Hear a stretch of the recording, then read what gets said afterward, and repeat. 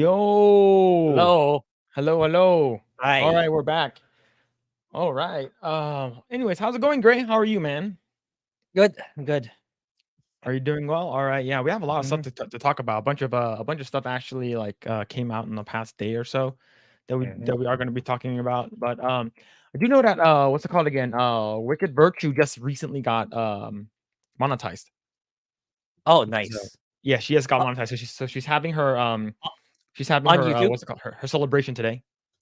It's here on YouTube or what Yeah, on platform? YouTube. Yeah, she finally got monetized. Yeah, I nice. believe she has a good amount of like watch hours. I think Oh, she it's was the able to get subs. monetized under like 15 or 1600 subs, which is awesome. So Yeah, we're almost there. We're almost there. we're almost We're about what? We're we're super. 35 We're at, 3500. yeah, like if we're going the way we are, probably by the end of the month, we're probably there already. Yeah. By the way things are going. Yeah, Yeah. we already got some people rolling in the chat. So earlier we have Anima Chains, Eggroll, Little Mermaid video was top notch, great work, guys. No, it wasn't me, man. It was all Grae. Grae did all the work for that one. Yeah, yeah. But It's yeah, kind yeah, of good humbling. work. That's the first thing That's the first thing in the comment sections. Like, yeah, it took some. That's why I needed an extra week because like I feel like I wanted to do some other stuff for the video and. I checked my notes after watching the live remakes. Like, no, this 3 to 4 minutes is not enough. I need more time. I All need. right. There's a lot for me to say, but yeah, thank you very Yeah, much. and we also have Eric Kramer. Or the funnest and funniest thing is how each person says that says Asian country where egg rolls from changes each time. My bingo card uh has Burma open yet. So if you guys don't know, I'm actually like a quarter Burmese. Like my dad was my dad's half Burmese is because my grandmother was full. So my grandfather went from he went over from China to Burma, I think right before World War II. Right before World War II. So he got the hell out of there right before Japan invaded. So yeah, that's why he met my grandmother. But yeah. Anyways, yo, we have Booming Bob already in the chat, and we have Just JK, Sailor Mercury just dropping already in the chat, and as Walking Eyebrow just dropped in to say hi, fellas. Won't let me give you any money at 3 a.m. there. Damn. That's crazy, man. But yo, thank you so much for stopping by. Yeah, no money yet. No money. But soon. But the fact that you guys are Yeah. just here watching, don't donate anything. We rather have you just hang out and just watch us. But if you guys are don't planning on like you know putting in super chats or membership and stuff like that, we definitely do appreciate it. Thank you. I see. Sailor Mercury said, "I enjoyed that Little Mermaid video comparing to the original remake." Yep, that was a good job, man. Good job on that, Gray. And Thank you. Johnny Lightfoot, yo, what's going on, dude? Hope you're doing well. I say, what's up, Eggroll? But yeah, yep. But yeah, we're gonna actually start. Once we are close, so once I submit my our what's it called again? The because you have to actually submit your channel up for approval. Oh shit, wrong thing. But you have to set your channel up for approval for AdSense, so Google AdSense, and then you can get the YouTube partnership. It takes a little bit. I remember my wife doing it, so it took her maybe like a couple days to do it. So once we submit that, I'll go ahead and make some membership badges and some emotes and stuff like that, just to have it ready. Let us know what emotes you guys would like, and I'll go ahead and either find them or I'll make them myself. So that's gonna be pretty nice. But yeah, I hope you guys are doing well. Thank you guys so much. But if you guys have already done so, go ahead, like the video, subscribe to the channel, hit the notification bell, share this video with all your friends so we can actually hit partnership earlier rather than later. But if you guys have already done so, go ahead and check out Project Eggroll merch at T Public. Get yourself a t-shirt today. You either get a Project Eggroll. I was able to give a bunch of the Geeks and Gamers folks a bunch of t-shirts before we actually met up at the FNT meetup in Vegas, or get yourself a Let's Go Brandon t-shirt. I'm planning to make a couple more, maybe some with a what's it called again, like a Sega logo, but actually says Project Eggroll. I'm not sure, maybe a Nintendo one just for fun, but we'll see what kind of ideas I can come up with. But yeah, I love the GI Joe font. Yeah, dude, it took me a little bit to make that one.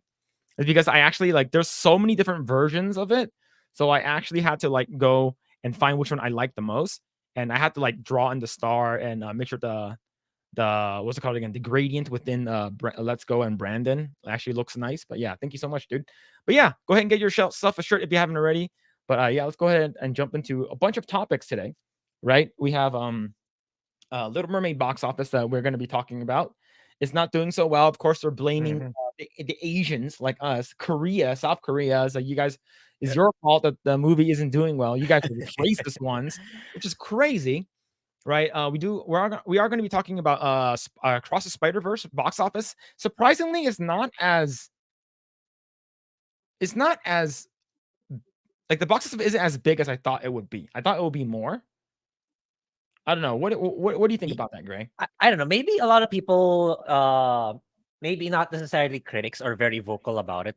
They probably think the same way that well, I do because I think the first one is still better than the second one. Mhm. Maybe that's why. Maybe they're just like yeah, it's good, but it's not first movie good. It's like I feel that it's some people are blowing it out of proportion. Like it's the best ever. It's like no, I prefer the Yeah. first one. I prefer it more grounded. Yeah. So you got Abracadabra Holmes, Eggroll. What up? What up, fellas? Yo, 199. Yo. Hope you guys are good, doing well. Thank you so much, Abracadabra, for coming by. Yeah, but okay, here's the thing. Gray, how long was you mentioned in your Little Mermaid video that the older animation and the Disney movies, like how long are the movies that Disney usually release in terms of animated like movies, like 2D that is. I on average like 83, 85, somewhere in the 80 plus range. Now it's like 130, 150 even. It's like they really it's like just because their competitors like some other studio released a movie that's worth 2 to 2.5 hours long. It's because it's warranted. It's like they have a really long story to tell. So it's like 1.5 hours is not enough. So it's like Disney's like thinking, oh no, everyone's releasing like 2 hour to 2.5 hours 2.5 hour movies. So we should be releasing them too, even though it's not really necessary for Mhm. your entertainment, for your the short story you're gonna tell. So what ends up happening is you're dragging it out. You're making like the Eric song was really terrible. The thing is really bad, and then you're adding so many things that's not necessary. It's like Mhm. what made the animated film so good was that in that 1 hour, 1.5 hours, there's no dull moment. It's like, but in their latest entries, it's like there's so much panning at sceneries that's not really needed. Then they added songs that's not doesn't really add anything new to the story. Mhm. Yeah. So I don't know, but I get the feeling that's not going away. It's like it's kind of like in 2023, the standard's like 2 hours, at least 2 hours or two Yeah. and a half. Yeah. Let's see. Before we go, Lady Marine. Hope you're doing well. Loving the egg emotes in the chat. Thank you. Thank you. Let's see. Just JK said Little Mermaid is going to lose at least $1 million. In my opinion. Yeah, I think it's gonna lose maybe even more. Maybe even more, depending on like where it actually when the dust settles, we'll see how much money it's going to make. Yeah. But going back to your what's it called again? Your feedback in terms of that, right? So when we say 80 minutes to around 90 minutes, that's usually in how long the movies are. So like even the like a traditional Disney animated movie is anywhere between an hour 15 to hour 20 minutes, Mhm. give or take. Even I think Toy Story is around that long, I believe. But when you actually put into perspective, Into the Spider-Verse and The Little Mermaid were about 2 hours and 20 minutes, where Justice League, the Joss Whedon version, is 2 hours. Yeah. Okay. So like just think about it. A superhero movie, especially the one from so as convoluted as Zack Snyder's original vision was, is supposed to be almost 4 hours. And then Joss Whedon came in, did a shit ton of reshoots, changed it, and then what's it called again? Kevin Fujiwara at Warner Brothers was like, okay, we have to make sure that the movie is under 2 hours, is because people's their their attention is going to go away. So we have to make sure. But yet you go ahead and make Into the Spider-Verse. Granted, the Into the Spider-Verse, which the first one was really good, but the Across the Spider-Verse, the second one, is also good, but it's a little too long, right? A little too Yeah. long. I think some parts need to be edited out. Some, like, especially the parts in the beginning that explains more of Gwen's background and a little bit of Miles's background. You don't need any of that. But and then you have Little Mermaid. Original was like an hour 25. The new one's like 45 minutes longer, which is freaking insane, right? Yeah. So I don't think we need movies to be that long, especially when they're animated form, right? Yeah. So let's go ahead and see. Yeah, you got some people who are also rolling in. Relentless Critic, This yo, critic. what's going on? Hope you're doing well. And Lindsay Lerma, thank you so much for hanging out. Yeah. Yo, Mermaid Messiah, hail Podrick Eggroll. Yo, hope you're doing well. And yep, hail to the 199. But yes, let's go ahead and actually look at some of the box office. So the box office for Little Mermaid is not doing so well, right? Yeah. It's been out for 2 weeks now, right? Is it 2 weeks? Yep. Yeah. Okay. Yeah. Should be. So 2 weeks now, and it's supposed to do domestically. I can see it doing more, is because I'm pretty sure everyone who actually really likes Little Mermaid, the fact that she's now black and all the changes to the stories, I'm pretty sure they they want to support it as much as possible. Versus international, like you like I've said this before, a lot of Chinese people, like people from mainland, they are actually, like I mentioned in previous ones before, it's they they they're pretty racist. Okay, just Yeah. letting you know, they're Yeah. pretty racist. Yeah. It's like if it's a black person led movie, like they're not really gonna watch this because they're like, I don't really care about it, right? It's just that's the fucking fact, and it sucks. Yeah. But Yeah. great. Do you is Little Mermaid trending, or have your friends or people that your family members have they seen it in the Philippines? I have seen videos with literally the LGBTQ community here literally wearing having wear outfitting themselves as a mermaid while watching it. So, but I like to believe that's actually a very small demographic compared to the whole. But I don't know. But I think it did okay here too. I think it did okay here too. But Mm, compared to other Asian countries, it did. I don't think it. I think it incurred losses. Like, yeah, like Japan, China, Korea. I think it did. It in terms of Philippines ticket sales. I think it did better in terms of our size and our population. I think it did better here compared to other Asian countries. yeah. That's how I see it.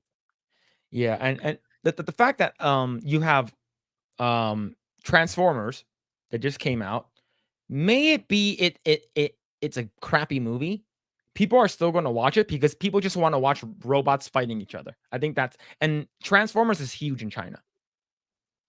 They Yeah. love that kind of, they love explosions, they love fucking robots beating each other up, and Yep. mostly they're It's going to it's watch it. it's not getting a good reception there though for you guys, right? It's getting lukewarm reviews. Yeah, it's not that great. It's Yeah. I Let me actually check the Rotten Tomato score, because that was show more. Oh, it's not good. Okay. Okay, Transformers Rise of the Beasts has a 52% tomato meter for critics, but 90% for verified users. So let's actually go into it. So go top critics 31 and all audience 89. So Okay. I Interesting. think per usual, a lot of the time when the humans are actually on screen, nobody really freaking cares, right? But when the robots start beating each other up and explosions are happening, and there's like "Kaputan ng Optimus Prime," right? Right. So if you actually have that, people are like super excited about that. But when you have the human factor into it, it's sort of boring. And I remember they marketed it off as like, oh, this is like I think the leading actor is supposed to be like Hispanic descent or something. Or so Yeah. they're like, there's I remember in the beginning they marketed it as that, but I think overall people just wanted to see robots fight robots and stuff. And I think these movies, these Bay former movies, I know this is not directed by Michael Bay, neither was Bumblebee.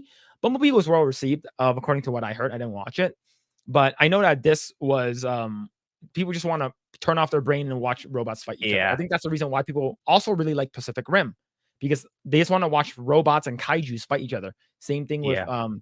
Same thing with what's it called again, Godzilla. They just want to watch kaijus and monsters fight each other. No one fucking cares about human stuff. And when are they going to learn? Just remove all of the humans. Who cares about the humans? Just imagine if they made a movie and it's like Transformers, Cybertron, and it actually goes to Cybertron and it's just all about Transformers. No humans. It's because you're on an alien planet. That would be super cool. Like that's all you need, right? And you have a movie like that, and I think it'll bring back a lot of the people who are actually big Transformers fan. I used to watch Beast Wars as a kid. I used to watch a lot of that. Yeah, yeah. I remember I have the PS1 Beast Wars game. Yeah. So this is, you know, I think this movie is going to do better internationally than Little Mermaid, Yeah. because and Little Mermaid's only made 140 million so far, which is Yeah. really low. I'm kind of out of the loop with Transformers. How much did it cost them to make that movie? I don't. Let me see. Transformers. Because at the given right now, it's like that's super that's incredibly critical, fundamental right now. It's like, I mean, it can break in so much revenue, but how much did it make, right? Yeah. That's I Let's mean, how much did it cost? see. Budget's 200 million. Oh, that's still pretty high. That's it's well, if you think about it, it's a lot of 3D, lots of 3D, Yeah, right? yeah, So I think get that's it. and a lot of 3D and visual effects. But if you think about it, isn't Little Mermaid's budget about the same? I think even more. I think it's around yeah, Well, yeah, yeah, two budget's hundred is 250. conservative. Yeah, Yeah, two fifty, so right? say if you go over here, right? The budget for Little Mermaid is 250. So Yeah, so Transformers' his it's budget is 50 cheaper, million right? dollars less. Yeah, if you think, yeah, that's what I'm saying. It's like, if they're willing to spend $150,000 just for Ariel's hair, it's like, what I forgot about imagine, that.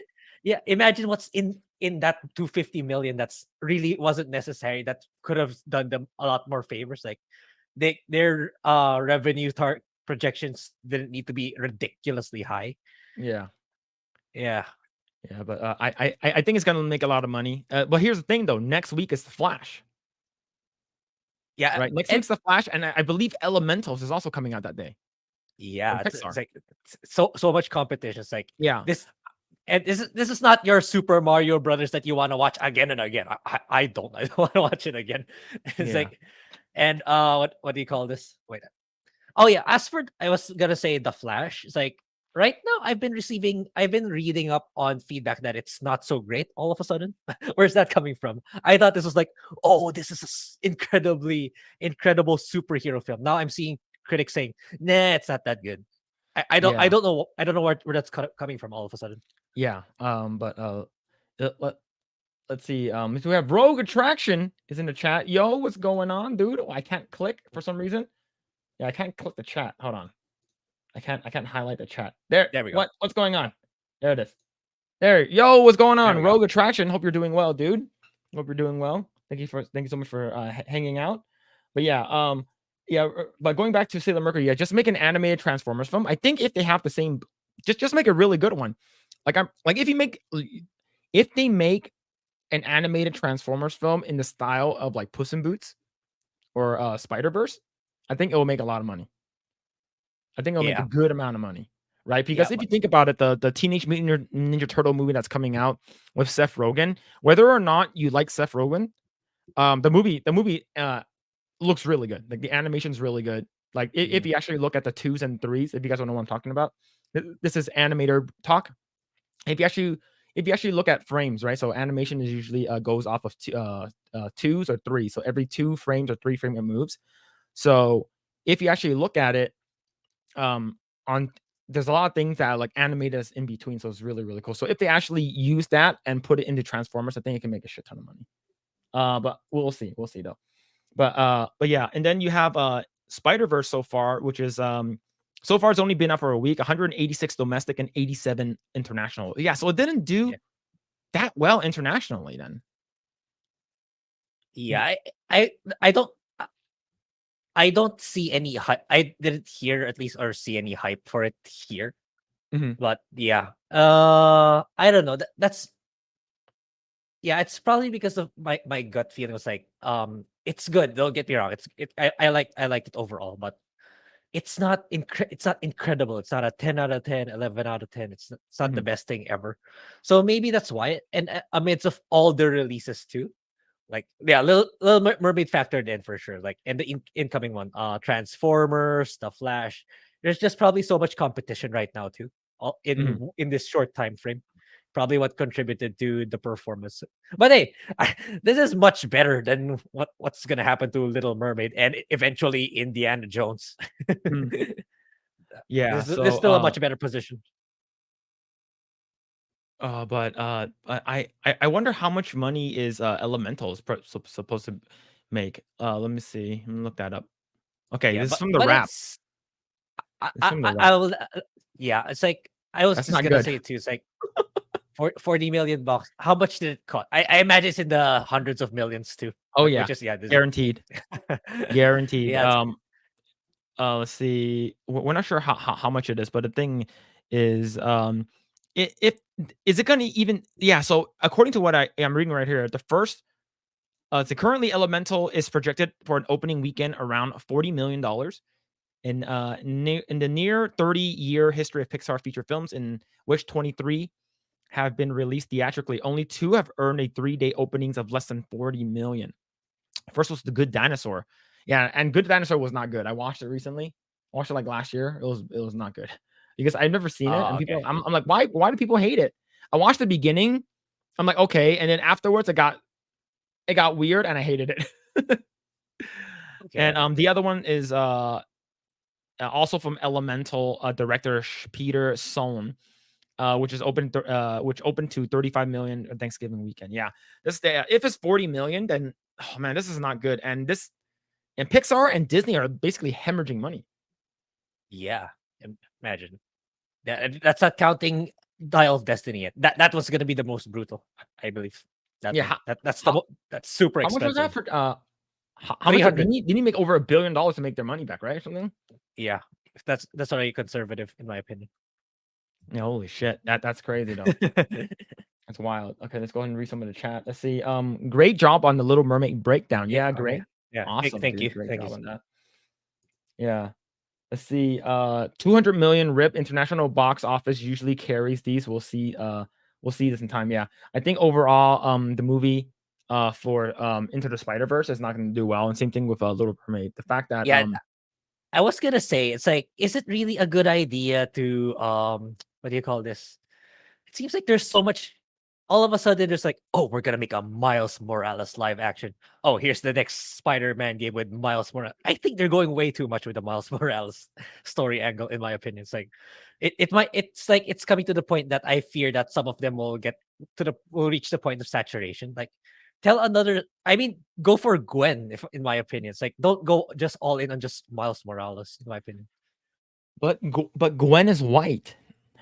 And Miles Morales is a Black. black Puerto Rican, so you have to. And the thing is, I guarantee you for the posters, they're never gonna have his mask removed. It's going to be like Black Panther. The mask is always going to stay on. Well, granted, if you think about it, all the previous Spider-Man movies did have their mask on, but the thing is that people like by the time that the Miles Morales Spider-Man does come out, I think people already know who Miles Morales is. Miles Morales has been around for a little bit now, so if it's going to be released in China, I wonder how they're going to take it, right? But granted, Black Panther made over $1 billion, so we'll see. Let's see. Let's see. The Tweaky Kid, Shia LaBeouf, Megan Fox, Haley Steinfeld is the list of growing of some well-known actors ranging from good to mediocres in these films that no one gives two shits about. Yeah, Shia LaBeouf, no one cares about, but Megan Fox, she's for some reason back in the news, and we're gonna be talking about her in a bit. Haley Yeah, Steinfeld, I yeah. believe she is the voice of Of Gwen. Gwen, right? Yeah. Yeah, and she said that she would love to play live action Gwen, but I believe the actor that played that was in Wednesday, the blonde chick.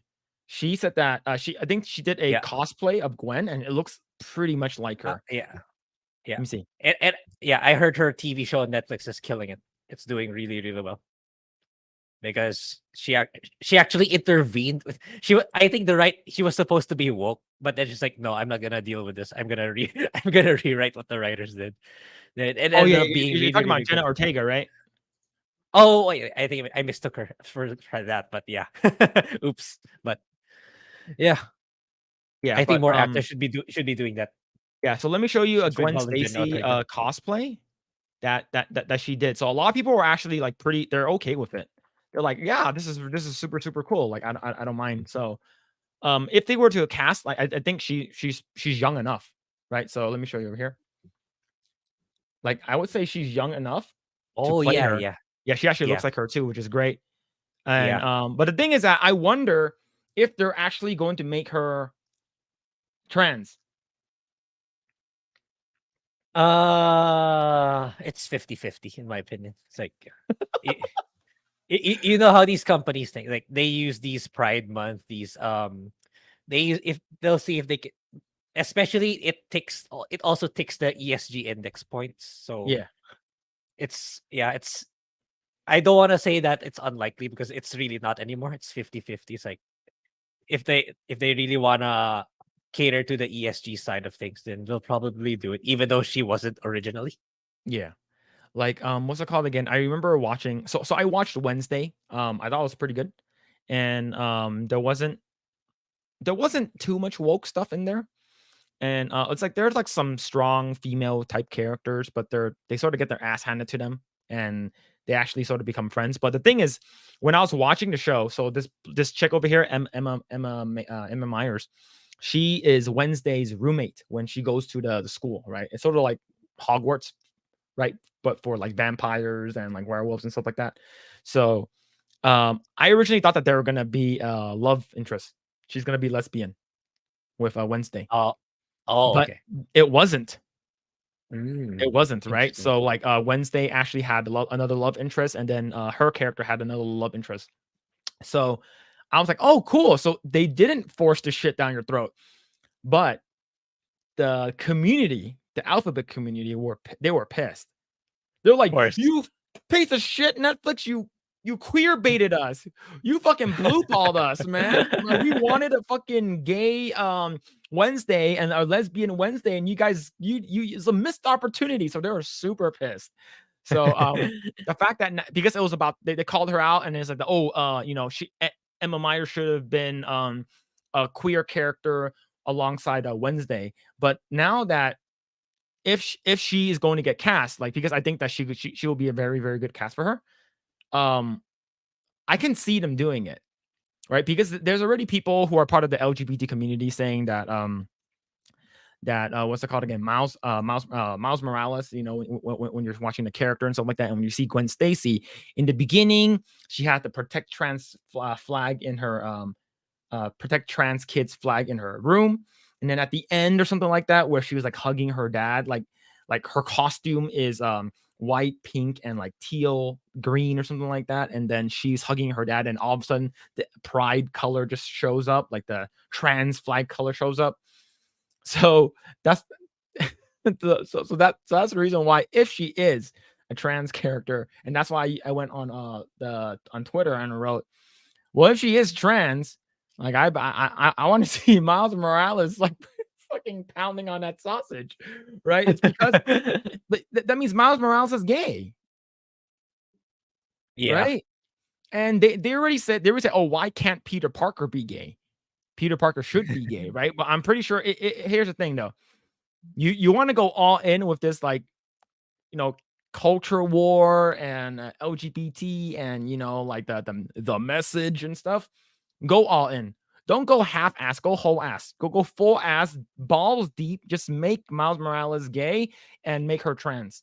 I think people will be happy, and then no one's gonna fucking care about Miles Morales anymore. Let it die, right? Just Yeah, yeah. but True. we'll see though. Let's see. So Sailor Mercury said, Elementals is projected to flop like Lightyear. I think so too, right? So I watched the trailer. So when I when I went to go watch Little Mermaid in the theater, the trailer came on. and they're like elementals. You know, you have fire, water, earth, and whatever and stuff like that. And and the fire character is like the dad's like, oh, fire elements aren't supposed to hang out with water elements because they're not your kind. I'm like, oh, this is about being racist. Yeah. This is, so it sort of reminds me of like a little bit of Zootopia, right? People who are like racist towards like different species, you know, and now it's like people are racist against different elements.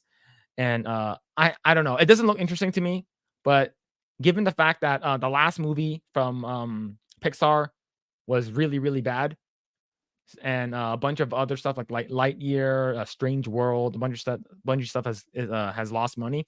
The fact that this movie Elemental looks like it's going to lose money, I don't think there's not a Yeah. lot of big marketing around it. Where Yeah. everyone's like, oh Yeah. my god, There I'm super isn't. excited about it. There isn't. Like, have you or any of your friends in the Philippines like said anything about this movie? I had no idea this movie was coming out. I'm like, didn't they make this movie already? No, that was called Inside Out, right? Because of the Yeah. different colors. Yeah. I got confused initially with Elementals. With it's. I was like, wasn't this already shown before? It's like, oh no, no, that's Inside Out. It's like, no, not really. It's like, I think they've allocated the marketing for that movie. They just put it on Little Mermaid, Mhm. which backfired.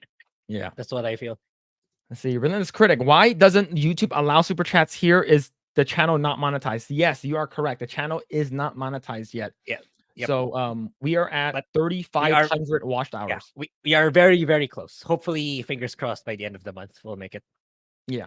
So we do what's it called again? I will be putting up a poll on the YouTube community tab, and I'll ask the chat if you guys want us to watch and review The Flash, and we don't really want to, but if the chat Yeah. wants us to do it and we can talk about it next Saturday, then so be it.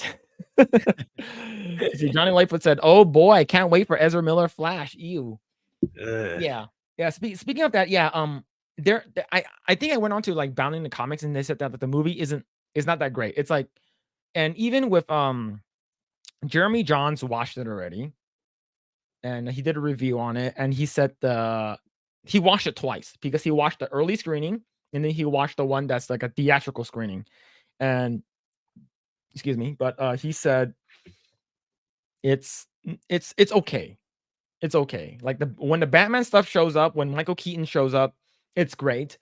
But if you're not a big fan of the Flash, and you're not a big fan of Ezra Miller, you're not gonna really like it. They said that like the 3D is really bad at sometimes. Sometimes it looks really good, but the 3D sometimes looks really, really, really bad. So I don't know. We'll see. I think more Yeah. people are gonna get access to watch it. So we do know who the character that steps out of the limo is already. So I believe it's another Batman, of course. That's already it's not a new Batman. It's a Batman that has been is an actor who has played Batman before. So we'll talk more about that if you guys want. But yeah, not a big fan of that, and not a big controversy. But speaking of Ezra Miller, there was some Ezra Miller stan in our Flash video. Yeah, yeah. I was debating for up to now. Actually, it's like but she just replied. He or she just replied to the one who backed us up. So I don't know if that person replied yet, but yeah, okay. I'll just leave it to those two. It's like, wow. It's like you're so grooming is not a major. It's not a severe crime apparently. It's a slap on the wrist apparently, and physical assault. That's fine. It's fine. It's okay to assault someone physically. The only time it becomes severe is you actually kill the person. It's I don't know. It's a strange argument. It's a really strange argument. Yeah, it's like they really love Ezra Miller. Ezra Miller, Like exactly. holy shit! It's like Yeah. wow, you're like you know, yeah. There, I did hear that there are some crazy Ezra Miller stands out there, and we finally got one. Oh, we found one. It's like I even had to, I went for murder because just to show that some crimes or bad things you do is worse than others. Like I compared stealing candy from a baby from literally killing someone just to prove my point that there are some things that are more severe and you should be punished more for it. And for some reason that person couldn't understand. It's like grooming is okay, physical assault is okay, but murder Yeah. is not. It's like So why my it's like that person was arguing with me. Well, why are you bringing up murder? Murder is severe, but apparently, anything a little bit lower than that, grooming is fine. Physical assault is fine. Yeah. Anyway, yeah, Yeah, I'm pretty sure that person likes it's probably a wants the maps people to be a part of the pride flag, right? Do you know what maps is? Like the acronym? I forgot. I've heard it, but I forgot. You can remind me. Minorly attracted persons. Oh So yeah, never minor mind. minor attracted persons. So basically people who are pedos.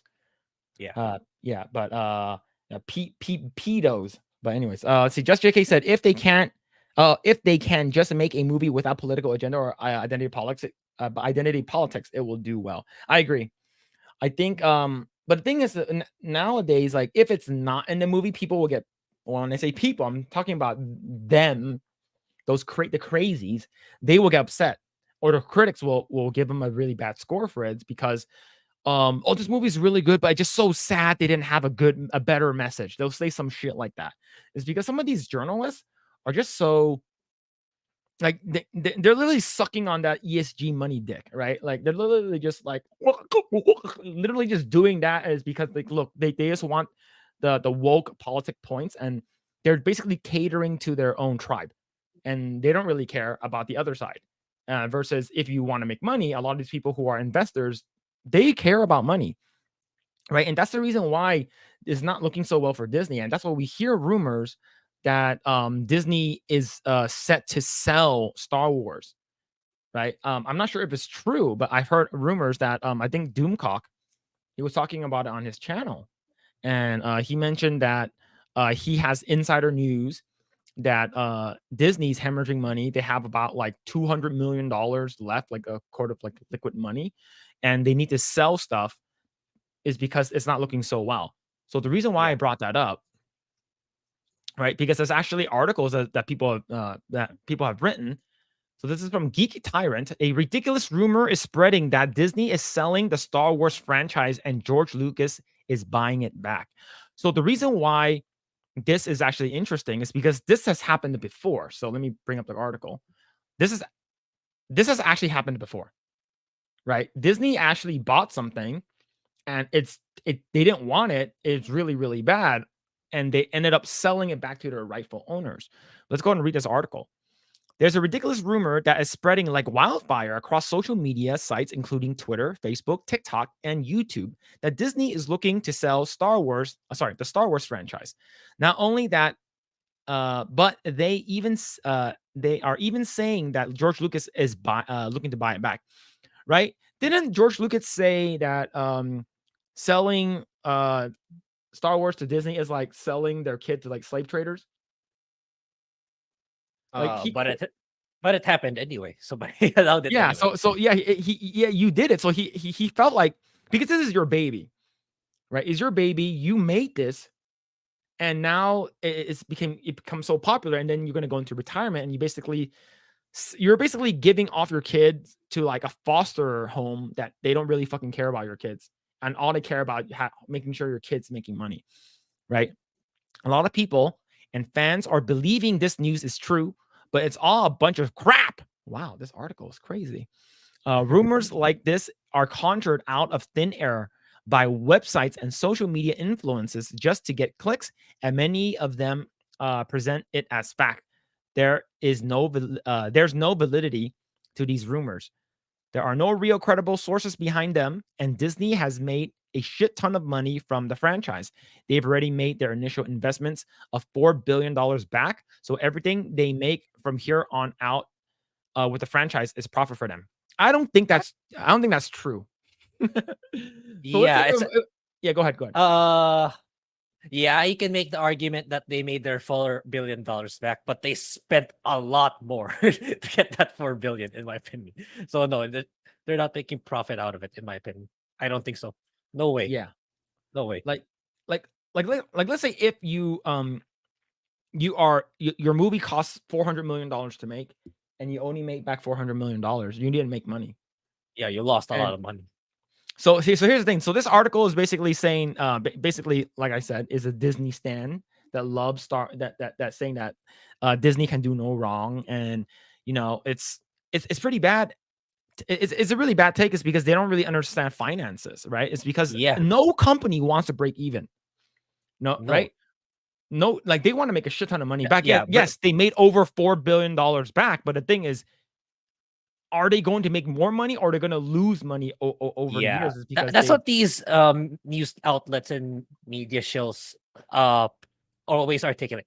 Record revenue. Of course, it's gonna be the revenue number is gonna be high because it cost them a lot more to make. There's like mm, they keep using the revenue numbers like it's so historically high. But yeah, of course, it costed more than the previous movie or TV show. Of course, it's gonna. But question is, how much did it cost them to make? How much did it cost them to market it? mhm. If you add that up, it's gonna be a loss. It's almost always gonna be a loss. Yeah. Let's see. There are several high-profile Star Wars projects in the development, including Ahsoka, the fuck Skeleton Crew, The Acolyte, Andor season 2, and the new Rey Skywalker movie. Dave Filoni's film, James Mangold's project, and Taika Waititi's flick. It's just plain old-fashioned common sense that will tell you these rumors are absurd about. But I know people at Disney are saying that they're not true as well. So if you come across these rumors, it's all a bunch of bullcrap. You gotta love the internet. I know some fans will love nothing more than for Disney to sell Star Wars back to George Lucas, but that's just not going to happen. I'm sure Lucas is very much enjoying his retirement. Okay, I want to make sure that we come back to this when it does happen. Not Okay. if, but when. The reason why I bring this up, and I think it might happen, is because history often repeats itself, but if it doesn't, it rhymes. And the reason why I want to bring this up right here is this one right over here. So, did you know back in 2010, Disney actually bought the right to Fox, some of Fox's stuff, old stuff, right? And along with that, they also bought the Power Rangers. Oh, they did. Yes. Okay. So, S- s- when they bought the Power Rangers, Disney, if you actually look at it, I think it was like Wild Force or Power Rangers. I forgot which Power Rangers it was, but it was actually on the Disney Channel. You can actually watch Power Rangers on Disney Channel. I'm like, oh, what the fuck? You can actually watch Power Rangers now? Like, that's crazy, right? But after a while, they found out that they didn't want anything to do with it, and it's actually costing them a lot of money for just wasting this IP away. So they felt like this was a waste of money. So they sold it back to Saban, which is the rightful owner of Power Rangers. So let's go ahead and Okay. actually read this article right over here, right? So Disney sells Power Rangers back to former owner Chaim Saban. So this is back in 2010. Let's see. Yeah. Since 2001, Disney has owned a popular Power Rangers franchise originally adapted from a Japanese television series for American audiences by Saban Entertainment. Today, it was announced that Disney has now sold the Power Rangers back to Chaim Saban. Disney first purchased the franchise from Saban as part of the deal that also included the Fox Family Channel, now ABC Family, for 5.2 billion, 1.5 which is went to Saban. The amount Disney has now sold the Power Rangers for has not been disclosed. I believe it's like $400 million or something. He sold it back, right? It's because it's not doing so well. So the thing is, if like I can see Disney, Disney's known for doing this. Whenever they own a project that's not doing well, they would sell it back to they'll sell it out or they'll sell it back to the original. Case of a very good example is Marvel Strike Force, the game I work on, right? It's part of Fox. During the merger, we were bought out by Disney. Disney owned us for about 9 months. Disney sucks at making video games, and they sold us to Scopely. And Mm. now you have the whole Star Wars thing saying that, oh, they're not going to do it. It's like I'm pretty sure Star Wars is losing a shit ton of money, right? It's because if you actually Yeah. hear, like people are talking about Andor is one of the best Star Wars shows that you're not watching. Yeah, and I know some people don't even like Andor. Like there are loopholes in Andor that they're really critical about. So even for them, even Andor is not good.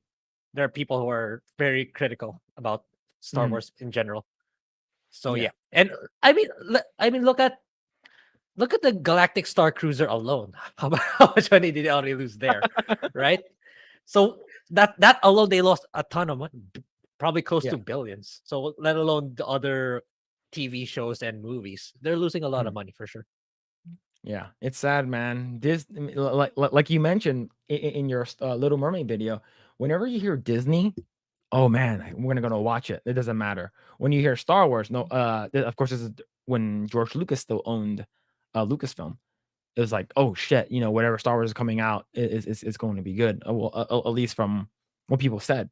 Now Disney is just a former shell of what it is, right? Like it's just, it's so sad where it's what Disney has become. And Yeah. Well, yeah. yeah. If it does come to, I don't know. It's like, yeah, I get your reasoning, but given that this is a really, really big franchise this time, bigger than Power Rangers, bigger than all the other previous transactions of Disney, uh, does is George Lucas willing to pay the amount that Disney will ask for in light of how much they will need to fully acquire Hulu? Because I know those Comcast and Disney are at a deadlock right now. It's like Comcast is overvaluating it, and Disney is like, of course, Disney wants to undervaluate it as much as possible, but Mhm. they're nowhere near close to an agreed amount yet. So I imagine if it's true, if the rumors are true, I imagine Disney would want the money that George Lucas shells out to be sufficient or more than sufficient for Disney to be able to acquire Hulu. That's how I Yeah. see it. Yeah. Very sad. All right, let's go ahead and read some of the comments. I think there's a bunch that I missed. Let's see. Let's see. Let's go ahead. Go back up. There's a lot. There's a lot of stuff. Let's see. Marley Tenuvile. Great video on the Inuvial. Little Mermaid, Yeah. and forgot Thank to you. Thank you. say nice token pronunciations the other day. Yeah. Yeah. I for the token stuff, I just pulled it out of my ass, so I'm not sure. But yeah, Grae. See your video for Little Mermaid is doing is it's people are loving it. Just, good job, dude. Yeah. Thank you. Let's see. Let's see. So a female voicing as a trans Gwen. I can, to be honest, I can actually see it. I can actually see what's it called again? Them making her trans. But I don't know. I don't know, man. I'm not sure how people are gonna feel about that because Gwen Stacy's been around for a while. She's been around for a while. Yeah. So Even before Into the Spider-Verse, if I'm not mistaken. Even before yes. that. Yeah. Yeah, Jenna Ortega, I love her. Yeah, so here's the thing. I know out of everyone, like remember when I mentioned there's a couple of things that you don't attack, video games, K-pop is one of them now, right? Anime, and one of them is Jenna Ortega. Do not attack her. If you attack her, people will go after you. Like Yeah. I was reading someone went on Twitter and said, "You guys really her?" And it's like her just like sitting there smoking a cigarette. And then person on the bottom's like, I would die just to kiss her feet. It was crazy, dude. Yeah, people love Jenna Ortega. Let's see. If she's trans, does that mean Miles Morales is Yes. gay? Yes, it does. It does. I remember I was Yeah. watching on I was watching a clip from the Whatever podcast, and one of the guys was sitting there and they're talking. It's not the host. I think the host is named Brian, and there's a girl is asking. So like, would you rather go out with like an 80-year-old woman or a 20-year-old trans girl, a trans woman? And he's like 80-year-old. And then the girl goes, why? Because if I go out with a 20-year-old, that means I'm gay. And then she got up and walked away. Oh shit. It's so funny. Let's see. Sony doesn't have the balls to do that officially. They had if they announce a trans character, it will flop. They can only hint at it and let activists pretend it's there. Yeah, like what they're doing with Gwen Stacy right now. Like there's some people who are really trying to like push for it and like probably Yeah, I even can see it. reaching out to Sony. It's like, hey, do it, do it now. Right? Let's see. Let's see. Laugh my ass off. Imagine if they react this way to Gwen Stacy for real. Yeah. Let's see. I think Jenna Ortega said that she fought back against attempts to make more unnecessary romance to her character. That might have been one of those things. Yeah, I think she did a lot of like ad lib, right? Yeah, she kind of rewrote some things in in her show Wednesday, I believe the show's name Wednesday, and it's doing. I know that it's killing it. it's doing really really well. So yeah, good on her to actually Yeah. stand up for herself. Yeah, I even heard that for season 2, because I know that what's it called, Wednesday was so big. I think it was as big as Stranger Things in terms of popularity. I do know that they're making a season 2, and she said that they're gonna sort of veer away from romantic interests, which is good because you want to see more of her morbid, like dark side and more of the family stuff, right? So that could be pretty cool. Um, let's see. Let's see. What was this? Damn, Phillip, what sausage man ass? Oh, dude, why do you have to highlight that? Why do you why do you have to highlight that? Oh, but yeah. Let's see. Pixar can't make a movie without some heavy-handed message. I think that's the case now, right? Yeah, It's either to talk shit about certain class or race of people to boost up another group, or is to put in a message saying that you can't be racist or sexist and everyone is fucking gay, right? I don't know. it's all over Disney in all divisions of Disney right now. It's like they brought all of them in. It's like if you're gonna remove them, there's gonna be a mass purge in Disney. Yeah, It's like probably 80 to 90% of the workforce. yeah. And see, Frank Gore said the worst part is the Flash part. Yeah, yeah. Chris Gore did say that. Yeah, I remember him talking about it. So yeah, so if you guys are gonna go watch the movie, just buy your ticket and then go in an hour and 20 minutes, an hour later, Yeah, and then watch the Michael Keaton stuff. and do your bathroom breaks during Ezra Miller scenes.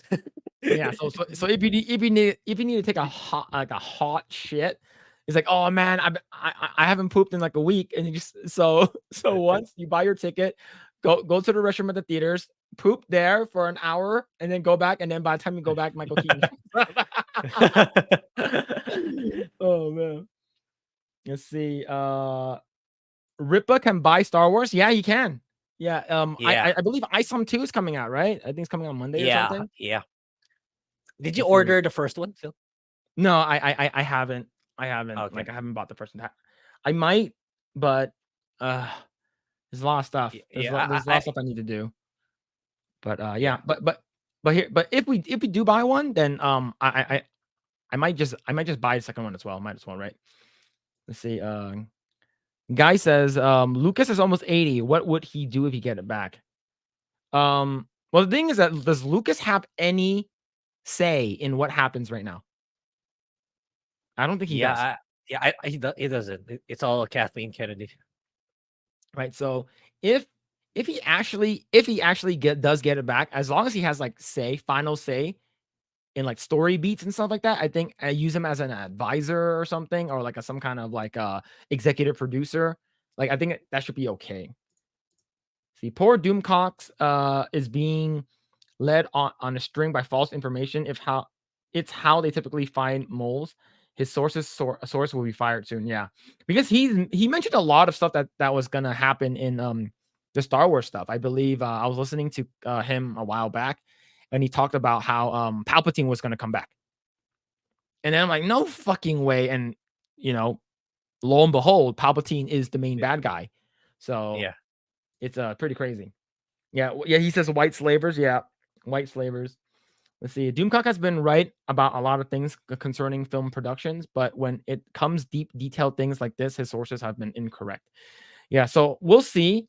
To be honest, I think if Disney does sell the rights back to George, I think it's going to be really hard for Disney to sort of let it go, right? It's because how much money did they make with the Force Awakens, right? Like over $1 billion for sure. yeah. That's the time that that the brand was still very strong. That's why it did really well. It's like, man, I wish Star Wars was in the theaters again. Boom, Force Yeah. Awakens did really really well, but after Last Jedi onwards, that's where it started to fail. Yeah, and there was a rumor to saying that Kathleen Kennedy is gonna get fired or she's gonna quit, and bitch is still in her spot, right? She's still there. Yeah, yeah, it's confirmed she's gonna get laid off, but it's just gonna take 10 years before she's officially gone. Yeah, it's just called retirement. Let's see. Doomcock is usually fine, but after a few years after the Rise of Skywalker, it became apparent she isn't leaving. Yeah, she ain't leaving. Yeah, she's not. She ain't going No, anywhere.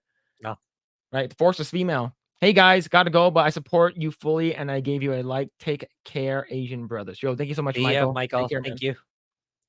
Let's see. I stopped taking Doomcocks seriously when Kathleen Kennedy being fired thing never came true. I also dislike that he got butthurt over Ryan Kinnell calling him out and got upset at Neurotic. Yeah, I heard that there was a falling out, right? And I remember Neurotic and Doomcock used to like do a lot of stuff together. Same thing with Jeremy. Like I remember Jeremy did a car video with Doomcock before.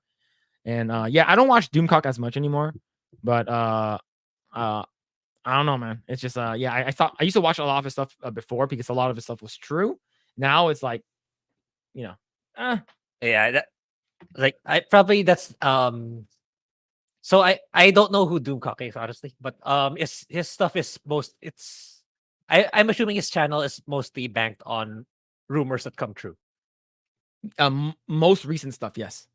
Like Okay. he usually does movie reviews, but now like his more recent stuff is about rumors. So and Yeah, it's like if you're that's a your rumors need to come true, or else yeah, it's gonna hurt your channel for sure. yeah. Sailor Mercury said the crazy thing is that the early Disney era of Power Rangers was the best. The Wild Force to SPD, all bangers. Yeah. Yeah, I know Wild Force was really good. I know SPD was really good too, but it wasn't making money, right? Like if you think about it, Disney had a Disney was always known for being a female or a little girl brand, right? Princesses and castles and dreams come true and all that stuff. And they didn't really go into more of the boy stuff until they bought Star Wars and then Marvel. So, but they had Power Rangers for a while and they didn't know what to do with it. So they were basically just re-airing some of the episodes on Disney, the Disney Channel, but they didn't make new stuff. They didn't produce new stuff. They didn't have any any great stuff that it was coming out with. And out of toy stuffs, Saban got most of the money to it and Hasbro. So it was just hemorrhaging money. But like even though the shows were good because most of the stuff came from Japan and then Sentai stuff, right? And then it came here and then they Americanized it. But yeah, Disney doesn't know what to do with a lot of their IPs. Like Disney actually has a right to one live action film from Dragon Ball. Is because they bought the right they bought Fox and Dragon Ball live action movie is one of them. So they still have the rights to a live action Dragon Ball movie. So we're not sure if that's even gonna happen. See, Booming Boss said, Star Wars is dead or hanging on a thread. I think so. I think Star Wars is pretty much gone. I think Star Wars Mhm. is they Yeah. have to do So something really crazy to bring back the fans. yeah, it's like if there that's another thing. It's like um the George Lucas acquisition. It's like if it's true, it's like that's also gonna be the deadlock. It's like for George Lucas, you killed off the brand, man. And they say, no, it's doing well. It's doing well. So we're pricing it really high. So Mhm. it's gonna take a while if that's really going on behind the scenes. Yeah.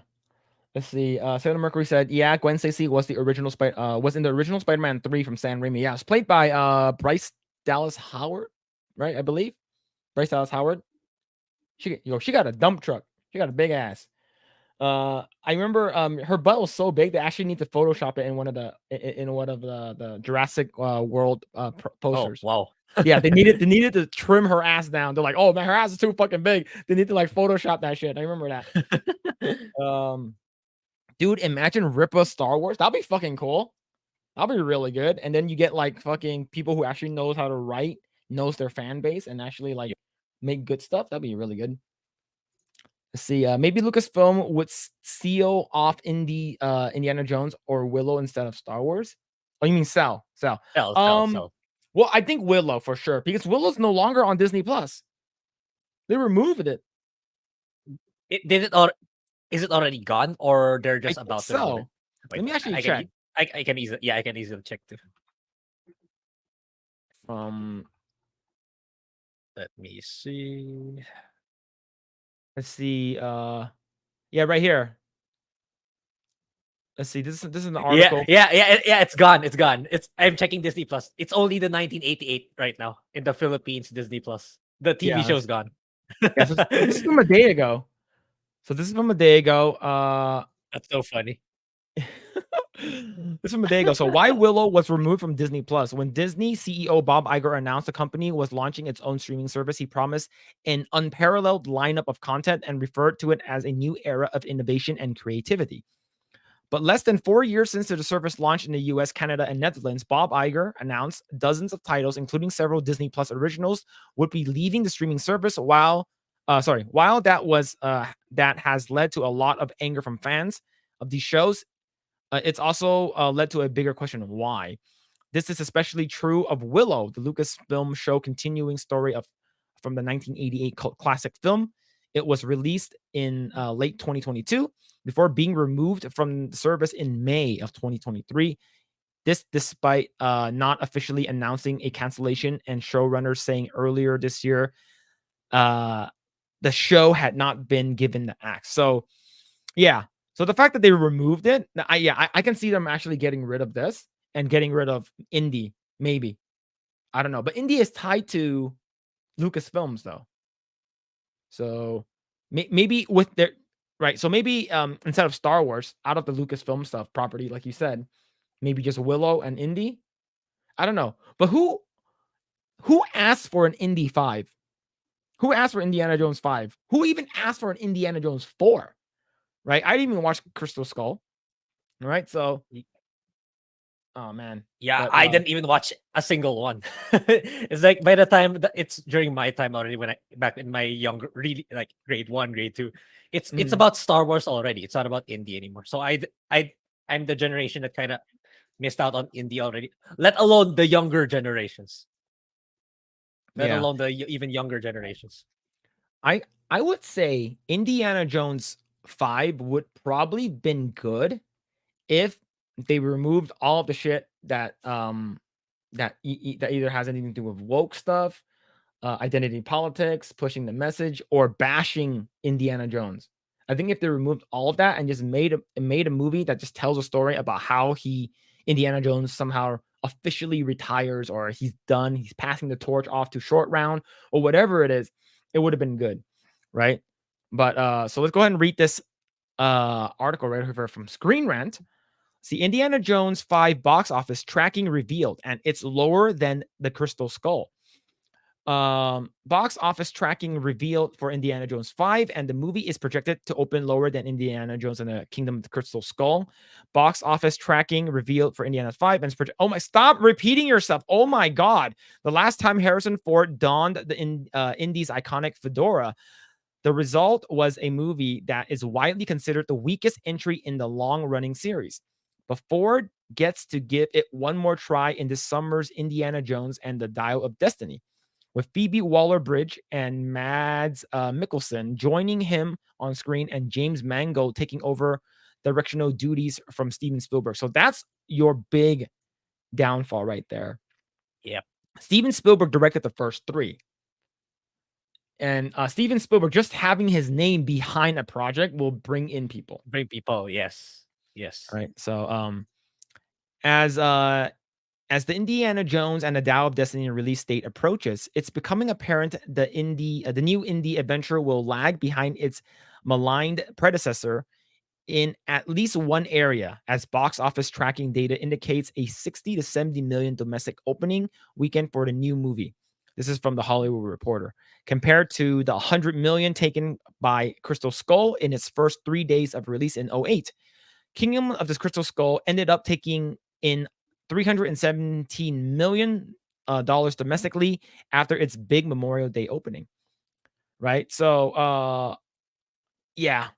I think the fact that you have I fought Nazis and you said, yeah, you also stole from indigenous people. Yeah. Right. And you also hear that they're doing the whole Spider-Verse thing or multi versions of Indiana Jones, and how because we talked about how the script was leaked, right?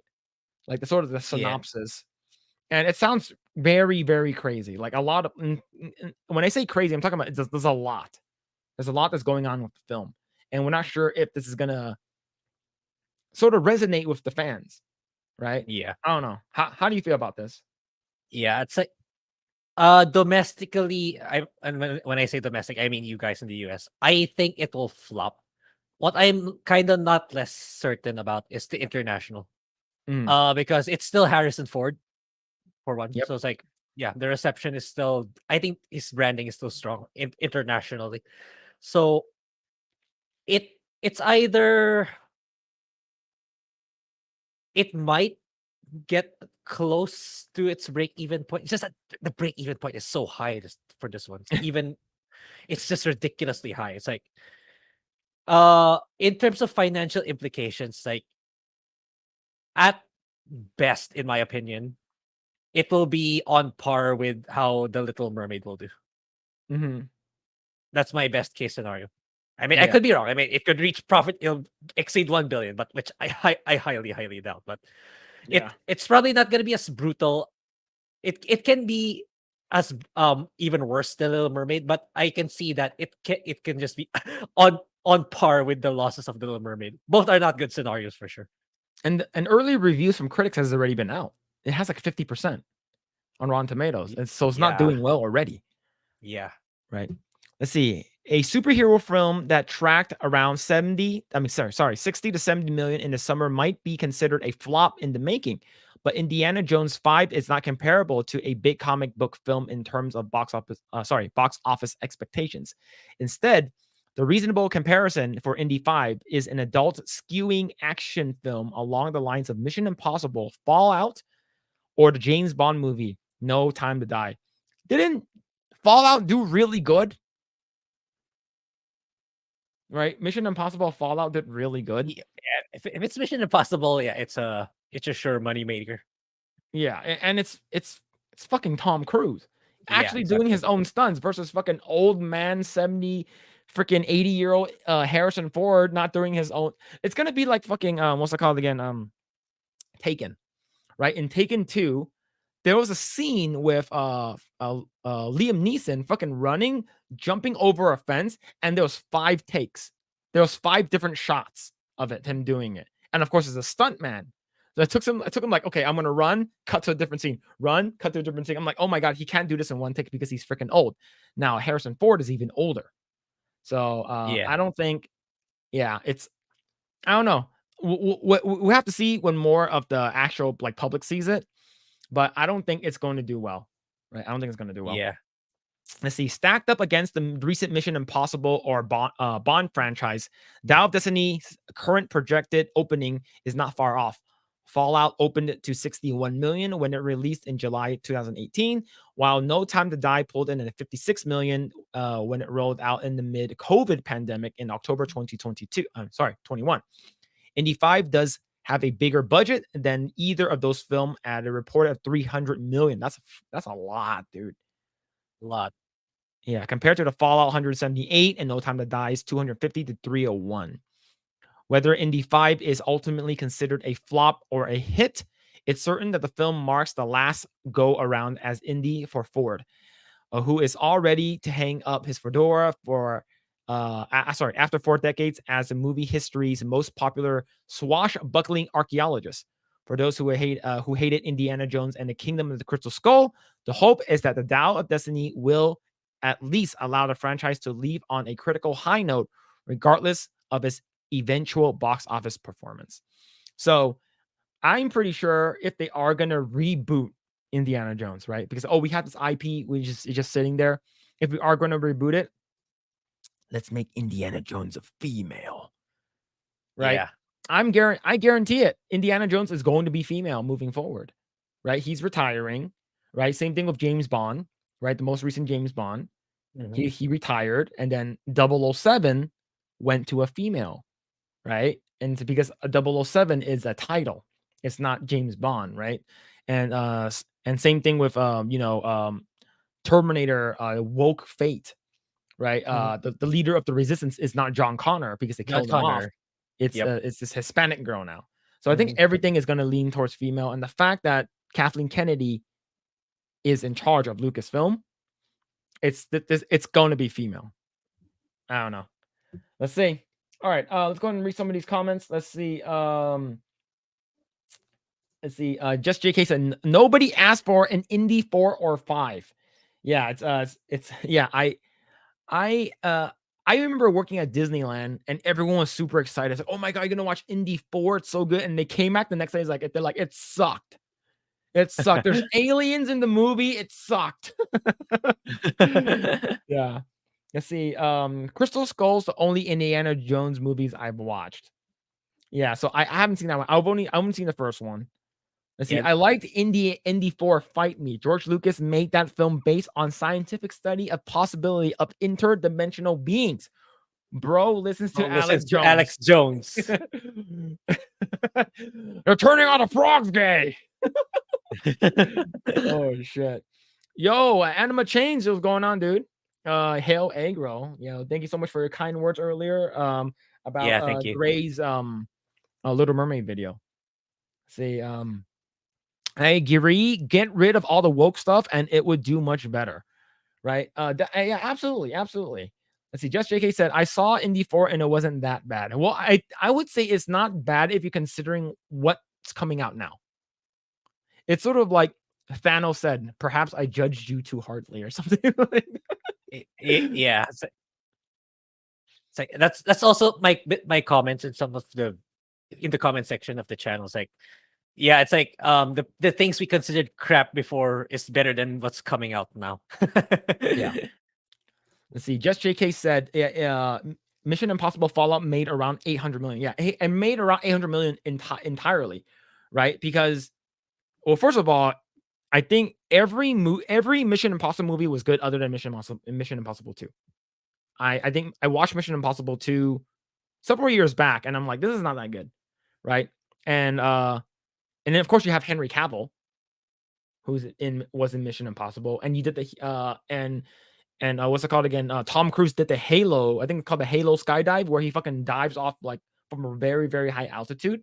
He actually did it himself, which is fucking crazy, right? So I'm pretty sure the next Mission Impossible will probably make around $800 million as well, or maybe even more, right? Given the fact that Top Probably Gun more. Maverick made over $1 billion. Yeah. Yes. Let's see. They killed off Bond in the last movie. Yeah, I heard they killed him off Yeah, at the end.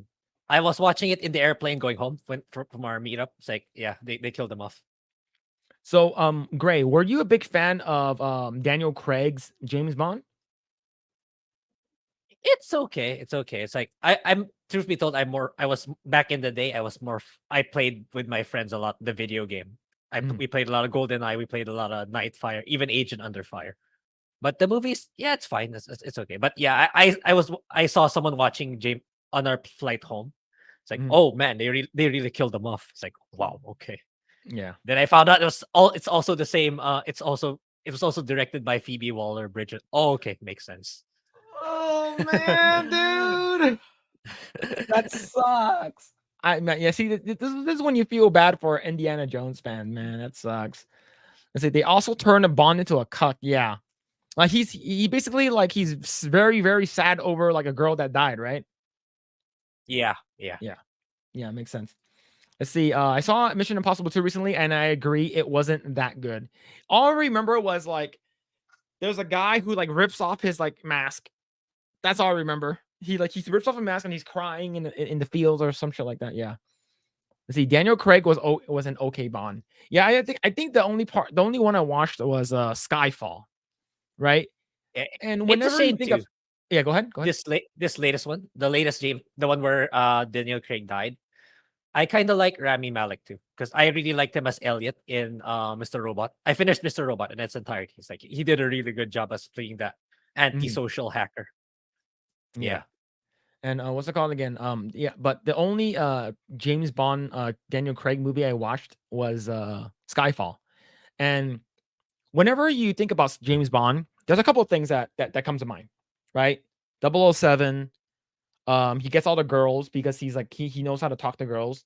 Shaken not stirred, and then he has a bunch of cool weapons, gadgets, and cars. I think that's the cool part about. And then I'm watching Skyfall. I'm like, where are the fucking cool cars? Where are the fucking hot women? Where are the cool gadgets? None of it was there, right? All you had was fucking Adele Dazeem fucking singing Skyfall, and that's about it. And I was like, I missed the parts where like he had like a cool watch, that had a laser in it, and he fucking like did some crazy shit where he fucking flew. GoldenEye was fucking good. Okay, GoldenEye the movie was really good, and it had fucking Sean Bean. So yeah. Yeah. Oh, Skyfall was good. I saw that in theaters years back. Yeah, I watched it. Don't get me wrong. Skyfall was good. But I missed the cool gadgets. I miss all of that. I miss all of that. You see, Mr. Robot was a great show. Yeah, I don't know what that is, but yeah. It's a soup. I imagine it's because at when it's released, like I know it's not gonna appeal to in the mass market because it's about conspiracy theories in society. It's like the people behind the scenes. So it's like the main character Rami Malek is an expert hacker, so he ends up getting tied into these conspiracies, like joining the rebel group and fighting back against the 1% for using computers to control society. So yeah, it's not really a mass market plot. Yeah. Speaking of James Bond, I posted it in a Discord, but I'm also going to share it on screen. So there was a person on Twitter that basically talking about Indiana Jones and James Bond and stuff like that. Let me actually bring it up really quick. Posted it on Discord. There's a person on Twitter that let me zoom in. Let me zoom in really quick. Shit, where'd it go? There it is. All right. So we all know that everyone here, I think it's consensus, everyone likes Idris Elba. Right? He plays a cool Heimdall. He was in what's it called again, Pacific Rim, and he was in Fast and Furious, and like I think it's a consensus, everyone likes him. And people are like, oh, they should have Idris Elba play James Bond. I'm like, yeah, I'm cool with that. And then people are like, oh, what about Henry Cavill? I'm like, I'm fine with Henry Cavill playing James Bond as well. Like, that would be fucking awesome. I would love to see it. And then we read an article. Remember, we talked about it, Grae, a couple live streams ago. Idris Elba doesn't want to be known as a black Superman. Yeah. And he doesn't want to he doesn't want to be known as a black James Bond. He right? And we do know that James Bond and Superman has always been white. But I think when it comes to James Bond, I think people are okay with it because we like him that much. So I'm going to share this really quick.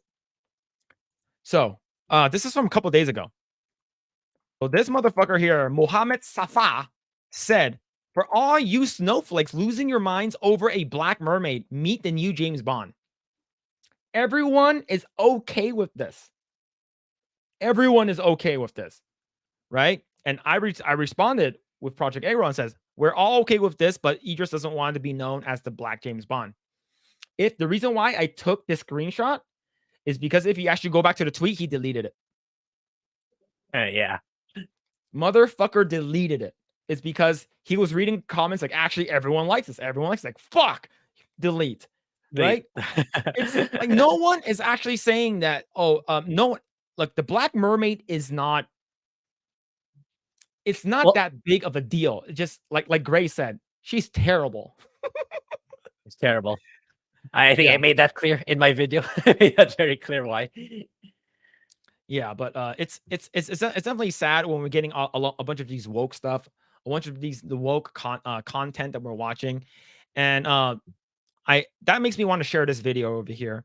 So this was released 4 days ago. My good friend Dave sent it to me, and let's go ahead and watch it together. Chat, let's go ahead and watch it together. Let's see. It's about wokeism, but let's go ahead and watch this together. I'm not sure if anyone's seen this yet. When I grow up, I want to work for a woke company. Oh shit! I'm watching it on ×2 speed like a fucking moron. Okay, here we go.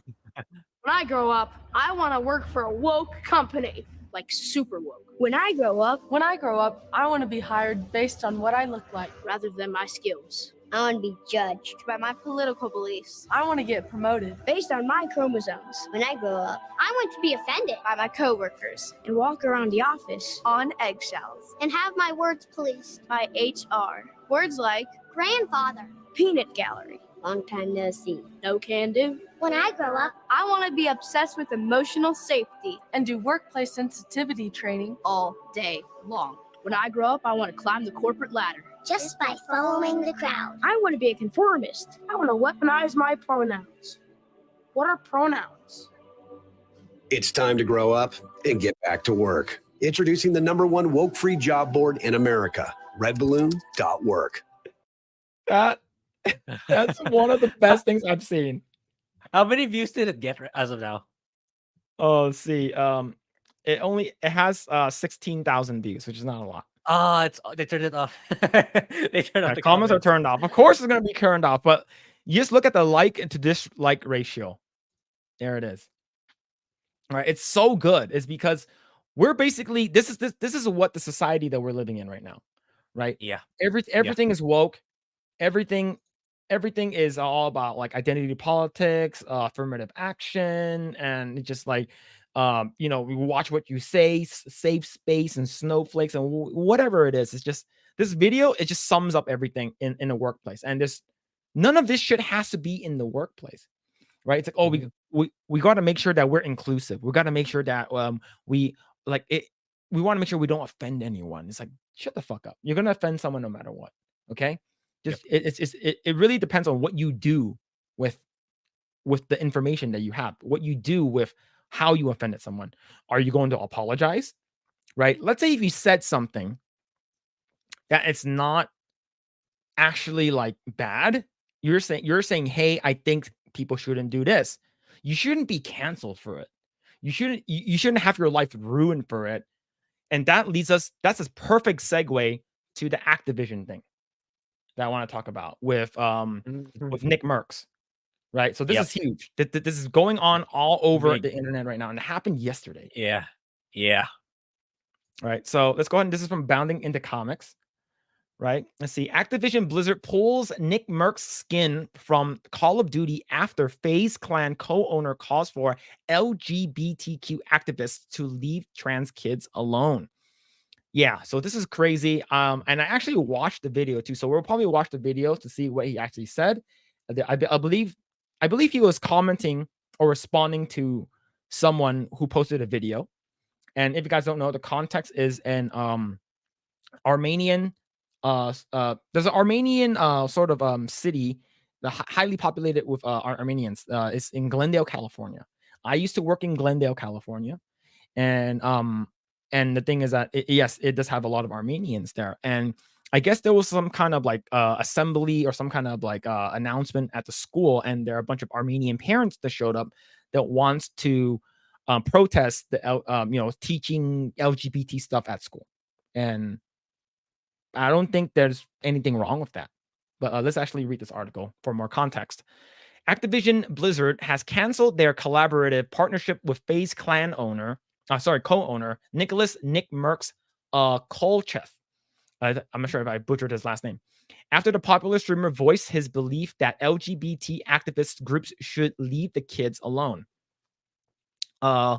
Kolchev, who joined what is arguably the world's most well-known esports team in May of 2019, before subsequently becoming a co-owner sometime in April 2021, offered his opinion on the current state of the LGBT activism in response to a recent protest against the Glendale Unified School District's proposal to formally recognize June as Pride Month.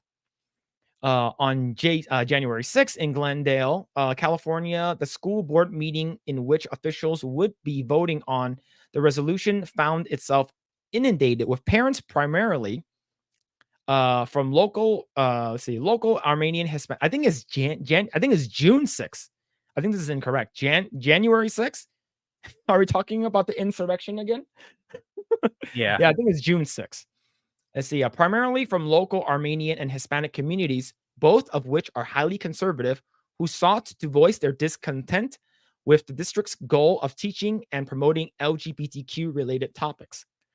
Though the parents were allowed to speak and freely voice their opinions to the board, this opportunity only lasted roughly 42 minutes. Wow, that's actually really short. Until local law enforcement locked down the entire event due to a deteriorating situation directly outside the building. This situation, as captured on video, involved a violent clash between the parents and LGBT activists, and first punch of which is believed to, at this time, to have been thrown by one of the conservative protesters. Though it ultimately, prevented the vote from being held. This brawl was quickly shut down by local law enforcement, with reports on the matter presenting a final event tally of 0 injuries and just 3 arrests. However, the identities of those apprehended currently remain unknown. So yeah, this is the fight. I'm not going to play it. But yeah. What's it called again? I know a lot of Hispanics, and I'm not sure about Armenians. I know they're like Catholic, right? Roman Catholic. So they're more conservative in thought, in believing kind of that kind of stuff. And what the thing is, what did he say, right? Later shared to Twitter by an independent journalist, Brennan Murphy, said the video physical altercation would eventually draw a comment from veteran esports caster Chris Puckett, who noted this happened 4 blocks from my Overwatch League apartment. Americans are in a sad place right now. Let people love who they love and live your own life. I don't think there's anything wrong with that either. If you're teaching kids that, it really depends on, if you want to teach your kids that, then it's fine. But I'm not going to teach my kids what I don't want them, or what values that I don't want them to believe in, right? Because they're my kids. So let's actually read this, right? So that this is actually what they wrote. And Yeah, I think Jeremy has an issue with this guy who tweeted like, Puckett? I think he made some kind of Trump tweet back in the elections day that contradicts what he's saying here. Yeah, So I'm anyway, pretty sure. Yeah. There's a lot of Yeah. people who have TDS and stuff. So Yeah. See, the thing is that an anti-LGBT protesters attack pro-LGBT demonstrators, right? So let's see, like what did actually Nick Merck said, right? So it was then that Kolchev would author the tweet that would in short time land him in hot water. Replying to Puckett, in FaZe Clan co-owner declared they should leave the little children alone. That's the real issue. I don't see anything wrong with that tweet. Yep. I don't see anything wrong with that, Mhm. right? Let's see. In turn, Kolchev's tweet was met with a wave of backlash from the general public, many of whom took his statement as pedophilic generalization against all LGBTQ plus members, rather than a commentary on the group's aggressive activism. So here's the thing: if someone said leave kids alone, and you immediately think of the LGBTQ plus community, then are you saying that the LGBTQ plus community are pedophiles? Right? You are Yeah. automatically assuming that. He didn't say anything of the sort. Yep. Yep. Right? Right? So it's the same thing with like a lot of these things are like, oh, drag shows are actually, there aren't any kids at these drag shows and stuff like that. We're not doing any of that kind of stuff. And then Ron DeSantis comes out with, hey, you can't have any drag show performances with kids that are allowing kids in them. And then the drag show performance was canceled. Is because you're allowing kids. This is grooming, right?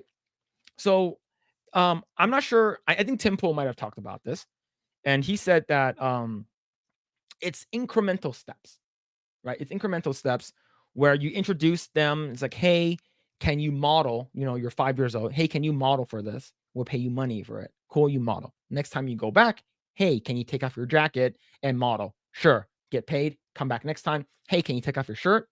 And then slowly goes down the rabbit hole of, hey, you did this last time. Wear this skimpy outfit. Wear this. Hey, actually take off your clothes completely. Is because you did it last time. You're getting a lot of money. And by the time when that person went all the way up, they became basically a prostitute. Right? This actually happened. Right? And another thing is, I actually read somewhere. I think they said that stop grooming our kids by introducing these things so early. Stop normalizing this. And then the person responded with, that's the fucking point. We are trying to normalize this. We are trying to normalize the LGBTQIA plus 2+, they're trying to normalize all of that stuff. And the thing is that what does lesbian mean? What does gay mean? What does bisexual? What does queer? What does all that mean? What does transsexual mean? Right? If you actually put that out, look it up in the dictionary. What does it actually mean? And can you actually read that sentence to a 5-year-old and have them be okay with it? No. Nope. Nope. It's not okay with. So that's the reason why you shouldn't normalize it, right? And that's the reason why it's up to the parents. If they want to normalize it for their kids, by all means you can, right? Because I have friends who's a lesbian. Their kids are lesbian. Both their kids are gay and lesbian. And the thing is that kids mimic with their surroundings, right? The kids Yeah. actually, it's okay to love other people. It's okay to love other people, but that's okay. But if you were to shove that shit up down other people's throat, that's when we have a problem. But let's go ahead and read this. Let's see. 2 days later, Call of Duty-centric Twitter news account @CharlieIntel would discover that Activision Blizzard had seemingly, quote, removed the Nick Mercs bundle from the Warzone and Modern Warfare 2 store this evening. Activision has not commented on why they removed. They explained, but the removal of his bundle comes a day after Nick Merck's recent comments about the LGBT plus community. So this is over here. Released on May 31st, the aptly named Tracer Pack Nick Merck's Operator bundle included 2 different in-game skins, one featuring the esports personality wearing a Spartan helmet and the other a hooded variant. 2 gun blueprints, blah, blah, yada, yada, yada. Okay, that's basically his character. See, this is what Call of Duty actually said. Due to recent events, we have removed the Nick Merck's Operator bundle from Modern Warfare 2 and Warzone store. We are focused on celebrating pride with our employees and our community. So, 2 things. I don't see a fucking rainbow flag behind your Call of Duty thing. You are actually not an ally. But in all seriousness, he didn't say anything wrong. He didn't. All right, this is very, very sad. But they are actually Call of Duty and Activision. I'm not sure about Blizzard. Blizzard has their own shit. But Activision and Call of Duty is actually getting met with the Bud Light treatment. Yeah. So, most recently, Tim the Tatman on Twitter says, Nick Merckx has been my friend for years. We went in getting our Call of Duty operators together. It feels wrong for me to have mine and him no longer have his. In support of my friend, please remove Tim the Tatman bundle.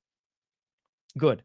But I remember he actually said something about like how like he didn't want to do it. I'm not sure how he feels because I know he has a family and stuff like that. But he sort of backtracked and said it. You know, you have Jeremy from Geeks and Gamers saying that fucking W, respect. Jeremy from the Quartering. Now this is it. Absolutely king shit. Donut Operator. If you guys don't know who Donut Operator is, go ahead and follow him. He's pretty fucking hilarious. He does a lot of police breakdowns and shootings and stuff like that. He used to be a cop. I love his channel, which is amazing. And a phase Nick Merckx. There it is, brother, right over there. Right. And then you have I don't know who the fuck this is, but Cloaksy said this on Twitter. Fortnite with Tim the Tatman, Ninja, and Cypher PK uninstalled Call of Duty. There we go. Another person. And then, but the biggest one is the doc. Doctor. It's the doc. So chat. I have a friend that I work with right now. He's actually good friends with Dr. Disrespect, like in real life. And he said that dude's fucking tall. But he said he worked with him before, and he's actually does he used to play games with him and stuff like that. So he actually does know him. However, this is from Jake Lucky from Twitter and says Dr. Disrespect has uninstalled Call of Duty for Nick Merckx. He says unless they apologize or reinstate Nick Merckx's bundle, he won't be playing the game. And let's actually watch this clip.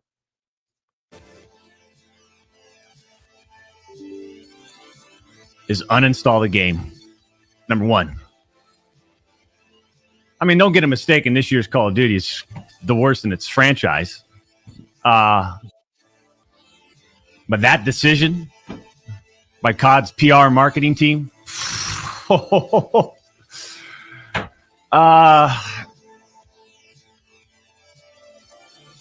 tell you right now, man. That's a tough one. That's a tough one to digest for the 2-time. I feel like, A, they either need to apologize publicly to him or reinstate his bundle in order for me to consider playing Call of Duty again. That's where I'm at. We just don't...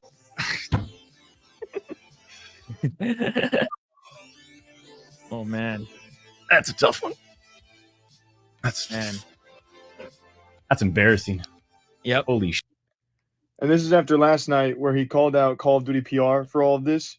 And a lot of people have now responded. We're talking mainstream news. The past 24 hours, complete madness. Doc finished off by saying that he doesn't talk politics.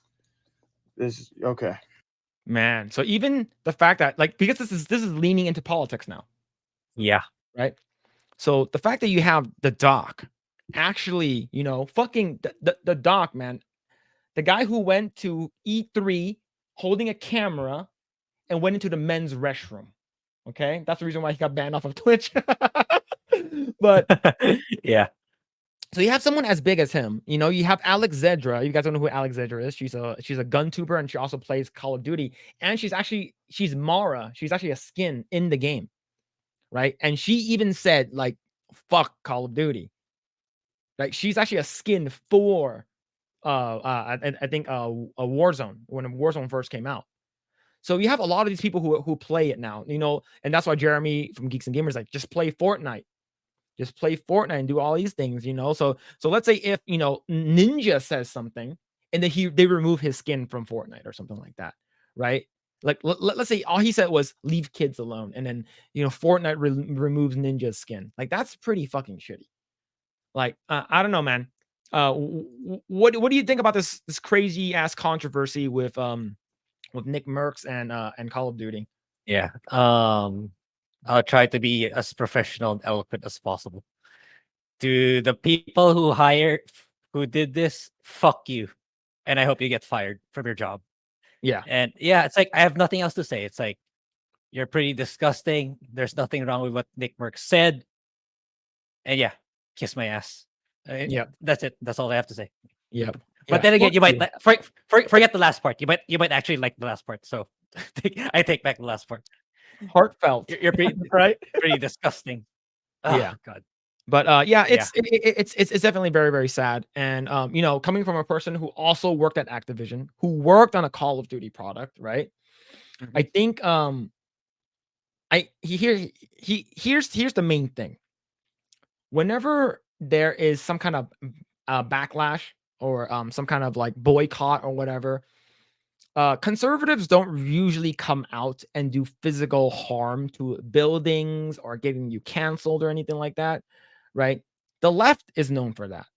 So I think that's the reason why if they didn't say anything, they might have gotten maybe some, crazy Antifa type, maybe LGBTQ rioters going out there and causing harm, is because the Activision building, like it's in Santa Monica, right?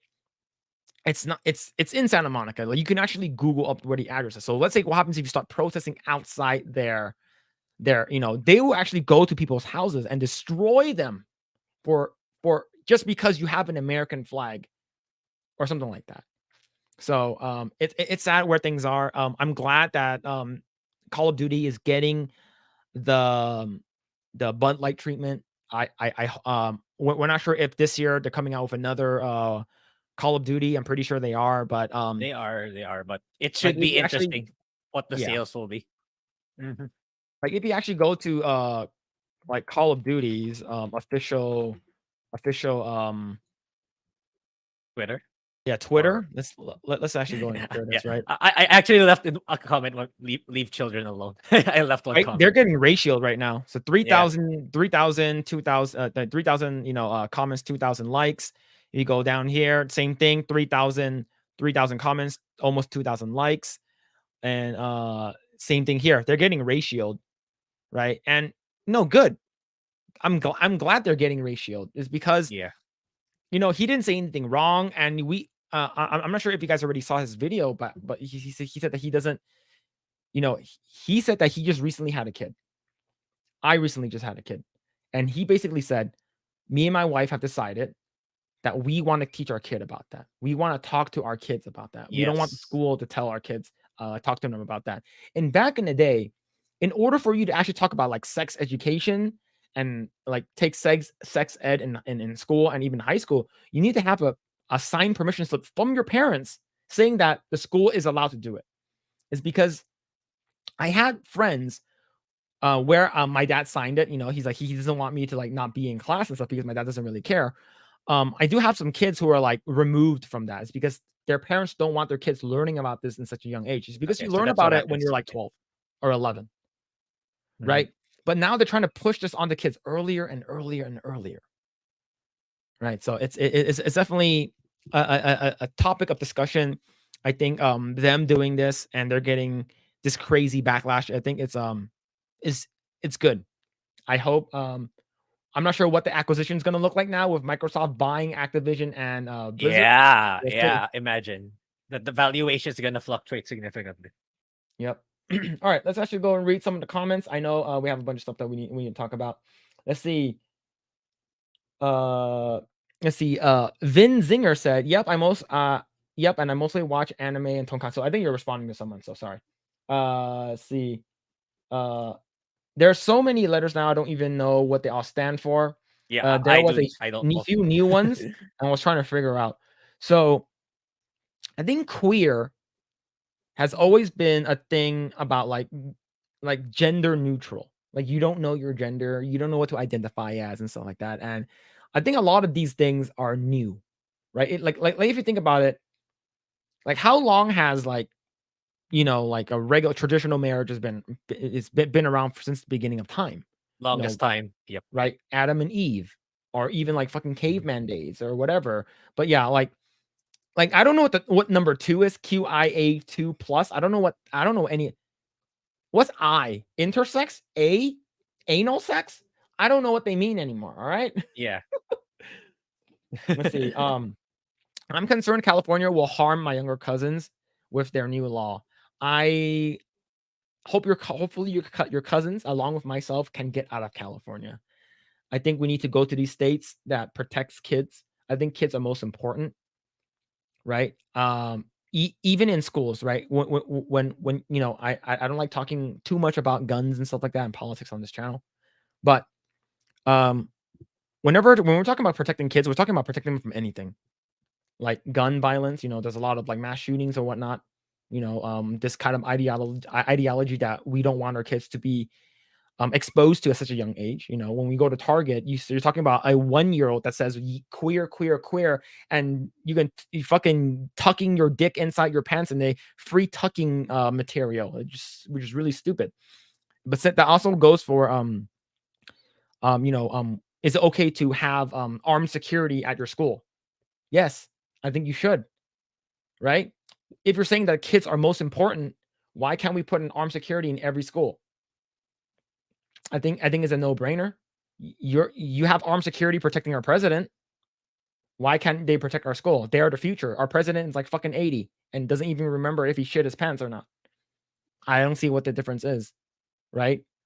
But a lot of these people don't really care, right? All they care is trying to push an agenda.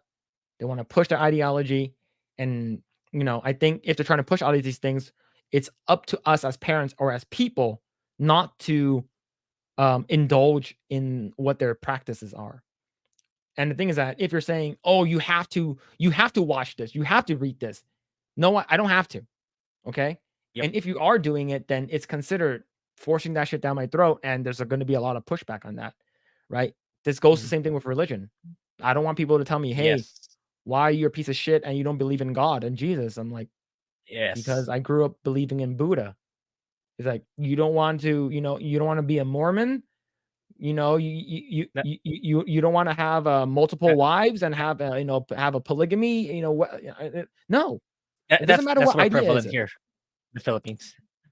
Pushing religion is more of a prevalent thing here in the Philippines over LGBTQ stuff. Yeah, groomer. I'm from a Catholic drone-free. school, but yeah, it's something's going on with the comment section right now. Some of them are not coming out on YouTube, but some of them are on StreamYard. I don't know what's I can see this on StreamYard, but I cannot see this on YouTube. I don't know. It's because of a shadow ban. I think I don't know. I think YouTube may have banned the word groomer as their what's it called again? Yeah, name. and the comment after that by Charlie, it's not on YouTube either. The kids are recruited to be trans. Oh wait, no, sorry. The Antifa? Antifa, yeah, It's it's because not on YouTube Antifa. either. Probably because he put Antifa. I think that's the reason why. Okay. Okay. Let's got see. it. Okay. Groomer drunk 3PO. I had no idea agents could be this big. and that picture of Jay. Oh God. Let's see. Charlie Stevens says that the Antifa activist Doug showed up to fight the parents. Yeah. See, the thing is that I think the parents were there first protesting, and then the activists showed up. Right. Let's see. Leave the kids alone and leave me alone. Yep. I think that's true. Big Yeah, and true. Yep. Yeah, there's nothing wrong with it. Yep, there's nothing. Yeah, absolutely. There's nothing wrong with what he said. He didn't say anything that was like Yeah. critical or bashing whatever LGBT people believe in.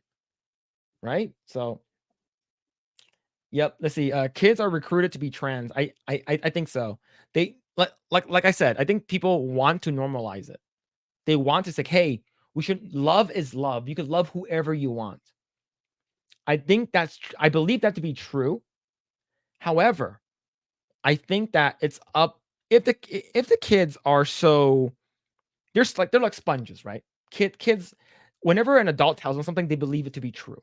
Is because kids listen to adults, right? Yeah. And if you have like a second grade teacher saying that men can be women and women can be men, that fucks up their mind. Yes. All right. And the fact that you're teaching kids how to use proper grammar, how to use proper spelling, no definitions and stuff like that, and you're saying that Ezra Miller is a they, them, that fucks up their mind. Yep. Right. And and if you ask someone, what is a woman, and you said that a person that identifies as a woman, you can't do that because you cannot have the definition of a woman with the woman being in a definition. It doesn't make sense. So I think this is all grooming, and the thing is that it's been going on for such a long time now. I think it just now is more prevalent, and especially with we're trying to be more inclusive, right? We're trying to be, and with all this ESG stuff, with all these people who are in politics saying that we got it. They're coming for your trans kids and stuff like that, but there shouldn't be trans kids, in my opinion.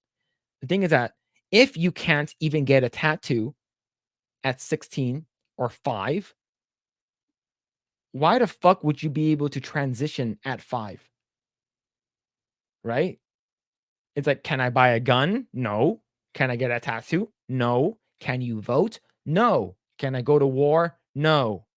Can I transition? Fucking brings out a knife. Let me cut off your dick. It's like, are you fucking serious? It's so predatory to kids, and they're teaching that it's okay. It's okay. And in California, you can go to a Planned Parenthood without telling your parents and get hormone replacement therapy or child mutilation therapy. It's sad. It's very, very sad.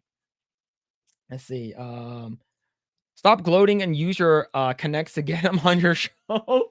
You're talking about Dr. Disrespect. That is probably, it's going to be, first of all, it's going to be really, really hard is because I can't pay him. So he's not going to come on. Right? It's like, oh, you pay me $10,000 an hour, I'll come on. But yeah, I might. I'm not sure if I'm ever gonna meet him in person though, since like he's super busy and he's always has shit to do, right? Yep. Yeah, he's now Dr. Respect. Good one. That's awesome. Yeah, he uninstalled it when he did it. He did it. He did live. Yeah, that's awesome. I wouldn't consider Nick Merck's situation a controversy because I agree, leave kids alone. Yep. It's the controversy when it's to the other side. And when I say the other side, I'm not saying leftist. I'm just saying crazy like activists, right? Because there are people who are like Democrat, liberal, like socialist, Marxist that are actually like pretty good. They're smart. I'm not talking about Hassan, but like I'm talking about like just regular people, right? And a lot of them are relatively in the middle, right? They just want to have a dialogue, but there's just some of these people who are living in their dogma, their religion and their cult. And they believe this to be true no matter what. And if you say anything, even something as innocent as leave the kids alone, that's the problem. Something like that can get you canceled. Anything can get you canceled. But the thing is, he's not allowing himself to get canceled. And I'm glad he has not apologized. Yeah. Because if he apologizes, that means that he Ooh. said that he's wrong. It I'm opens wrong. the floodgates. Yes. Yep. Right. And that means that they're gonna cancel Cloaksy, they're gonna cancel Tim the Tap Man, they're gonna Dr. Disrespect is uncancelable, but like it's yeah. Let's see. So you guys hear about the term non-controversy? Is a non-controversy? Yeah. Yeah. It's that I saw the thread. It's like it's people making it seem like it's a controversy when it really shouldn't be. It's not. That's Yeah. the point.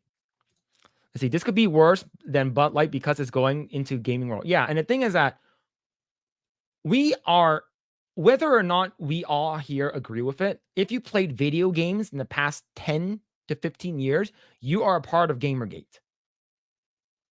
Right? Because Gamergate, they're basically blaming like violence and school shootings. They're blaming people are getting stupid, people are becoming retarded when they're playing video games. It's completely untrue. Right? And they actually did a thing. They did a study about people who play video games. If it actually like makes it harder for them to learn at school, it actually makes them a lot smarter because they're actually reading. They're actually solving. If you're playing like Zelda, you're solving a lot of puzzles and stuff, right? So there's a lot. That's critical thinking. Yeah. And as a Dynasty Warriors fan, you don't, at least for us in the Philippines, you don't take up the history of the Three Kingdoms era. But because of Dynasty Warriors, I know quite a lot because of playing so much Dynasty Warriors. Even though some of them were a lot of them were fictionalized, you get the general gist of what happened during that era, which was never discussed in our history. Yep, absolutely. A non-controversy is a term that Anime America created for controversies that aren't actual controversies, right? Like fucking there's the anime has too big the titties are too big. That's a non-controversy, dude. But the fact that like you have a lot of people who are like saying so and so is getting sexualized. Like who the fuck said that? Right? Like several years ago, there was a helicopter fucking crazy ass mom that said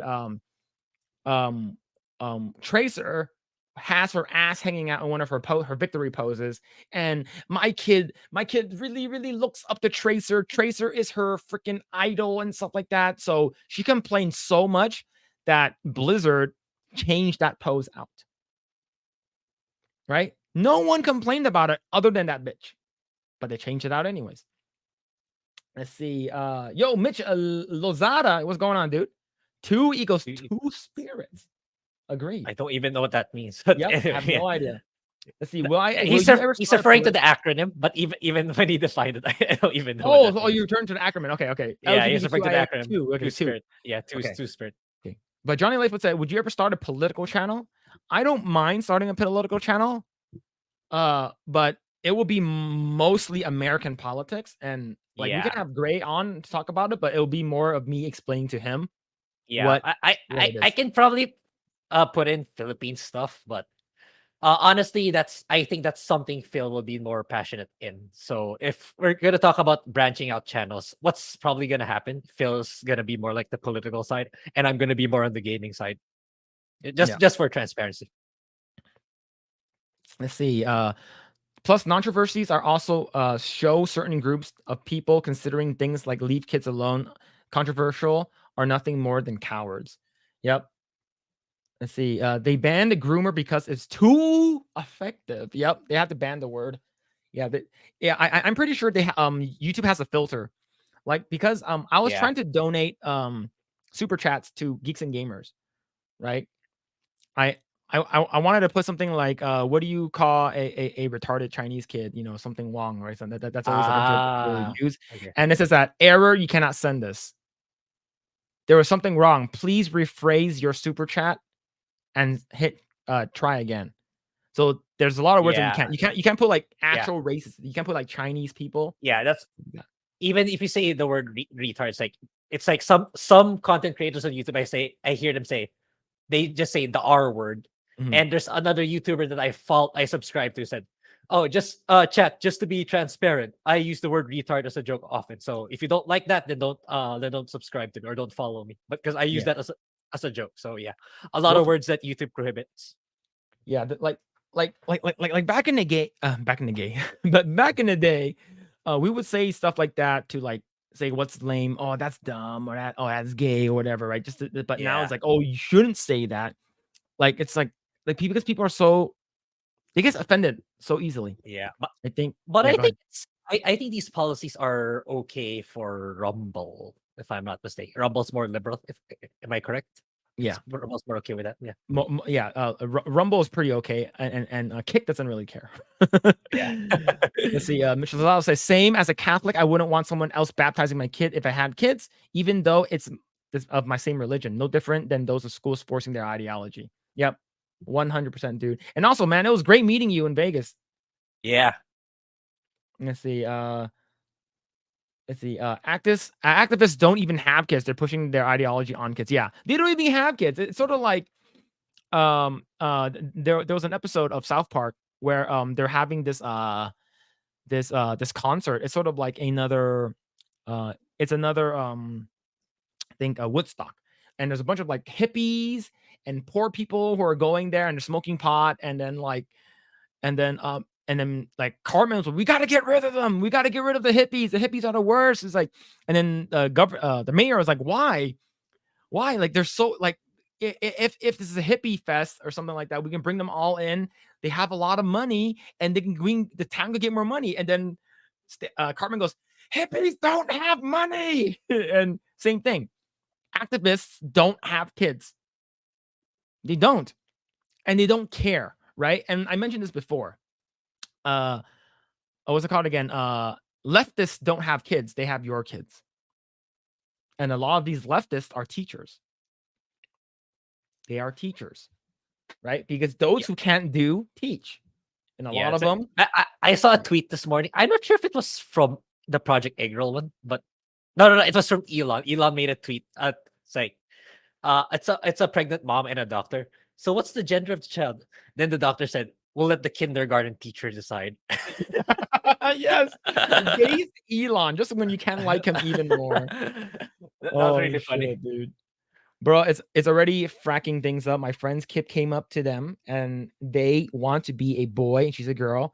They later figured out that she said that because she thought only boys wear jeans and then dresses. See, that's like grooming right there. And that's like brainwashing. Mhm. So speaking of that, right? So my brother is a golf coach and he teaches golf. He's really good. Like a couple of his students are like qualifying in tournaments and stuff, right? One of his students, he told me last year that he's like, one of my students is transitioning. He's non-binary. Last year they were non-binary. And then earlier this year, he said, oh yeah, one of my students is transitioning. I was like, really? He's like, what do you think about that? He's like, I'm not gonna say anything. We're just there for me to teach them golf. I'm like, okay. So most recently, like 2 weeks ago, I went over for I think like my brother's birthday, my younger brother's birthday, and he talked about, hey, remember that kid I told you that I was teaching? And he asked me, he randomly asked me, he's like, hey, did you vote for Trump? And then my brother said, why are you asking me that question? It's like, why is that? And then that student said, why is it an issue? He's like, I'm your golf teacher. I'm here to teach you golf. It doesn't matter who I voted for. I'm here to teach you golf. And then the student said, oh, then you probably voted for Trump. And then he said, why does it matter if I voted for Trump or not? Does it have to do anything with golf? And then the student didn't say anything. It's because it's none of their fucking business. Yeah. Right? And same thing with like kids, right? It's the thing is that it's like, who cares what I teach my kids? May it be if it's wrong or right. Like if I'm teaching it, we all know there are racist ass parents out there. Yeah. Okay. There are racist ass parents out there. Like I'm pretty sure like OG people in like China, I'm pretty sure there's some form of people who are like just bigoted, or people who are just like racist towards other people. It's you can't stop it no matter what. But the thing is that it's how we teach our kids. It should be us. It should be up to the parents to decide. Maybe if you're a guardian or you're a stepfather or mother, it should be up to you to decide how you raise your kids. But if there's a way, if this actually comes down to a part where you're actually hurting your kids, and that's what I think, transitioning a kid that's under 18 is considered child endangerment, and the parents should go to jail for that. Right? There's an instance where a parents were vegan. Both of them are vegan.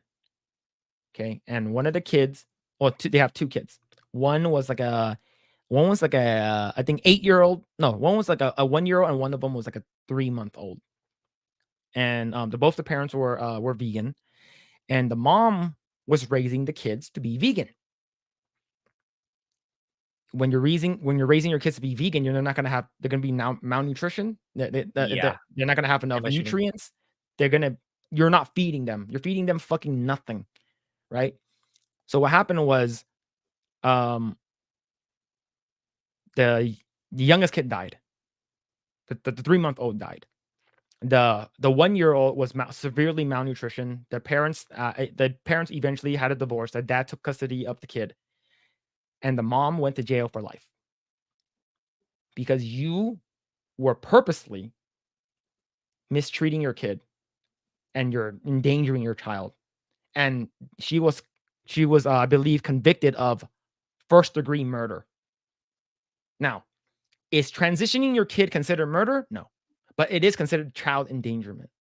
It's because you're giving hormone replacement therapy that actually basically just kills any, it basically makes you, it's first of all, it's irreversible. It fucks you up. And especially if you get top or bottom surgery, it's permanent. You cannot reverse that. So I think that that parents that are doing this should somehow at least be in jail or get fined like a shit ton of money. But that's how I feel. Right. Yeah. But brother Rudlock, hail dudes. Hope you're doing well. Hello. But yeah, sorry, big tangent about that. But just leave the kids alone, man. Let kids be kids. Yeah, we're getting there already. It's like, as much as like we want to be not so into politics, but it's getting so bad that we're getting there already, in my opinion. So it's fine. Mm-hmm. Let's see. Booming Bob said, "Did you just assume Hassan was smart?" Yes, because he knows how to grift and make a shit ton of money. Because he lives in a $3 million. He lives in a $3 million house in Southern California. And he says, "I'm a socialist. I think everyone should pay money to everyone. I think everyone should have the same amount of money." But he's grifting so fucking hard on that. He's a millionaire. So I think he's smart. Even though I disagree with his politics and ideology. Let's see. F. Javier says, "As a Filipino in the Philippines myself, I learned most of history from our encyclopedia and Civilization 3, not from school." It's like, yeah, my hot take when it comes to learning history to make people more interested in it is fictionalize the hell out of it. Then once it's all said and done, that's when you separate the facts from fiction. It's like I wouldn't be interested in the Three Kingdoms era if I didn't play Dynasty Warriors. It's like, if they didn't make the characters cool, they didn't make the females hot, if they weren't so badass killing a lot of soldiers, I wouldn't know the iconic figureheads of the Three Kingdoms. I wouldn't know the story of the Three Kingdoms. If they just made it, I think they should do that more to make history a lot, fictionalize the hell out of it. That, okay, this is what actually happened. That would make it easy. That would make people appreciate history more. That would make them absorb what happened in history more, in my opinion. It's a hot take, I know, but for me, that's the better way of teaching history. Make them badass. Yep. Yeah. Like so here's the thing. Ip Man, or Ip Man, right? However you guys want to call him. So he's from Foshan, which is a southern province of China. So he's a Cantonese guy. You guys know who he is. Taught and trained Bruce Lee. There's 4 movies about it. It's really, really cool. It's like 50% true. Everything is 50% true.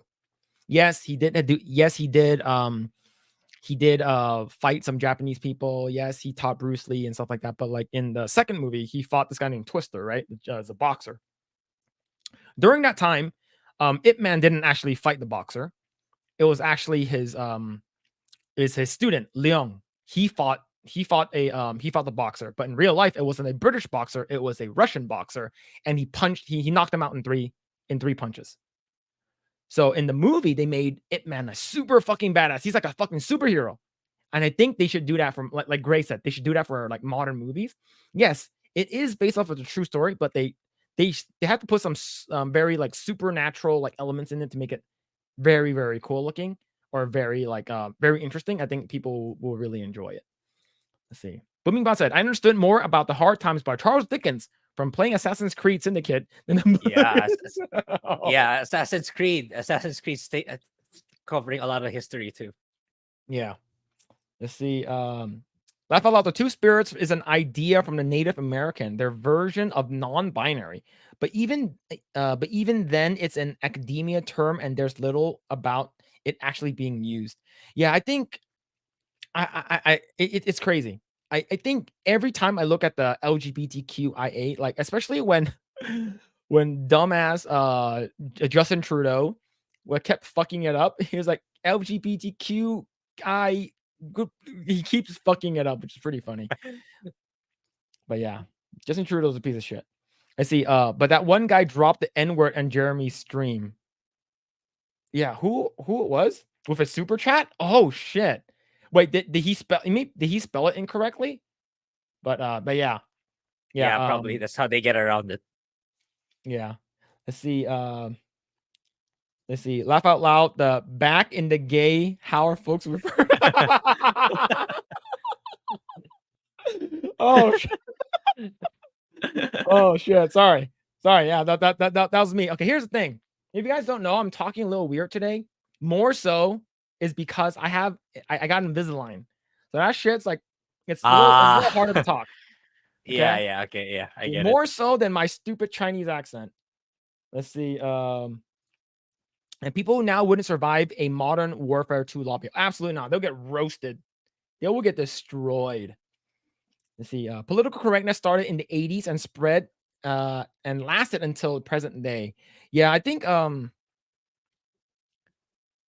yeah, I would agree so, but it wasn't as prevalent. It wasn't as like big. Yeah. Right? Especially there was no social media at the time, so information dissemination wasn't as sophisticated as it is now. Is he Vin Zinger said yeah, you got a good brother. Yeah, he's a year younger than me. So yeah, we to be honest, like I remember me and my cousin, we sort of got into it. It's because it's during the whole BLM stuff, right? And he was like, oh, we should what's going ACAB, you know, all cops are bad, and we should like get rid of cops, defund the police and whatnot. And then the thing is that one of my brother-in-law, he's a cop. And he's pretty based. He's pretty based. And we were talking, and then he was just like, you know, F police and stuff like that. And he was like, yeah, we should destroy cop cars. And then my brother-in-law said, do you know one of those cop cruisers that you guys are destroying? They're like $250,000 to $300,000 for each cop car and all the equipment and gear in there. And then they're like, oh, they're getting paid too much already and stuff like that. And they're shooting black people. And it's like I got into it with him, but like he learned the hard way that all the parents, every single parent, like and most of the people who are like who has a brain are all like more conservative. We're not Republican, but we're more conservative leaning, right? And now, who are the people who are brainwashed? People who went to UCLA, UC Berkeley, and those quote unquote prestigious schools, right? And it's all the kids who got brainwashed, right? So who are the kids that never went to a UC? My mom's kids. Because every other kid went to a UC. So these big ass, like $1 billion like schools that you're paying like hundreds of thousands just to go to, they're indoctrinating kids, right? They're indoctrinating you. So the only people so why didn't myself, my brothers, my sister didn't turn out like them? It's because we didn't fucking go to those schools that brainwash you. And that's why I think college, depending on what it is a scam. Right? If you want to be a doctor, a lawyer, medical the field, highly anything, a technical. rocket scientist, anything that requires a degree, go for it. But if you're trying to be like, I don't know, a freaking homeless person or like an artist like myself, like you don't need to go to school for that, right? And it's all about ideology and what you're being taught. And these schools, like I said, are ran by leftists, people who don't have kids, and they're basically indoctrinating us, indoctrinating the future. And it's just going to get worse, is because let's say if one of my cousins, she's a teacher, my other cousin from my dad's side, also a teacher, believes in all of these bullshit. Okay. So it really depends on how you grow up and what you were taught. And it's really, really sad, is because the kids are the future. And that's why leaving kids alone is like 100% like the thing that we should adhere by. Yo, we got Greta Thunberg in the chat. How dare you? How It came out of nowhere. came random Greta Thunberg. Hey, I remember Greta Thunberg. Hey, I remember you took you were on like Vanity Fair, to cover of Vanity Fair or some kind of magazine. You know that one of the chair that you were sitting in is like $80,000, right? So Wow. it's like one of the chair, and I'm pretty sure she doesn't know a lot of these things, but it's funny how like I remember she got into it with Andrew Tate, which is pretty funny. Let's see. Taylor Mercury said, "Yeah, I hate that activists are forced politics into entertainment." Yep, and we do know Grae was the one who introduced me to ESG. I had no idea what the hell that was, and then when we watched that video, I'm like, "Oh shit, this is basically a social credit score for businesses."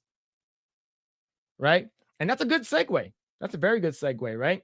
It's because we are actually having ESG in video games now. And not just video games, but Japanese video games. And we're going to be talking about that. Let's go and read a couple more comments. Let's see. Dynasty Warriors is definitive Three Kingdoms story for me. Yeah. Yeah. Lu Bu is literally like he used Musou and he fucks everyone. True. Let's see. Mitch says everyone should play the Civilization games, at least be familiar with it. Just like Oregon Trail back in the day. Oh man, I used to play Oregon Trail. Oh. Yeah, man. See, yeah, Trudeau's a moron. Absolutely. Blackface Trudeau. Let's see. Let's see. It might have used a copy paste, but might have looked into English, but they could have been special characters. When they looked English, it's clear as day. I don't know what we're talking about. Talking about this? Chinese. Let's see. Reminds me of Miles having a BLM sticker when his dad's a cop. They forget that cops are people and are blindly follow their ideology. Yeah, right. He has a BLM sticker on his backpack. And here's the thing, because we just talked about, someone just mentioned putting in these crazy ideologies in entertainment. They didn't actually talk about BLM. They didn't actually talk about protect trans kids in the movie. So having those things in the movie doesn't really mean anything, right?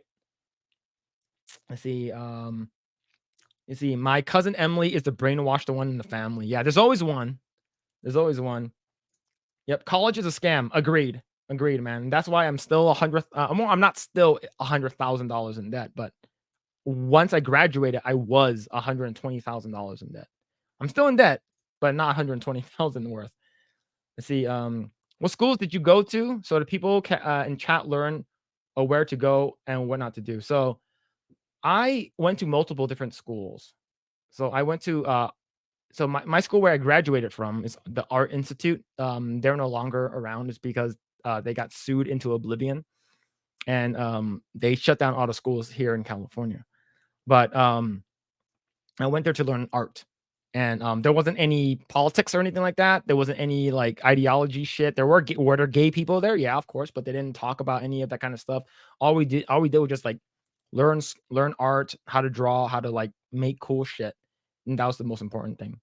But a lot of these big schools like University of California, Harvard, New York University, like all of these big schools, they will have these types of learning, especially if you're required to take like sociology, you're required to take liberal arts, you're required to take these like classes that teaches you about like society. Those are the classes that will brainwash you. So if possible, just don't take those classes. But if you have to, then but just only go to college if you need it for a job. That's it. Like, but if you actually want to be a teacher, just teach good stuff and don't teach politics unless you're actually teaching political stuff. Let's see. Let's see. Let's see. As for the rest, I don't know. Probably not. I didn't go to college. Neither did my mom or dad. As for my brother, we went to college in Mexico. Thank God he ain't brainwashed. I think it's just a lot of people here in the States. Yeah, Right. it's here in the Philippines. It's more of like they make Catholic religion mandatory. That it's really more of the religion side here over than what you're saying. 'Cause Mhm. even like I took up finance in college, like Roman Catholic courses are still in it. So, yeah. Yeah, I remember in like because in school you are not at least here you're not allowed to talk about religion. That's one thing that is like for like you can't do. Like you can actually get in trouble for it. So like you can talk about like mythology, but you cannot talk about religion. So you cannot talk about like Christianity. You can talk about it in like a history sense, but you cannot talk about it. So if you're talking because a lot of these people consider um like religion such a taboo topic for you to talk about in school, that should be the same thing for like the LGBT stuff. Like you shouldn't have to talk about it. Unless you're talking about history, then it's fine. But if you're having a class and you're just talking about it, why can't I sodomize another person? It's like, bro, you don't need to talk about ass sex. I don't need to hear about that. Right? Let's see. Bro, I was in first grade and I will never forget that my school had a devoted Catholic nun as a teacher. She even wore a gown and everything, but never once did she try to force us to believe. See, that's the thing. You can believe it. Like you can have a teacher that comes in and having fucking massive like Z tits. That's fake prosthetic one, like the one in Canada. But he's like a woodshop teacher. Is he talking about, hey, you should have big ass titties too? You should go to AliExpress and buy big ass fake prosthetic titties? No. Okay, because we're here to learn about woodshop, right? So, like, but if it gets like very, very like you can't learn because you're staring at their massive Z titties, then that's a problem. Let's see. Colleges are barely safe anywhere. In my university here in the Philippines, the former president of one of the Catholic students' organizations came out as trans femme a couple years back. Ugh. Oh man, Dang. crazy. Yeah. Let's see. Grae, did you go to the Ateneo de Manila? Manila, sorry. Manila. Yeah, that's a good question. For college, I went to the rival school, so I'm a green, not a blue. But I did take up I did take graduate school there, but I didn't finish it for various reasons. But essentially, it boils down to it's a scam. It's like okay, I'll go a little bit on a tangent here for my Filipino audience. So the way master's degree works here, MBA in particular, business administration, they're going for this model called transformative learning. So the way that works here in the Philippines, the only exception here is the really prestigious one, AIM. That's the only one that's exempt from that system. So what professors do in the MBA graduate schools is they go to your classroom. First day, they're gonna divide you into multiple groups. Okay, you're group 1, you're group 2, you're group 3, you're group 4, and so on and so forth. Then the succeeding weeks, what's gonna happen is each group is gonna report on a chapter of the book in PowerPoint, while the professor just sits down on the chair, then critiques you. That's how the graduate schools work. So they don't really teach. Not all professors do this, but most of them do. So yeah, it's like for me, it's like, bitch, just give me the curriculum then. If you want me to just do the research, do the actual studying, then you just get to sit there, and I'm paying you tuition money for that. That's why I didn't want to finish it anymore, because most of them like that. Most of the professors are. There are a few few professors who are not, but they're too far and few in between. So that's why I ended up not finishing it, and it's not good anyway. It's not really helpful anymore in terms of getting a better job prospects. It's really more on your work experience nowadays. Anyway, rant over. Yeah. See, last one. Let's see. Note that I'm turning 30. Yo, 30, the big 30. Yo, congrats. Welcome to adulthood. That feeling when a nun existing in public school at the times was unheard of. Yeah. It's I don't think I've ever actually I think I've seen like it's rare for me to actually see a nun like in full gown, full wardrobe, but yeah, like hearing them in public schools, yeah, that's definitely weird. All right, let's go ahead and talk about ESG, everyone's favorite topic, and let's go ahead and talk about this really quick. Let's see. This is from Bounding in the Comics. Dynasty Warriors developer Koei Tecmo creates dedicated quality assurance team to handle everything from functional bugs to local culture and social issues. So no more hot chicks in Dynasty Warriors, I guess. Yeah, they haven't made a Dynasty Warriors in a long time. So we will see if they release a new one, if they release. But I actually think the more recent Dynasty Wars, they kind of actually more all out with the female. But I don't know. We'll see. We'll see with the next one. Yep. Following the footsteps of Square Enix and their infamous ethics department. Yeah, there's the fucking ethics department that we went from an H cup to a double D cup. I'm angry. Veteran Japanese video game studios Koei Tecmo have moved to create a new internal team dedicated to raising the social quality of their products. Let's see, brought to recent widespread attention thanks to the recent from Twitter user Monblut. The existence of this new team was first made public in October 31st, 2022, courtesy of Dynasty Warrior developers' annual integrated report. Amidst their various financial and corporate governance report, Koei Tecmo also shone a spotlight on the work in achieving various environmental, social, and corporate governance. I'm assuming it's corporate governance benchmarks and sustainable development goals, and that's SDG. Yeah, therein the developer included a section explaining their dedication to social initiatives. So let's actually look at this. Holy shit, I can't read anything. Oh my god, I cannot zoom in. This is trash. All right, so as a member of society, the company explained, we are committed to academic promotion, regional and social contributions, and disaster relief. According to the list of their work in this field, the Atelier franchise publishers' efforts, this commitment include adherence to industry guidelines and ratings, addressing gaming addiction and gacha issues, and continuing academic promotion, regional and social contributions, and disaster relief activities. Most notably, however, is their dedication also extends to raising social quality of our products. So basically, you're not going to have this anymore. Yeah. Ninja Gaiden got some thick Rachel. Nope. It's going to be flat and unattractive and ugly. I guarantee probably moving forward, they're not going to look that attractive. They're going to be all covered up. I don't know. How do you feel about this so far? We will see. Especially, I can see some people in chat saying Capcom, because Capcom has been killing it. Capcom has been doing really well of late. So, I don't know. It's like maybe these are the warning bells. These are that's starting to permeate to Japan.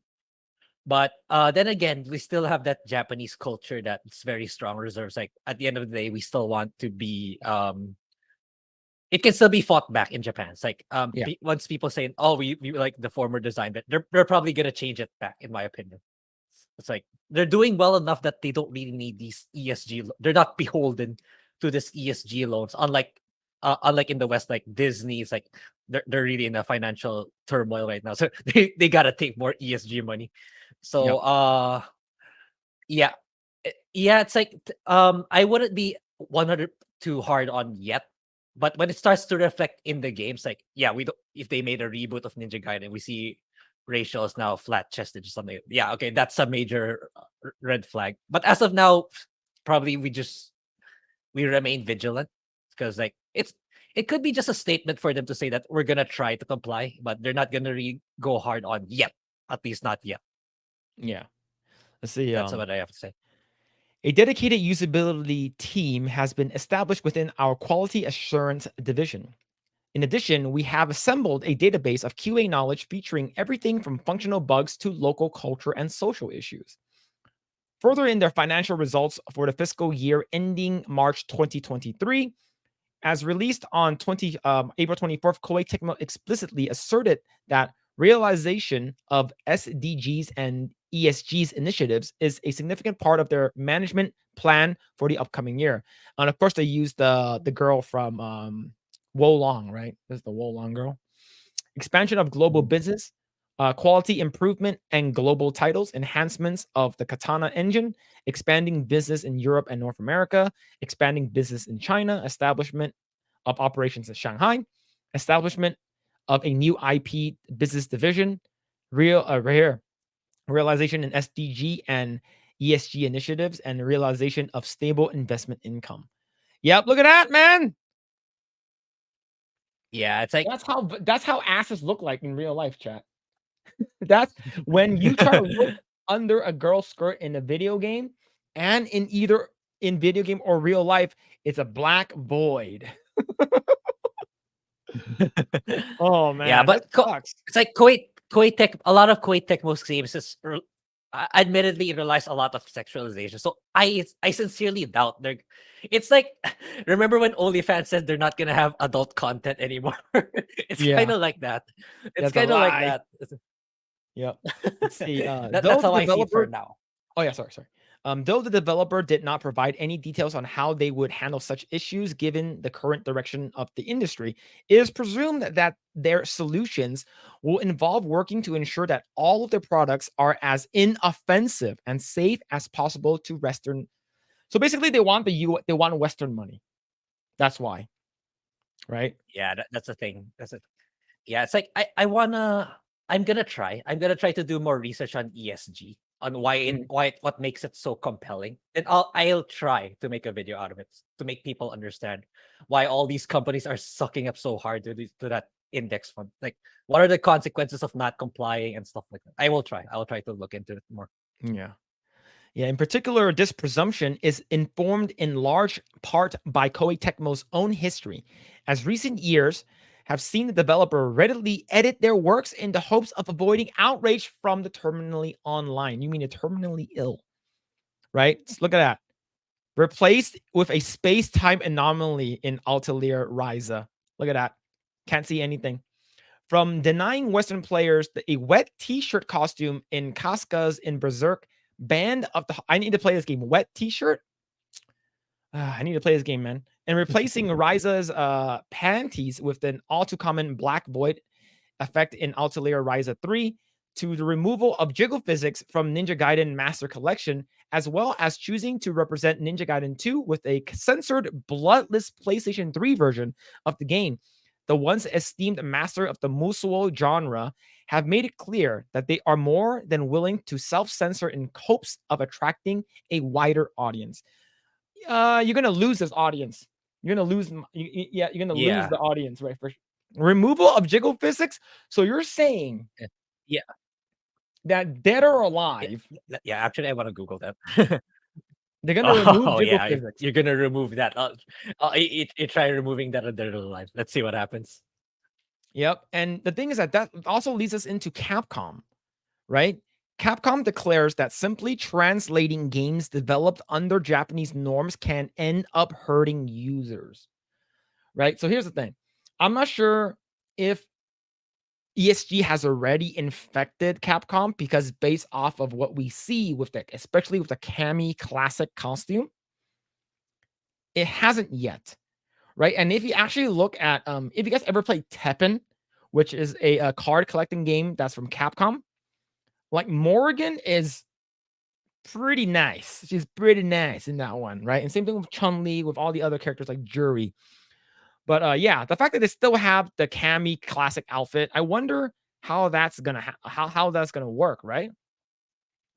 As more and more in Japanese game developers kowtow to the ever-growing censorious demands of the Western markets, Capcom have revealed that their in-house localization efforts work off the belief that the games developed under Japanese norms can end up hurting users. Yeah, so having big titties and jiggle physics is hurting people.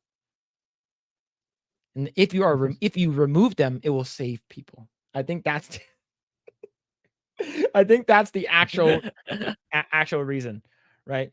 Like Koei Tecmo earlier this week, the Mega Man developer's editorial intent was recently brought up to a public attention by user Monblut, same person, who discovered the information of the social sustainability section in the company's official investors relations page. And that says, simply translating games developed under Japanese norms can end up hurting users unexpectedly due to historical, religious, or cultural differences. I think the cultural differences is the main word here, right? First published sometimes around January 2022, the page in question details Capcom's commitment towards serving as a responsible and trusted member of society, specifically in regards of their relationships with customers. Yeah, I wonder how people actually feel now, especially with Street Fighter 6 doing really, really well. Yeah. Right? Are people going to feel that, oh shit, I shouldn't support it? Because we do know that there's some censorship that happened in Resident Evil 4. Right? So I know that the whole flirtatious stuff is not happening as much anymore. You cannot really look up her dress anymore because that's because they removed that because that's like insensitive and ethics department and whatnot. Therein, Capcom provided insight into how this relationship factored into their game development with the company behind Street Fighter franchise, noting that their attentions were focused on two elements: in-game purchases and localizations and culturalization. Culturalization. While their rather standard efforts towards the former area are best summed up by their declaration that, in principle, we minimize gacha elements in the mobile games we develop. In our home video games, we provide any content required to enjoy to the full game free of charge. While offering some additional contents at low cost, it is in their plan for the latter that Capcom showed in their hand. Capcom games are enjoyed worldwide. In its fiscal year ended in March 2022, the percentage of the home video games sold overseas was 83.1%. Naturally, translation, localization of video games developed in Japanese is required so that the game players around the world can enjoy them. Yeah, so they're basically going to neuter a lot of games. I think moving forward, any new IP, maybe like I don't know. I don't know, man. How do you feel about this, right? How do you feel about this, right? Like Chun-Li, like if there was an ESG person that was inside Capcom that's trying to like push the shit, they wouldn't have made Cammy like this. How do you feel about that? Yeah. Yeah, I feel generally bad if they kept doing that. It's like, hopefully Japanese people will push back more if this happens. But yeah, I don't know. Yeah, it's probably ESG starting to creep into Japan as well. But in my opinion, Japan doesn't really need it, or they're not really that beholden to needing that kind of money, since they're already doing well. But the more they go down that path, the revenue will decline. Then they're gonna need it even more. So I don't know. Hopefully, it doesn't come to that. I hope it doesn't. Yep. Like because we do know that they changed Ashley and Ada's outfit in Resident Evil 4 remake, right? Because it was too sexualized, right? So even saying right over here, sadly, Capcom's willingness to censor, edit, and alter works in ways that deviate from the author's original intent comes as no surprise given their recent streak of puritanical decisions.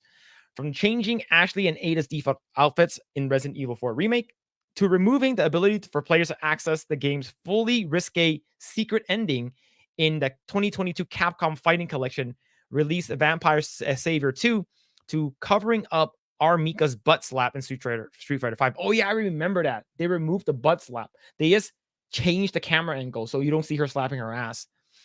In response to viral outrage, the developer has already made it more than clear that they're willing to sacrifice their integrity in the pursuit of a few extra dollars. However, credit where credit is due, they did release Mega Man Battle Network Legacy Collection with no alterations, instead of opting out in a traditional disclaimer, noting that the games it contains were product of their time, as well as release Cammy's original costume as a DLC in SF6. Yep. I think there are some things that they're willing to do, and there's some things that they're not willing to do. Yeah. Because they do know that for Cammy's... now. Yeah. Go ahead. Yeah. For now, there's a line that will be drawn, but time will tell if the line will slowly get pushed further and further away. Yeah. That's how I see it right now. Yeah, because we do know that Cammy's DLC classic costume is going to make millions of dollars. You know it. I know it. Everyone knows it, right? Just based off of how it looks, you're like, God damn, I'm going to buy that outfit and just so I can use it. But yeah, let's go and read some of these. Let's see. The wokest of the Japanese game companies are Sony and Sega. Sega CEO openly supports BLM and Tokyo Pride. Woof. Sailor Mercury says, Koei also makes the Altair series, which I like. Sadly, to hear they will tone down the female designs in that. Yeah, that's sad. Like, I've never played it. Grae, have you played it? No, but yeah, I see it from time to time. Maybe at some point in the future. But as of now, it's not yet in the plan. Especially with there's a lot of JRPGs coming up, like Grand Blue Fantasy, and then now the Persona 3 Reload. So yeah, I have a lot to look forward to. Yep. Also, Capcom is now actively replacing Japanese employees with foreigners for diversity points. Yeah, I'm pretty sure they are doing that more and more, right? Like if you think about it, who designed Yeah. Tifa? Like who? Like in Final Fantasy 7, who was the character designer for Tifa? Nomura, right? Nomura designed Tifa and all Final Fantasy characters, and his vision, when you actually buy the Final Fantasy remake like Ultimate Master Guide, actually shows like how the designers came up with the idea. And I believe like Tifa's breast size is like an H cup. Like whether or not it's supposed to be based off of Hitomi Tanaka or not, that's the actual size. But they said that prior to releasing it, they had an ethics department that was made just for that game. And they toned it down a lot. Yes, she was nerfed. Don't get me wrong. She was nerfed. She still looks really great. Don't get me wrong. But it's just, you are removing the original intent for the design, like the artist that made it. And it's sad, right? It's just because you feel like, oh, stop over sexualizing characters or whatnot. Like, fuck you, dude. Like as an artist, like I don't want people messing with my art. Right? Let's see. Japanese diversity. Yep. See, I will agree with Grae because I will take the word of people who know Japan better than me and went to Japan despite that I've never been to Japan. Yeah, sad. Yeah, it's always a void, right? They did this with Smash Brothers. I believe they added a dark void, so because there's camera mode, you can actually like go under Peach's dress. And they even censored Smash. Here's the thing though. They censored Smash, but they didn't censor Smash. They actually so Pyra and Mithra from Smash Brothers Ultimate was censored. Oh yeah. You talked about Yeah, their boob size weren't censored, but they added a bunch of like extra clothing to them. But 100% they censored what's it called again? Zero Suit Samus. Samus, let's see. Where is this?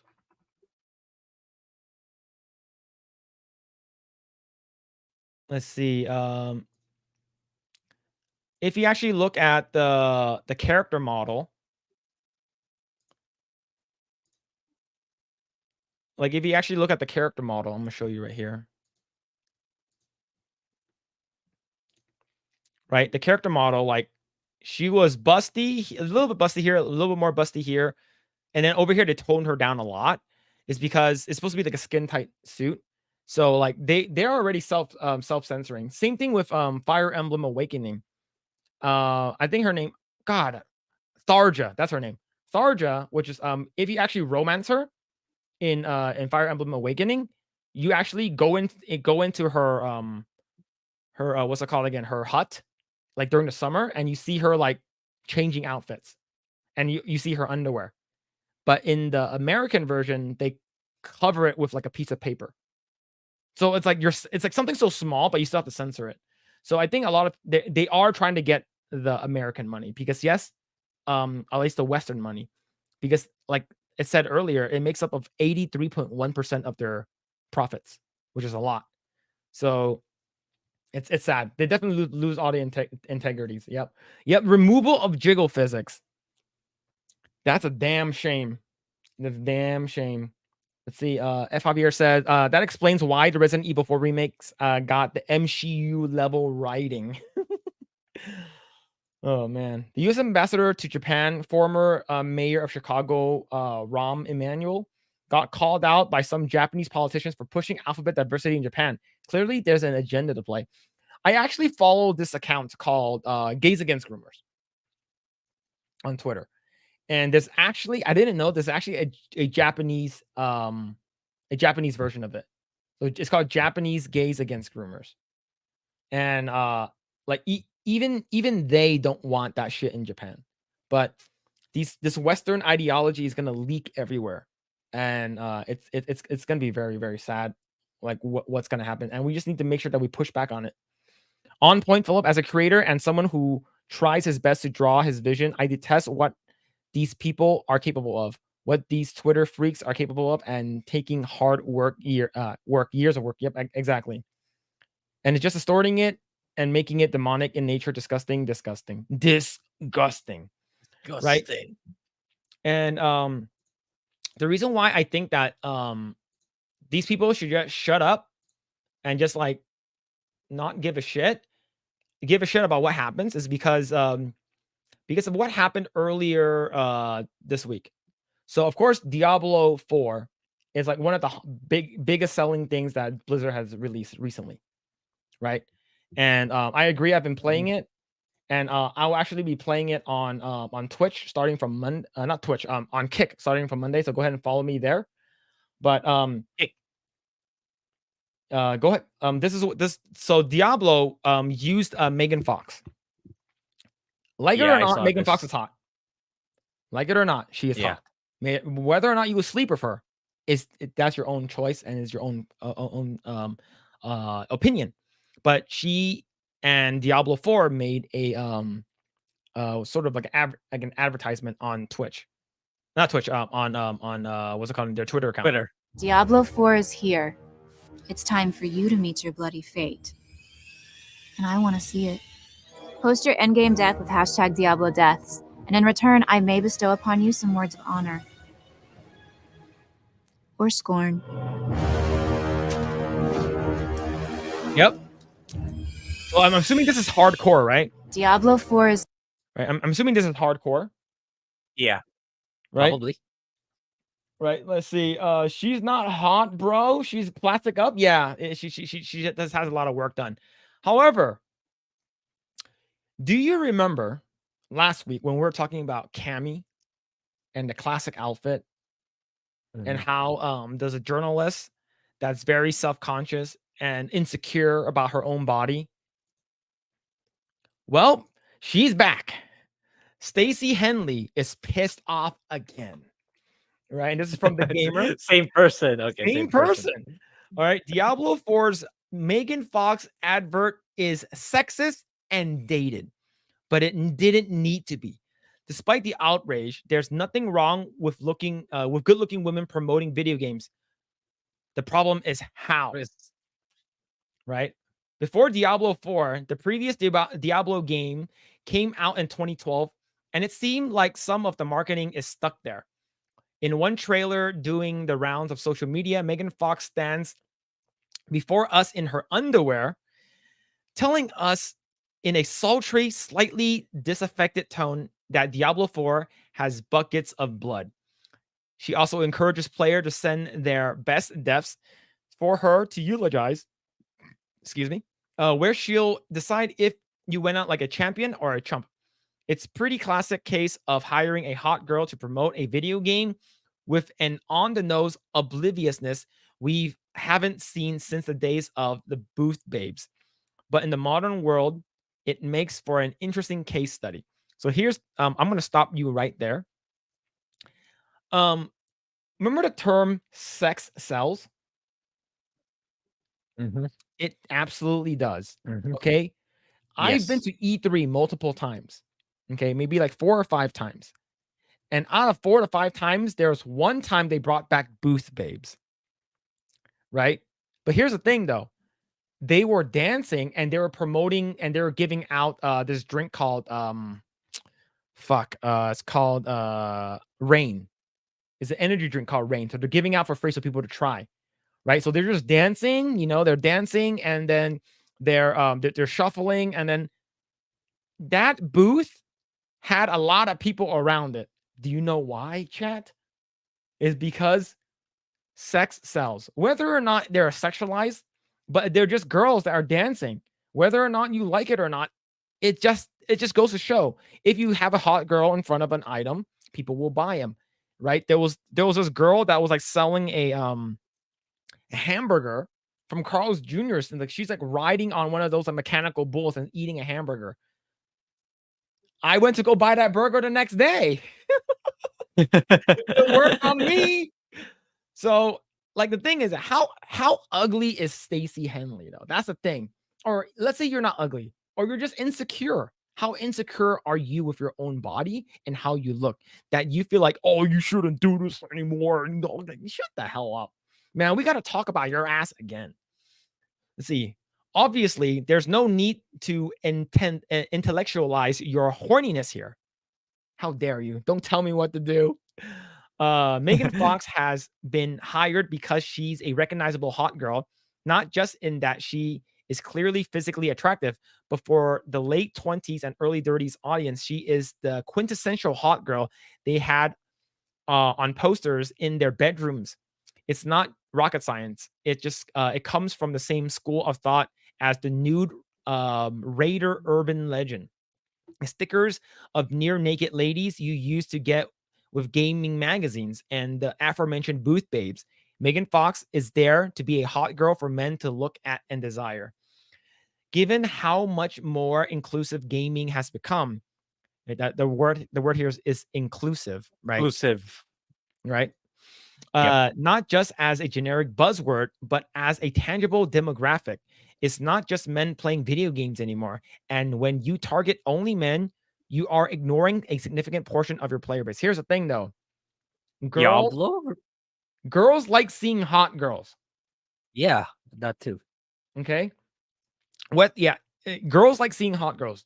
If you put Lizzo in place of Megan Fox, no one will actually watch it. No one will call in and say eulogize me because Lizzo is fat and ugly. Okay, it's that. Unless she's a new Prime Evil. She's the new Asmodan. So chat, she's the new This is the new. This is I mean, there's 7, right? She's the 8th. She's the secret 8th. Yeah. So I chat. I heard they're recasting Asmodan with Lizzo, right? So this is Asmodan. Asmodan's getting the race swap. Yeah. See, this is too white. He's gonna get a black wash. Oh shit. But it's so sad. It's so sad. Let's see. And they posted the Twitter thing. It's easy to say that Diablo's advert is sexist and dated, and given Blizzard is in the midst of several sexual harassment scandals, it's also not a particularly wise promotion or indicative of the studio changing its culture. The people criticizing it aren't wrong. I think the only people who are criticizing it is you. Yep. Like, no one has complained about this. Okay, like if you guys don't watch Riker, he actually sent it in. So she said, Riker, sucks for you or something like that. So like, I'm pretty sure Asmongold watched this. I'm pretty sure Hassan watched this. I think I saw like a screenshot of him watching it. Right? Socialist, communist Hassan is okay with it. And this bitch is fucking going, is flapping her gums. But it's interesting to see an advert so dated it's in a presentation these days when just a small tweak could have made it a hit. Imagine the advert plays out the exact same way, but instead of Megan Fox, it's Lilith and the game's antagonist, right? Lilith is an hourglass figure and a foreboding frame, has her femininity heightened even with her fearsome physical power, and her words drip sensuously. The same sex appeal, the same strategy, the same story, a new character, everything would be fixed. Even Fox dressed as Lilith would change the context. Many of those voices dismissing the portrayal of Fox as sexist were all abroad. The Dimitrescu expressed. Well, here's the thing, though. Lady D, everyone liked her. Yep. Everyone liked Lady D. Everyone liked her daughters. There wasn't anything wrong about it, right? So, like, the fact that you're comparing it for Lady Dimitrescu, it's pretty stupid. Is because she's the reason why a lot of people bought Resident Evil 8. I guarantee you, she's the main reason, right? Like, she's the reason why I started playing Resident Evil. Resident Evil 8 was my first Resident Evil game. I imagine it was Lady D's virality which led to Blizzard's promotion taking this direction, but it made one fatal error: that the character has to be along for the ride. And here's the thing. This person probably just wants Lizzo to be the front and center. Like you said, she's gonna be the next prime evil, right? She's so huge, she's gonna destroy everything, right? Whether it be Lady Dimitrescu, who lures men to their death, or Lilith, who feels your basest desire to corrupt you, both of these characters use their sexuality to dominate others. Fox, on the other hand, has been hired to look pretty. She is objectified, and her character, this fictional and sectional version of herself, is powerless in this situation, a trophy of fantasy to be looked at and lusted over with no say in the matter. It has been an unfortunate theme throughout Fox's career.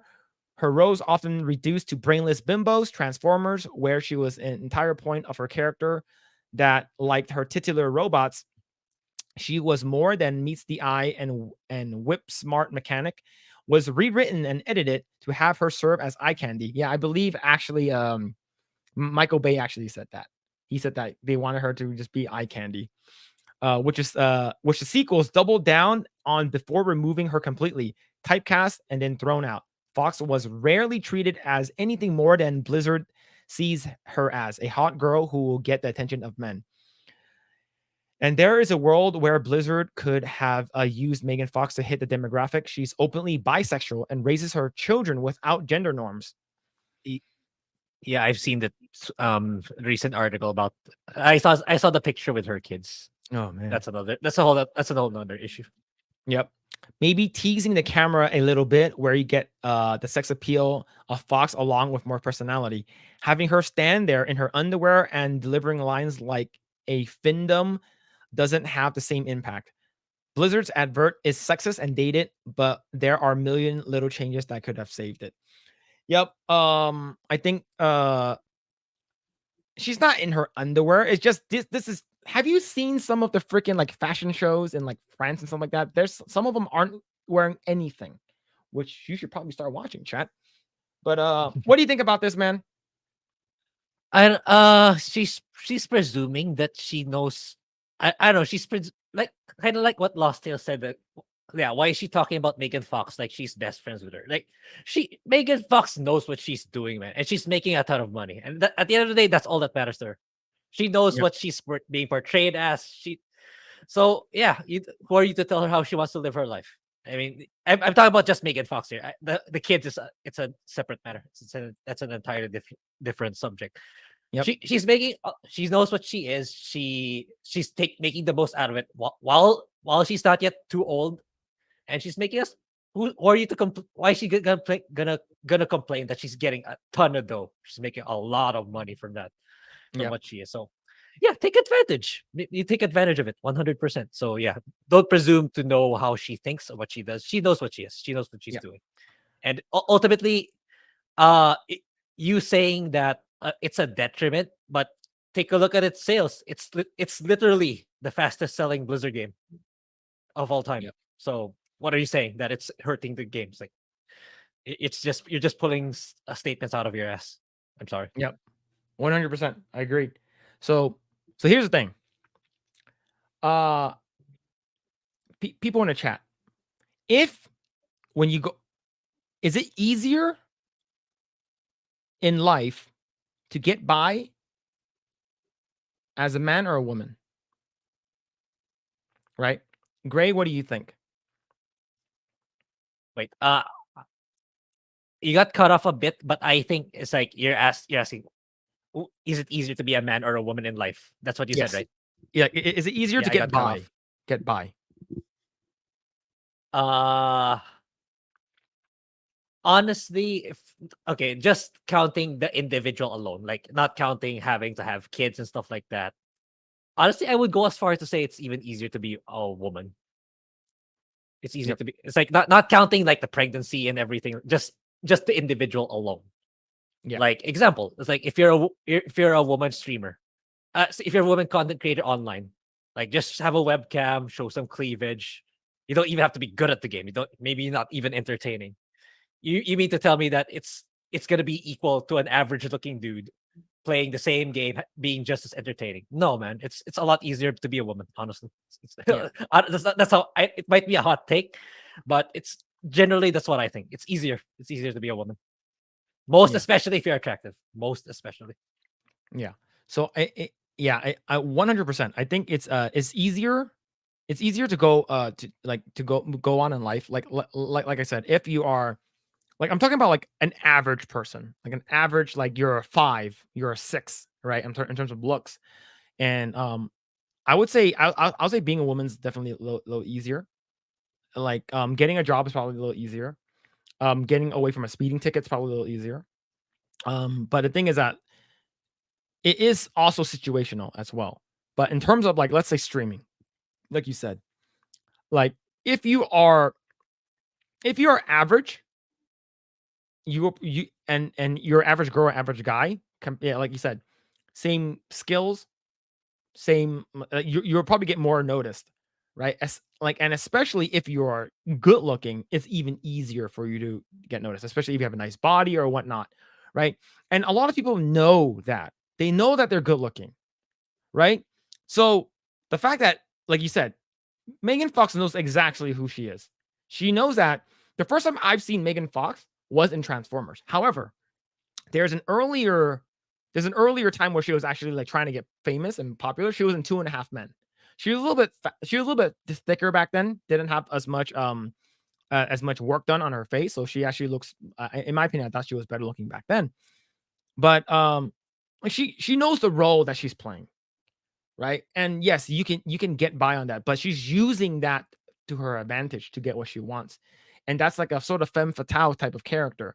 So if she's like, if she's the way she is, who are you to tell her how she should live her life? Oh, you should do this instead. You shouldn't objectify yourself. Bitch, if she put on a bunch of clothes, no, people are just gonna look at her face. Yes, is she gonna get as much money? Probably not. Is the game probably is it gonna sell as much as it did? Probably not. Right? So it's such a double standard. Such a double standard, especially with this dumb bitch, Stacey Henley. All right, let's go ahead and read some of the chat. Let's see. Yeah. Let's see. Have you guys heard about the conservative named Natalie Denise calling Diablo 4 satanic? No, I don't know who that is. But Yeah, I've read it a little bit, but yeah, I just heard the thought. But it's like that's always whenever a new Diablo comes out, someone's gonna say that at this point, in my opinion. well, here's the thing though. Have they played the game?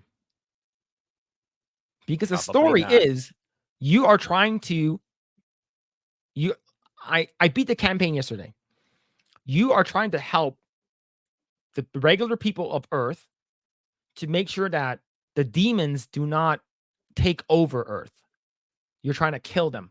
You're trying to kill these demons. You're trying to stop evil from coming out. You're trying to stop evil from happening. How is that bad? Right? If you're trying to promote, you're Yeah. trying to like, screw that. I'm going to help Satan or Diablo or Lucifer do all these crazy shit. Then yes, I would consider it satanic. But you're not doing that. You're actually trying to defeat them. So they never played the game, like sort of saying, Bowser's a simp for Peach. Bitch, you never played a Mario game. Okay. Played the game. Yeah, Let's see. exactly. Yeah, toe thumbs. Yeah, Megan Fox have weird toe thumbs. do you want to see that? And Grae, do you know how her toe thumbs look like? Her It thumbs, is her thumbs, like the nail is like, it's like super tiny, so it looks like toes. We're gonna show it, chat. time for some more toe images. There it is.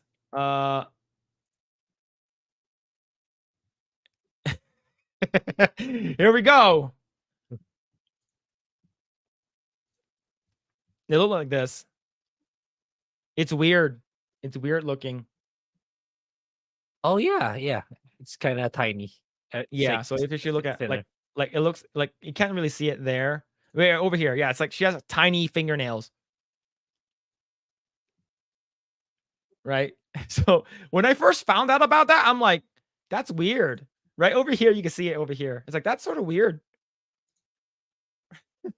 Yeah. Yep. Tiny toe thumbs, chat.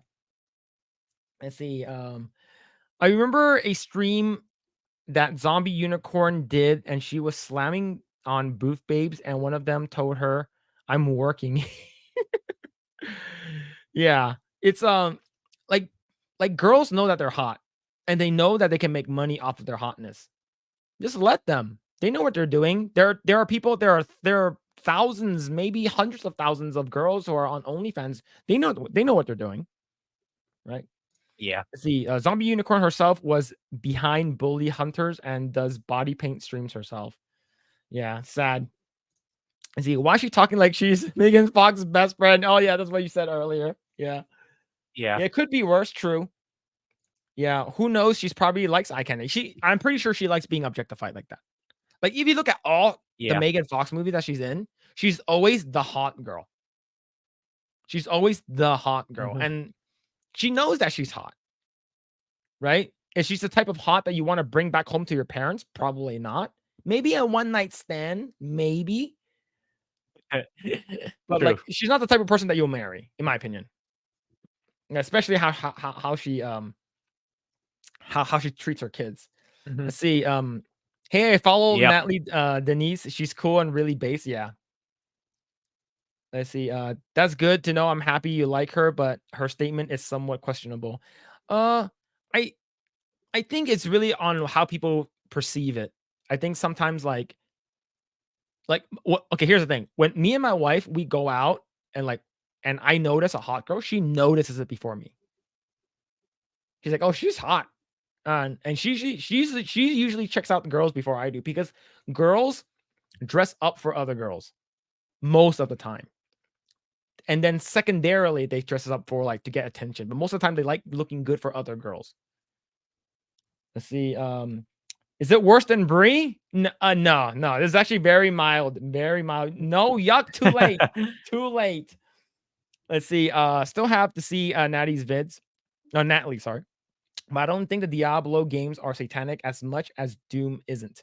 Yeah, the demons are bad guys. It's different with something like Cult of the Lamb. Yeah. So if you're actually trying to summon stuff, trying to do bad stuff, then it's demonic, right? You see, Megan looked hot as hell though in Transformers movie. Oh hell yeah, man, she was hot. She was hot. Let's see. I remember Megan from Jennifer's Body was a huge thing back in the day in high school. Yeah, Jennifer's Body. I remember that she was like a succubus kind of person, right? Like they ended up killing her. Yeah.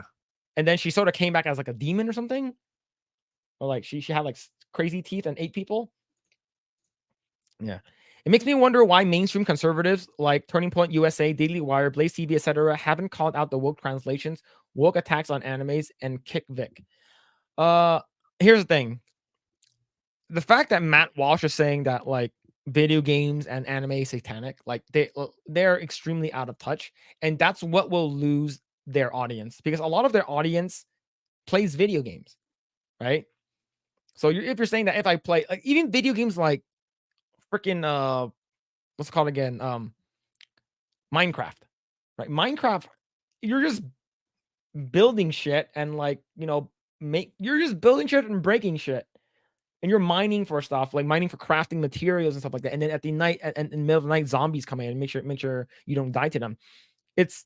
is that satanic? No, it's not. So it's really weird. It's they definitely need to get a younger person to sort of be like their talking person. That's why I'm glad that they brought in what's it called again? Brett Cooper. She's a lot younger. She just turned 21, so she's really young. So so someone like that, make sure like they know how to play video games, they know what they're talking about. Is because if you have a person like Matt Walsh sort of like running the stuff, like don't get me wrong, I love Matt Walsh and what he stands for, but like in terms of like anime and like video games, he's out of touch. Let's see. Homie, your lady is looking out for you for other girls because she wants to know that who's entering her sphere. She's guarding you. There's a saying in Spanish, she's safeguarding the ranch. She is my wife is a little protective like that. Like I remember one time I told her that like I might go to China for business. She's like, no, you gotta watch out for those horny ass Chinese ladies. You gotta look out for them. Yeah, she's like because like she said that I'm a lot taller and Chinese people love tall guys. Like Chinese girl, they love tall Americans. So yeah, they don't understand the importance of video games. I think video games is a big culture that these conservative, like OG conservative, like GOP, Turning Point USA, Blaze TV, they need to start talking about them. And that's the reason why like we have someone who plays video games, who's a nerd, like Quarter Black Garrett, right? Originally from Crowder, now he's a part of Nerdrotic and FNT, and he has his own stuff. He plays video games. He knows about the culture. We need someone like him to be a part of the more conservative or Republican side, is because they're all going to think video games and anime is bad. Okay. I say Daily Wire is doing exactly what they're told to do. Limited hangout at best. They don't jump into culture stuff unless it's hot. Yeah, I guess so. Yeah, that's true. Then I wish Japanese women like tall Americans. Japanese women are different. They're probably the most like conservative, reserved people out there in terms of like like Asian women. I don't know, but do you feel the same thing, Grae? Have you gone to Japan? Yeah, Japan. Yeah, yes. Actually, yeah, it's actually pretty neat place.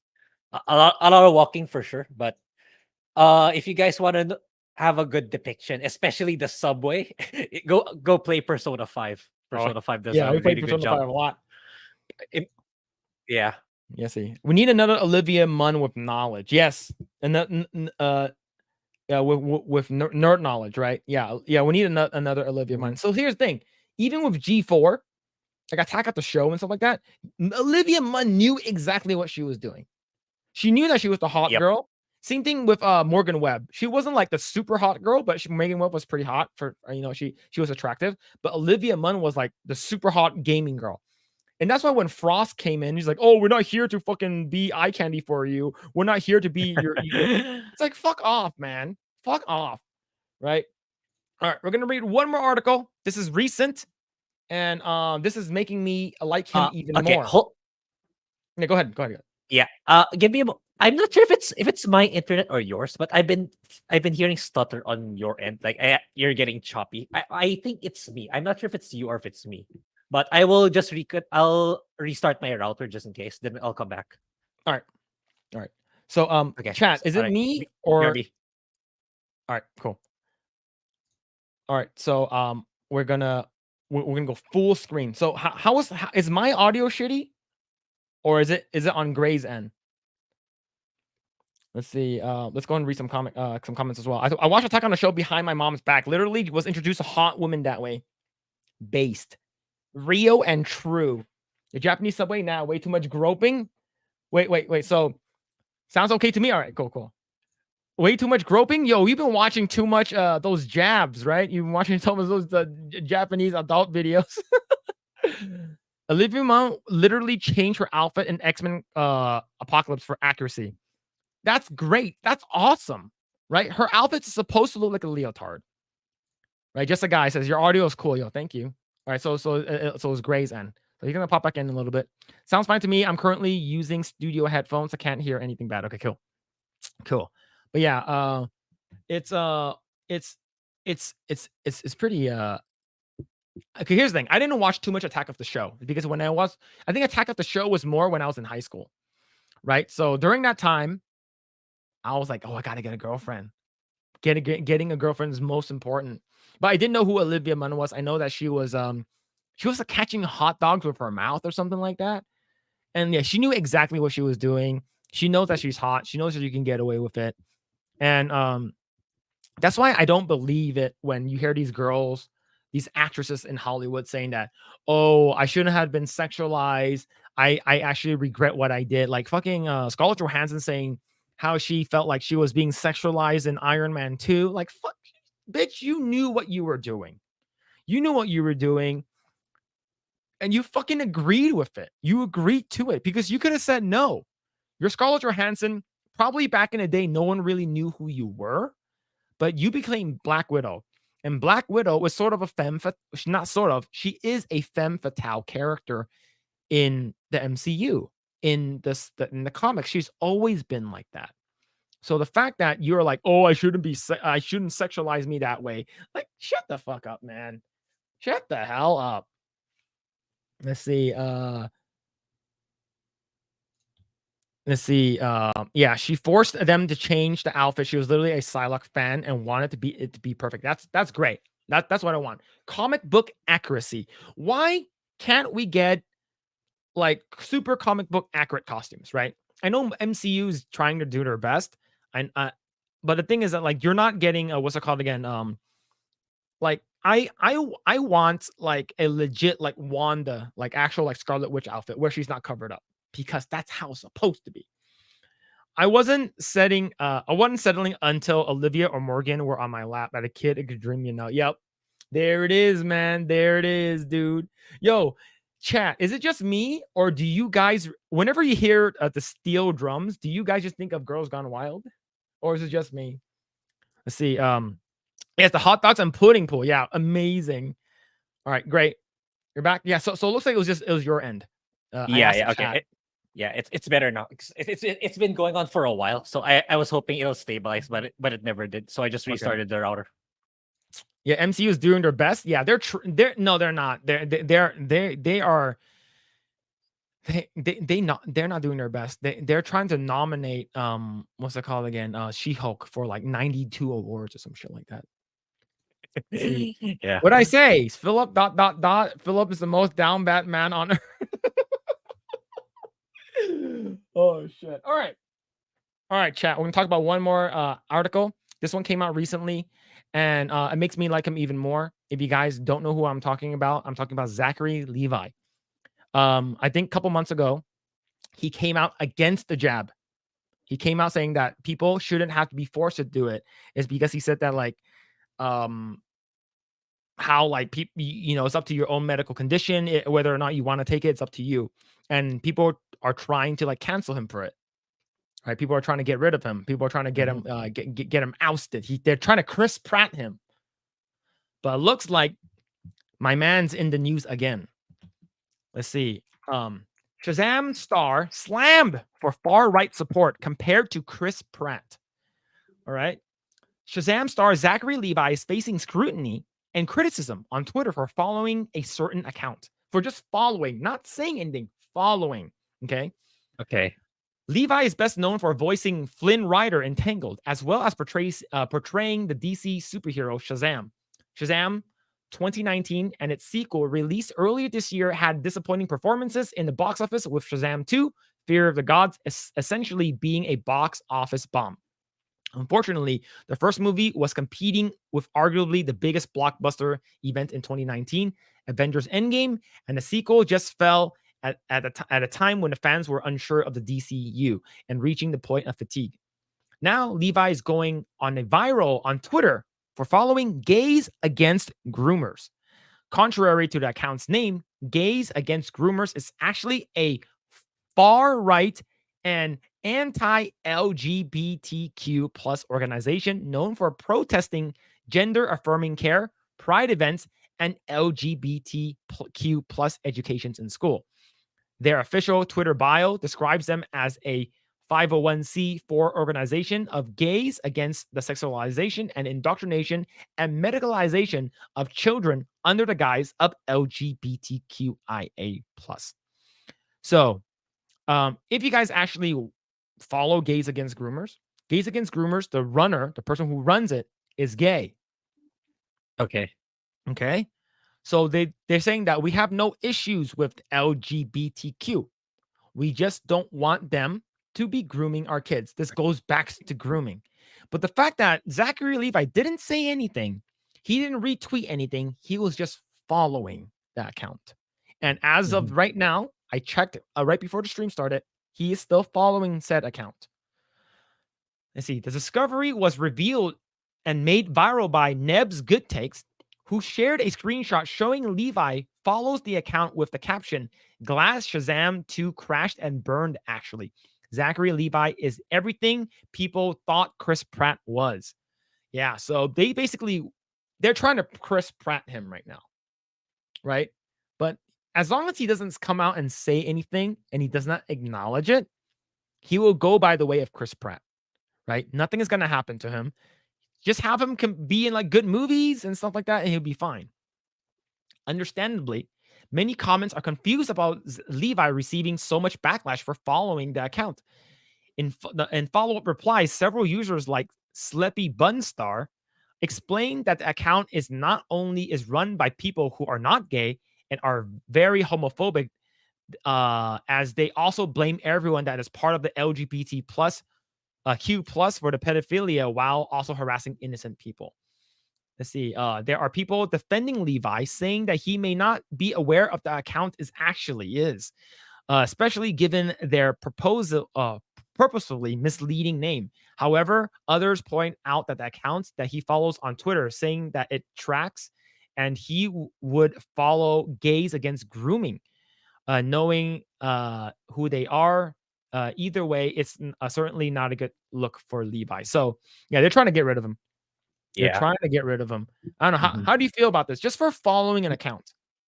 Yeah, it's like it's these toxic woke people again. It's like, yeah, good that there's an organization or at least a Twitter page that exists, that because like it's these woke activists that's hurting the actual LGBTQ community. It's like they just want to be left alone. They just want to support people who are going through tough times. Like, yeah, do not target the kids. Leave the kids alone. It's just good. It's like there's a people the legit LGBTQ people. Yep. It's like the other side of the spectrum. It's like they're making these people terrible, and it's in the general public. It's like they see these two groups as just one. So each time they see a trans or a gay person, it's like they're probably, oh, this person is vile, this person is vicious. When it's in fact that's so far from reality. So good that they're standing up for themselves. And yeah, as you said, the best thing that Zachary Levi can do is just don't say anything. Like whatever, even though in the best intentions, whatever he tweets out or whatever video he makes, it's just they're just gonna use that to fuel as fuel for the fire. So better to just stay out of it. Yep. I think the best way to do is to stay out of it and don't talk about it. Just don't respond to it. It's because once you apologize, it's done. You're done, right? And that's why I'm glad that like people like Nick Merckx and Dr. Disrespect, Cloakzy, and and Tina Tatman are like, hey, just because you're trying to groom our kids and so leave the kids alone.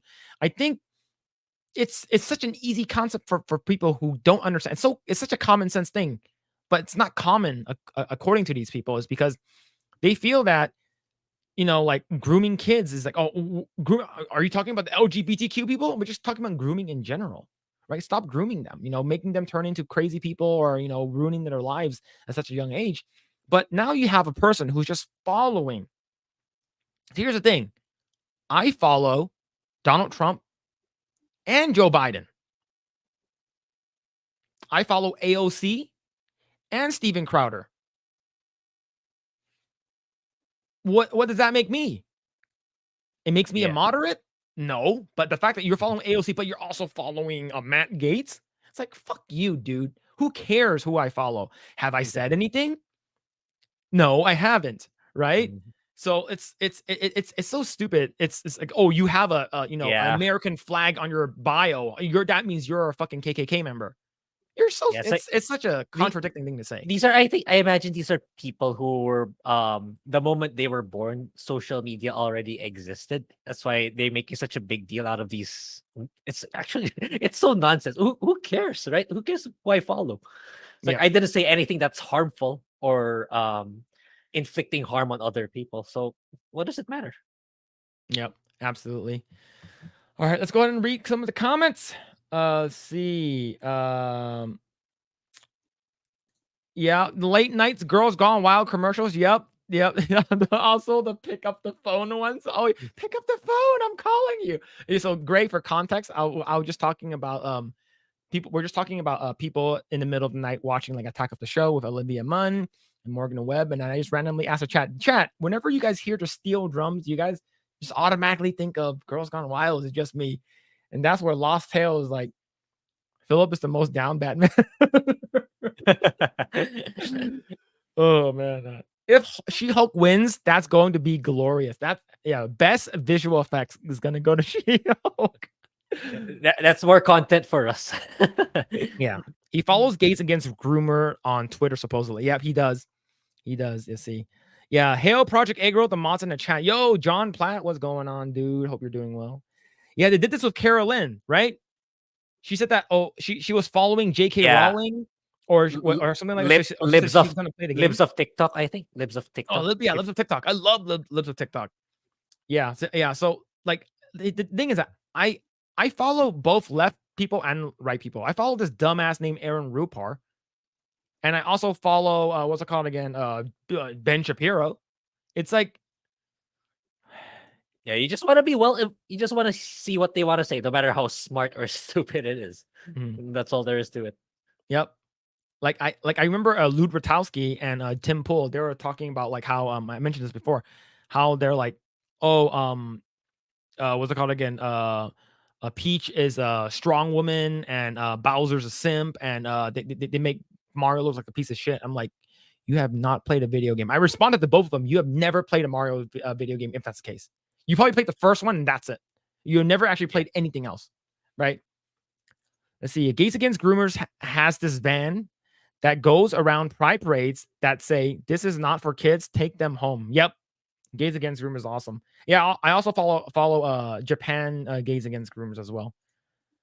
Let's see. All about protecting the kids. Seems like USA is the worst place in the world right now for exposing kids to this crap. Absolutely. I would say so. Like, I'm pretty sure like they are really, really hard, like trying really, really hard to normalize sexualizing little kids, right? Especially like the whole thing with cuties is pretty fucking disgusting. Thing with Target, it's pretty bad. Especially Target's such a like a regular store that everyone goes to here. So you know, me and my wife, we walked into Target today because we needed to get water and baby medicine. So we walked in, like right behind like you walk in and then you pass all of the impulse items right in the front, and then you walk past like the first section, like immediately right there is the pride area. It's very relatively small, don't get me wrong. Every time I go there, no one's in that section because no one fucking cares. No one does, right? And it used to be pride. This whole pride thing used to be Pride Day. It used to be like the first day of June, but all of a sudden it's the Pride Month now. So it's pretty sad. And see, I follow AOC2 for the boobs. Yeah, but here's the thing. Didn't Thomas Swalwell said like, don't let them democratic liberal boobs, little titties distract you from what's actually going on. Oh shit. Let's see. I follow literally everyone too, from Bill Gates, Biden, D-Day Kroba, WEF, Eggroll. Yep. Yeah, I follow just random people, like even though I disagree with them. Let's see. Don't tell Alex Stein you follow. Oh shit, he's gonna come up and start yelling at us and being loud. Yeah, laugh my ass off. Yeah, Alex Stein will get mad. We'll fight for it. Yeah, big booty AOC. Yeah, big booty Latina. He's loyal. Let's see. So Activision has gone full Bud Light and ruined a Call of Duty Modern Warfare. Was considering buying the latest Call of Duty shooter, but after hearing how they have treated Nick Merckx, they aren't getting my money. Kudos for Dr. Disrespect. Yeah. Dr. Disrespect, Tim the Tat Man, I think Cloak Z or something like that. I think that's his name. All of them basically uninstalled COD. and it's good for them. Good for them. Yeah, I remember when it was just a parade. Yeah, but like I saw this parade that they were doing. I forgot where it was. Probably in like New York or New Jersey. It's literally little kids on the block that you see them. Little kids on the side. It's during the day. Two guys were like dressed in like BDSM outfit, and like one of them is like slapping him and dry humping him. And this is for little kids. It's Yeah, I saw that. it's really it's freaking terrible, man. Very disgusting. Let's see. Let's see. Hey, don't steal Alex Stein's big booty chica. Yep, big booty Latina. Oh my god, it's so funny. I can't that Alex Stein is like a master troll. He's so good. All right. Anything else you want to talk about? Do we have anything else that we need to bring up? Nah, nothing else. Nothing All else right, major. All right. So, Grae, where can people find you? What are you doing? I know you said that you started a new Yeah. new channel. So I'm sure you guys heard of the latest Twitch debacle again. There's nothing new anymore. So I will not be streaming on Twitch anymore. Regardless if it hurts my discoverability, I do not care. So I'll put the link in chat. Yeah, so I'm moving to YouTube. So I have to think long term already, because Twitch is not gonna be around in probably within 5 to 10 years, in my opinion, given what they're doing. It's like, especially with Kick being incredibly aggressive right now, I can see a lot of people want to move there simply because of what they're about to do. So yeah, and it's I figure it's a good long term prospect already. Yeah, because that, oh, it's fine, Lost Tales, it's fine. It's like this is a new thing, so it's like I figure it's a good. I kind of realized too, it's a good mix. Like once I release a video on my main channel, I can just tell them, oh, I go live in my other channel, rather than telling them to go to Twitch, because that's a bigger leap than telling people to move to subscribe to another channel. So yeah, and if I'll be live streaming with the Eggroll channel, which is kind of rare for now, I'll be doing it at the Kick. Yes, at the Kick account instead. Since Twitch prohibits multi-streaming at all, you cannot multi-stream on Twitch anymore, which is incredibly stupid also. And yeah, I already started streaming near Replicant on my YouTube channel, so I'll be continuing that later. I'm actually really excited. Near to the guys who recommended me, I am having a blast. It is a really, really good game. So thank you for that. And yeah, that's about it for me. All right, cool. And you can follow me everywhere. I'm going to be starting to stream on Kick as well, like Grae said, with a bunch of the new stuff that's been happening at Twitch. I think if Twitch does not get better, it's going to be a dead platform in a couple years. I have a feeling that they only care about the people at the top, in my opinion. And even a person like Amaranth is thinking about like finding something else other than Twitch. Yeah, that's saying something, man. And the thing is that you already have someone like what's it called again? Destiny, Aiden Ross, and a bunch of other people who are already on there. I know Geeks and Gamers is streaming there now. Krista Nova, Fear to Beardo with and Drunk 3PO. So I'm gonna start streaming there starting Monday. I'll be playing Diablo 4. I just finished the campaign. But if you guys do want like the free drops and stuff like that, probably go watch like someone else. Like I know Riker is doing it and stuff like that. But yeah, I'll go and stream on Kick to see how that goes. I know that they are incentivizing people to jump on over is because I just read an article yesterday on Twitch while I was on Twitch saying that Kick is going to be moving forward. A co-owner said that they're going to be paying streamers hourly to stream there. And it's basically going to be $16 an hour. Yeah, which is if that happens, I'll be live streaming in the Eggroll channel 100%. Yeah, we know that Kick is from a online gambling company, but if they're giving you this generous terms, take it, take your bacon, go make your money just to play video games. Do it. Yeah, like stream over there. But the thing is that you have to get affiliate first, so which is like 75 followers. So 75 followers, and you have to stream a minimum of like 5 days before you can actually get monetized. Yeah, I think 5 hours. Not 5 days. 5 hours? Like, that's very easy then. Very easy. Yeah, so go ahead and follow me there. Kick.com/Mr. Phillip Chan. You can also follow me on my YouTube channel, Mr. Phillip Chan. If Kick does not do well, then I will stream permanently. I'll probably go live on my my personal YouTube account instead. But we are close to getting monetized on YouTube. This So the channel. Eggroll channel, we Yeah. are less Yeah. than 500 watch hours away Yeah. from getting So monetized. yeah, I'm very excited for that because like that opens the door to better content for this channel. Like I'll be able to make more VODs. Like I can hire a video editor to just so that we can churn out more videos and faster. Yeah. So really excited for that.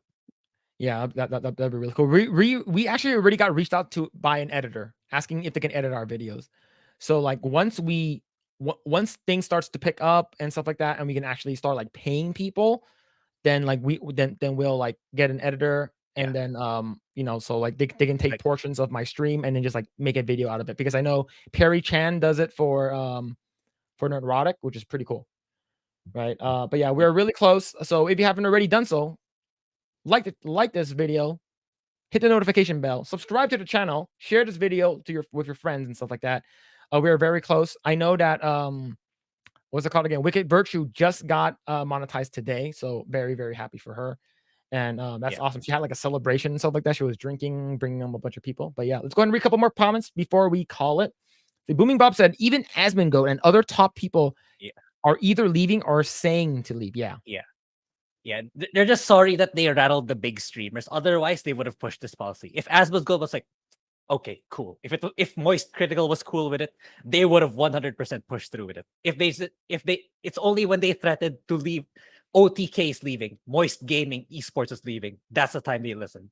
So that's the only time they will ever listen. So who's currently, if anyone in chat is a small streamer or incoming small streamer and they do so on Twitch, do think about that. It's like, think long term. I know Twitch has its quirks. Like it's a good community. It has good interface, got good emotes, but that's not good enough anymore, in my opinion. You have to consider the long term prospects. Like, so you're gonna wait until your partner and then tell Twitch to change their ways?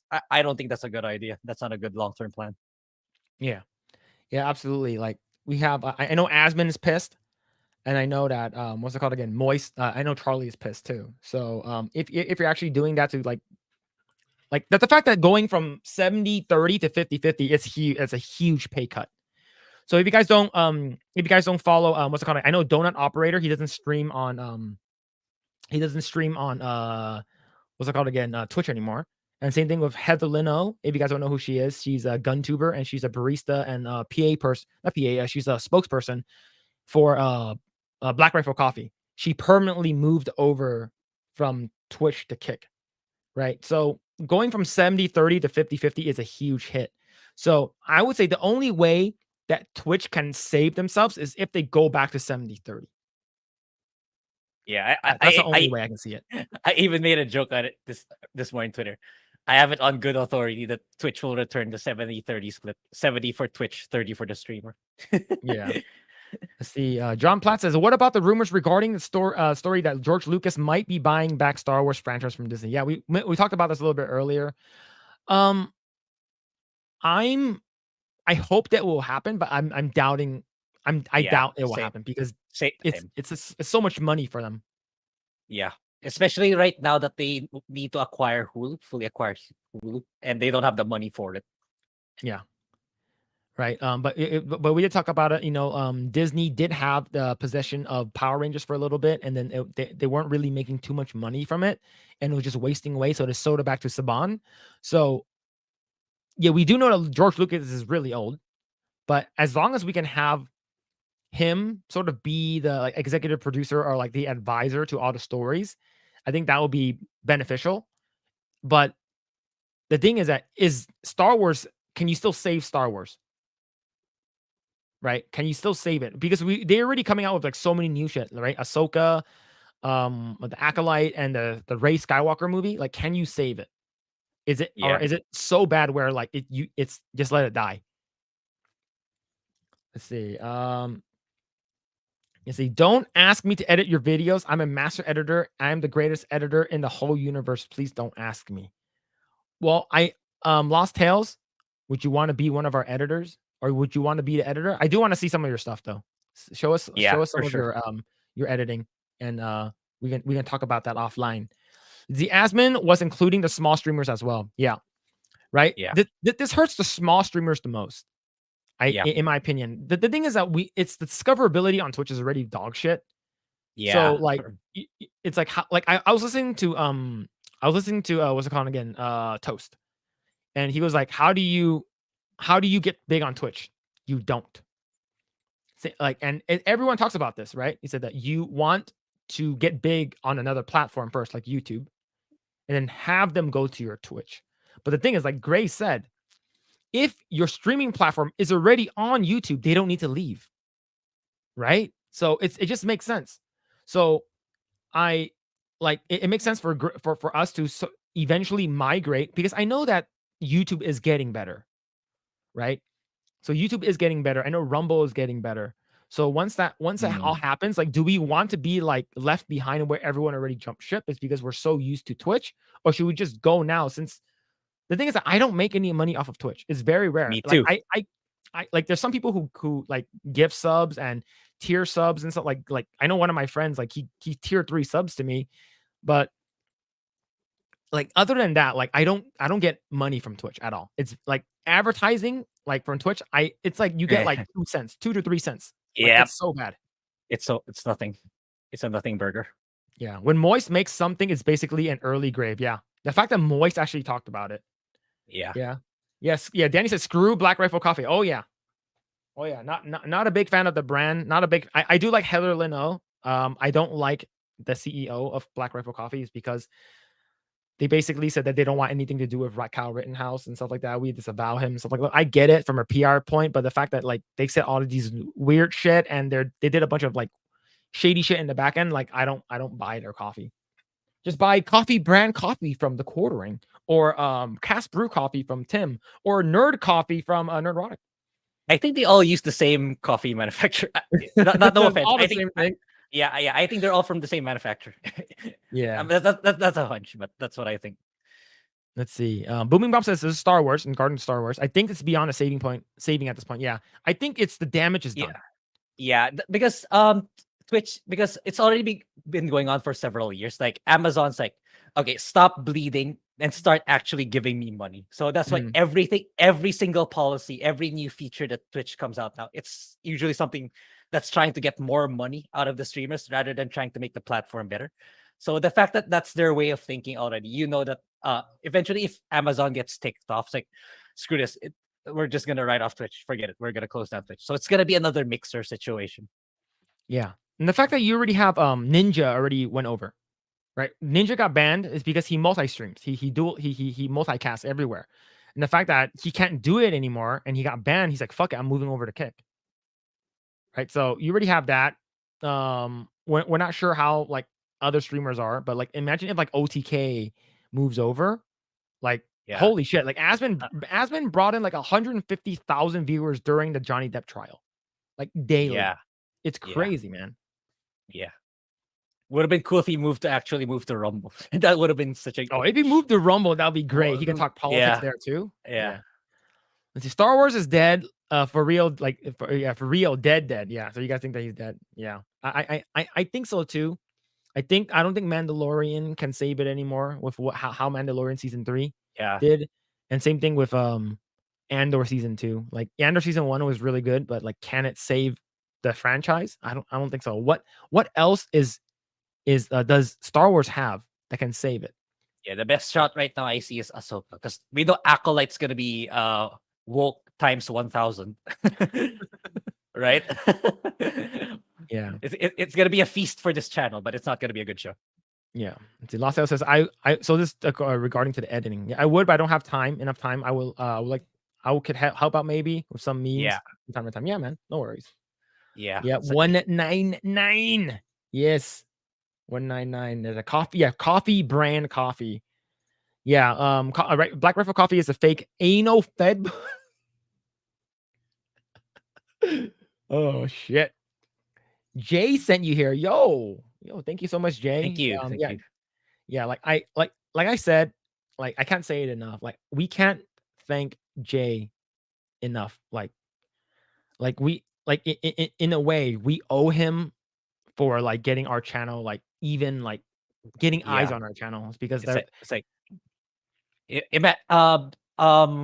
this for me, this channel started as my this was just meant to be as my just chatting segment, because when I live stream on Twitch, I tend to just say hi, then I hope everyone's okay, then I'll just play video. It's like I don't do it the way Phil used to do it in his channels. Like, he talks about the news first, he talks about articles that he wants to talk before he plays the games. That's like I need a more just chatting segment of my content. So I figured Project Eggroll was the perfect place to do it. And I never would have thought that we would make it. We were we're practically there already in the partnership program. So like, Mhm. I never thought that we'd make it here that fast, that quickly, if it weren't for Jay. So yeah, massive thank you to him for sure. Yeah, it's a and Jay is just such a caring person, very down to earth, and like it's funny because I mentioned this before, like even like when meeting Jeremy, like for the first time, like he came up to me and he's like you owe Jay, like the fact that Jay is who Jay is, like the fact that he's who he is, he just he loves doing that kind of stuff, and he likes boasting other people's channels, and he's just a very very cool guy, and I was like, yeah, man, like if it wasn't for Jay, like we'll probably still be at like 200 subscribers, right? Yeah. Mhm. But most of that came from what's it called again? The Velma video. Yeah, Jay and the my Velma shorts, it took off. It went crazy. Yeah. But the people in chat, like what, 95 to 98% free. You're all from G&G and all from Geeks and Gamers. Like, Yeah. massive thank you Correct. from them. Yeah. See, Mermaid Messiah said, "Yeah, guys, screw Twitch. I don't know what it is. Streaming, obviously, but Kick sounds better. But I don't know. I only play old video games when I can." Yeah. Yeah. So basically, I think Twitch is what it is right now is like they're trying to backpedal, make sure that like, oh shit, but I think it's still on their terms of service. It's Yeah, still it's there. like, they're sorry they got caught, not because they really regret what they did. Yeah. See, Stalking Milk Coffee is good as well, and he's a veteran. Yeah, I'll check it out because I did buy some Krigler coffee from Adam Krigler. It's pretty good. I did like I got the Coffee, the Donald Trump coffee. Let's see. Coffee is coffee, just like Miles Morales is Miles Morales. True, absolutely true. Let's see. Yeah, Ahsoka. True. Let's see. Yeah, 199. Absolutely. Let's see. Best you could do is George buy it back and decanonize everything and then public domain it or it's let like- it rest. Whoa, that'll be a big move from him Yeah, if he did that. that's like, yeah, what if George really did? It's like, I imagine the best thing they could do is retcon beginning Force Awakens. Everything Disney gone. Mm-hmm. Yep. You see, go catch up on my sleep. It's 6:38 a.m. here in the UK. I'll watch the replay. Bye. Yeah, Take yeah. it easy, John. Oh, holy shit, man. See Get ya. some sleep. Mhm. Thank you so much. I feel bad for the Korean actor and acolyte who was happy to be in Star Wars. Yeah. For Yeah. me, I think it like if you have an opportunity to grift off of something that you don't really like and you can get a good amount of money for it, and it's not something so bad that it's like it hurts your principles and hurts your character, go for it, right? Grift the shit off of it, right? Yeah. There's that. You have to look at it at their perspective. Kind of like the best example is Hall Bailey. Like, Yeah. I mean, why wouldn't you get the leading role of a very, very popular brand? You would do it, even though you get the backlash. You do it. It's like, it's good for your career. I was the main character of The Little Mermaid. Who would, if you're into the industry, why wouldn't you want that in your portfolio? Yep. True. Let's see. Big Ewok said, found you guys from Jay. Saw you guys visit in Vegas. So cool. Yeah, it was crazy, man. The fact that we actually get to meet Grae in person. We're gonna try to do it again next year. So maybe make it like an annual meet where I can actually meet Grae again in person, and then meet meet the G&G folks. I know it's gonna get bigger and bigger. Yeah. Let's see. In reality, Ahsoka is either gonna be good to decent or really bad. So if that fails, then it's no hope. If there was any left. Yeah, true. I agree. Let's see. Hey guys, just found your channel. Great works. Nice to hear your perspectives. Keep up with the great work. Would you guys ever talk about Canada and the craziness going up in my neck of Yeah, the woods. we do. We talk Yeah. about we just talked From time about to your time. president. Your president. Yeah, your prime minister. Oh yeah, prime minister. Trudeau. Prime minister. Yes. And the fact that you guys have assisted suicide up there is wild. It's crazy. Your gun laws are fucking ridiculous. But I heard your country is really beautiful. I heard it's like this. You have really cool parks and really nice nice forests.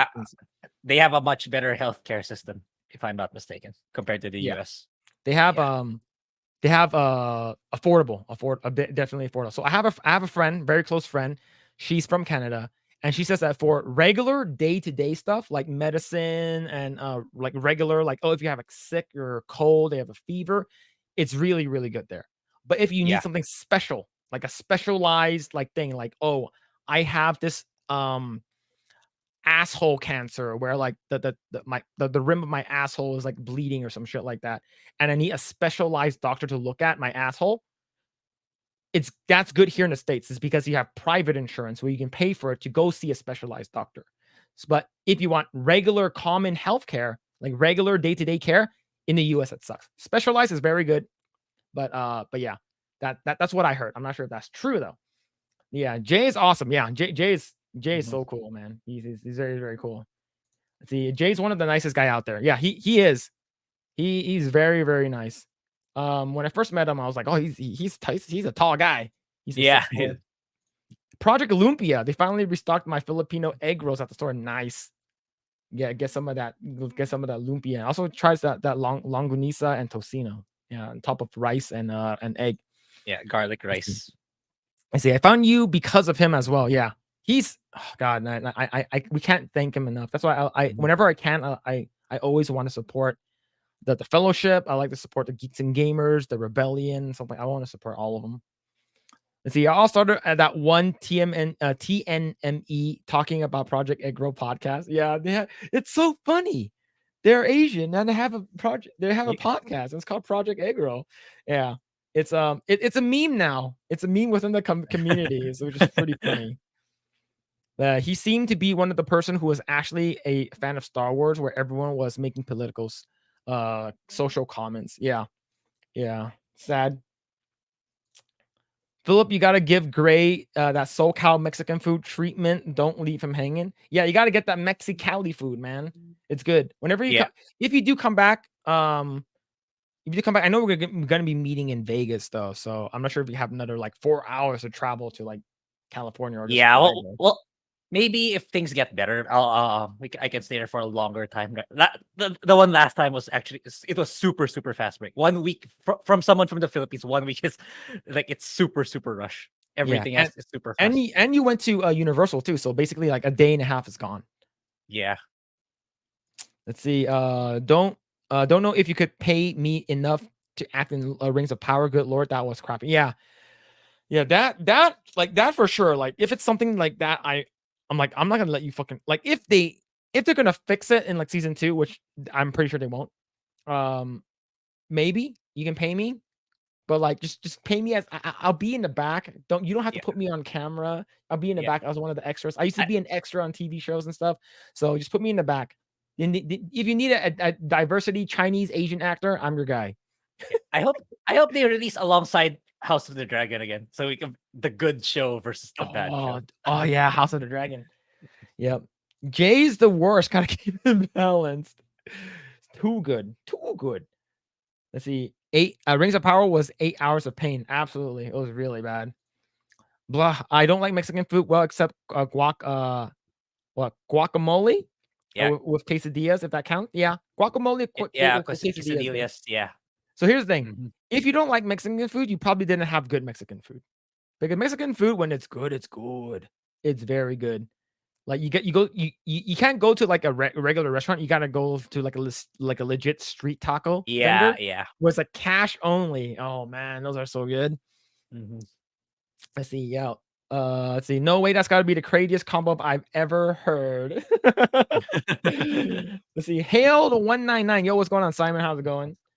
Let's see. Jay's okay. You guys are the GOAT. No, man. Jay is the GOAT for getting us like even where like, we are. Yeah. Like it's like if we without Jay, if we just kept doing what we're doing, we're probably not even 1/5 or 1/4 of the goal of the watch hour goal to make it to part. Now we're like so close because of what you did, because of how Yeah. much he supported us. Yes, absolutely. See, Johnny said, I don't think I've ever opened up about this to you guys, but I'm actually part Asian myself. I would make a joke about being finally seen on a live stream, but Hollywood ran that into the ground. Yeah. It's like for me, like I used to when I was younger, I used to hate like being Asian, just because I was like bullied at school and stuff like that, and having like these white kids at my school say, go back to China, go back to Hong Kong and stuff like that, saying I'm gonna call we're gonna deport you. I was like fucking 7 when that happened. We're gonna deport you. I was like, dude, I was born here. Ugh. Stop lying. Go back to China and stuff like that. It's I experienced racism as a kid, man. It's rough. It's funny though, Yeah. because 2 to 3 years later, me and those guys became friends. We became friends. But yeah, man, it definitely sucks. I see. Decided to do the unspeakable and watch both Rings of Power and She-Hulk during the same time. Oh man, you're gonna lose brain cells, dude. Disintegrating your brain right there. Yep. Let's see. Hello, Chinks. Yep. Basically, yep. We're basically Chinks now. We're gonna take it back. Yeah, because we have Latinx, we have Wimixon. Right now we have Chinks. That's we need to be inclusive. See, yes, Mexican food has to be carefully made. If it's not from the vendors, it won't taste that great. Yeah. So like Taco Bell, Del Taco, like don't like if you're talking about if you want to eat like good Mexican food, you got to go to like a vendor. Like we recently discovered this vendor that had like lengua. Oh my god, dude, lengua is so good. Pig thumb. Yeah, pig thumb is delicious. Yeah. And they made a quesadilla lengua, and they fucking stuff it. Oh my god, the cheese, like they fucking like melt the cheese into the lengua, and it's like an inch thick for a quesadilla. It's so good. Yeah, it's like super cheap too. I can imagine. Let's see. Black Eragon. CCP spy? Me? I cannot confirm or deny that. Yeah, we were the ones who wrote the article in the Chinese state media attacking Disney. Yep, yeah, we're the one. We're we were the ones who wrote CCP spies. See, I know the legit stuff. I guess I don't like beans and rice. I think beans and rice are okay. But the rest is good. Great cash place around here. Still though, guac and quesadillas I eat every day along with lumpia. Yeah, that's a crazy combo though. See, nothing beats late night Taco Bell run though. Okay, I gotta admit, get like you go there, you get like a crunch wrap or something, and you get like their Baja Blast. Baja Blast, man, that thing is so good. It's it's basically I should try your recommendation, right? You told me Powerade and Sprite. Mountain Dew. Mountain Dew. Yeah, Powerade and Mountain Dew is basically a makeshift Mickey Mouse version of Baja Blast. So yes, I love cheese. Yep, cheese is good. Cheese is really good. To be honest, I think all our brain cells are destroyed from the crap TV shows and media we've been watching. Yeah, I think so, but like you try to like balance it with the good stuff. Like balance it with like good TV shows, and you should be okay. Yeah, base. You're talking shit about Disney. Base. Yeah. Imagine Disney's thinking so low, dude. That CCP is actually better, more based than them. Yeah, absolutely. See, I love Mexican food more than much of what passes as Filipino food. Adobo is boring as fuck. Well, adobo really depends on how you make it. Yeah. Like go ahead. There's different kinds. Like I can't really give specifics. I don't really cook, but some of them can be cooked uniquely that actually tastes different from your usual one, from the canteen one. Like you can make it somewhat sweeter, but I don't know. I'm gonna have to ask my mom what the specifics are. But some of them, it can still be good. Adobo can still be good. Yeah. Like regular adobo that you get at the restaurant, like the Filipino restaurant, is okay. The one that my wife's cousin made, like she made like a chicken adobo with like fingerling potatoes. Holy shit, that thing was so good. It was so good, and the sauce you put it on top of rice. Oh man, that's good. And the chicken was like fall off the bone, and like the sauce is like infused into like the meat. Ooh, man, getting hungry. Yeah. I think we're pertaining to the same thing. Yeah. Let's see, not together. Yeah, you got to put the Baja Blast and Blue Powerade. Baja Blast slushy. I haven't had a slushy version.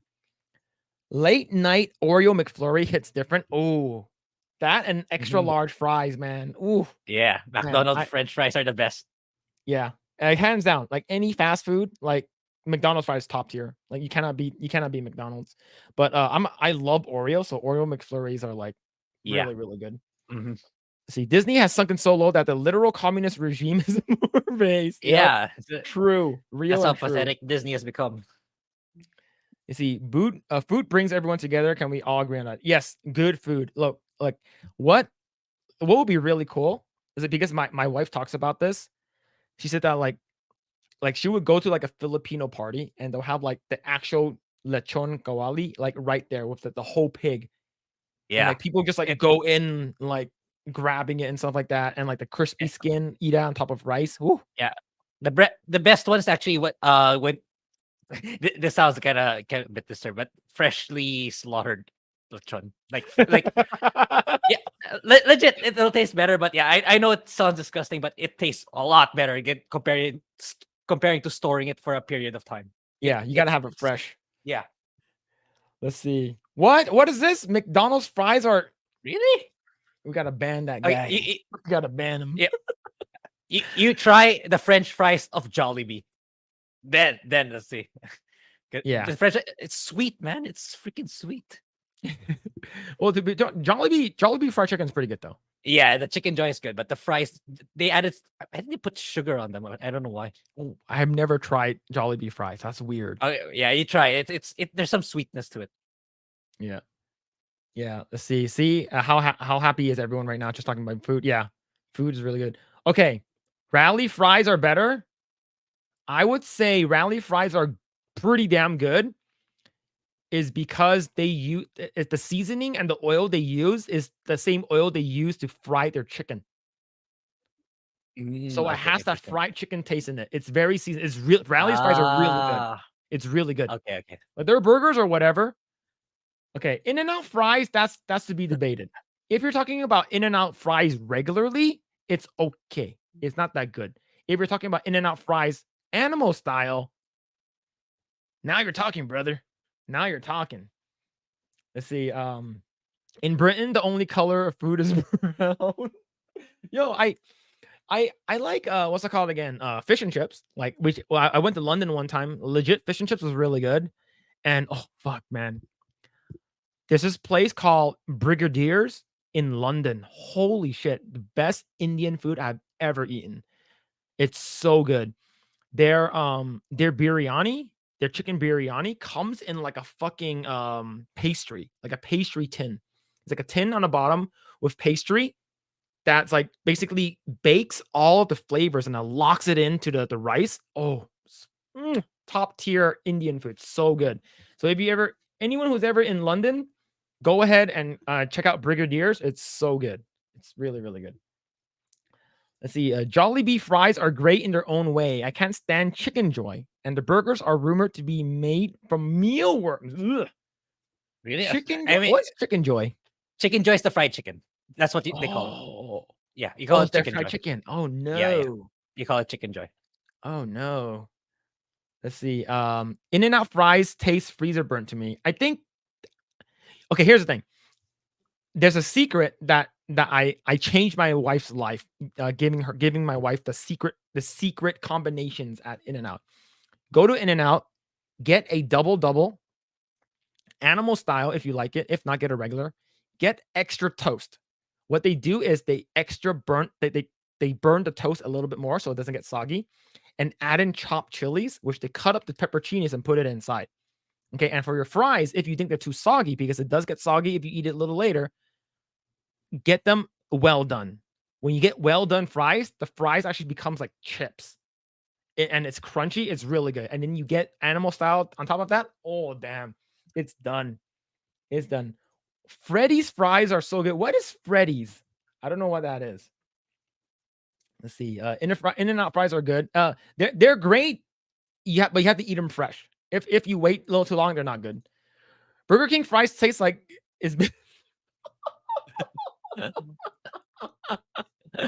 Oh no, that's very descriptive. It's very descriptive. Tastes like they've been in Brie Larson's toes. Oh shit. The Burger King, they're fine here. Burger King, They're Philippines. okay. Yeah, they're Burger okay King's here. okay. Don't have In-N-Out in my region, so I don't know how good they are. So I know that In-N-Out's branching out. I remember I was talking to Gary at the FNT meetup and I asked him, "Is like, do you miss California?" And he's like, I miss the food. I was like, "Do you miss In-N-Out?" He's like, "Well, actually," and Grae was there too. He said there's actually an In-N-Out in San Antonio. I was like, Yeah, it's yeah, he 5 miles mentioned. from the house. I'm like, no way. And I was like, I was like, let's move to Texas. He's like, yeah, move to Texas. But yeah, let's see. See, can I be your friend? Can I be wife of your friend? I love food too. Yeah, seriously brings everyone together. Yeah, food is literally if food is literally like it makes everyone super happy. Everyone loves food. Damn. Let's see. In-N-Out is good. Fries are bad. Damn. Canceled. Let's see. How do you like? How do you know How what her do you feet know taste what like? her feet taste like? Yo. Damn. You see, that's true of every type of fries.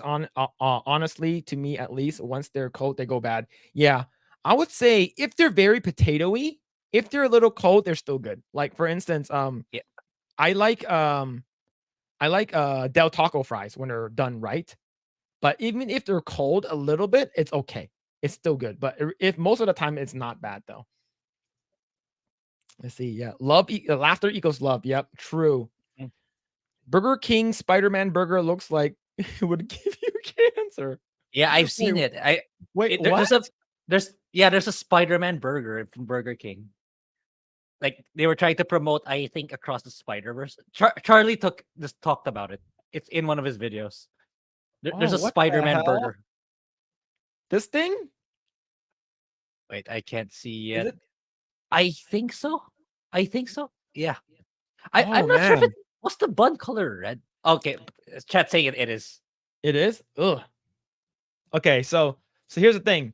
I tried the double down.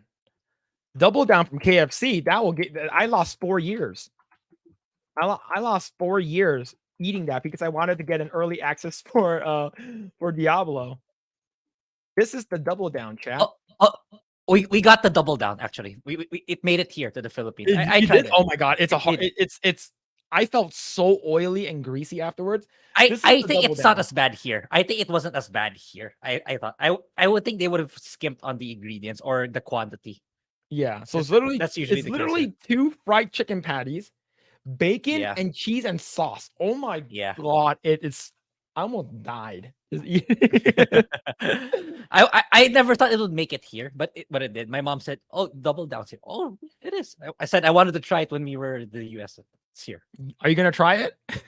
I did. We did. Did you like it? Actually, I like it, but it's obviously it's not something you eat regularly. Yeah, definitely.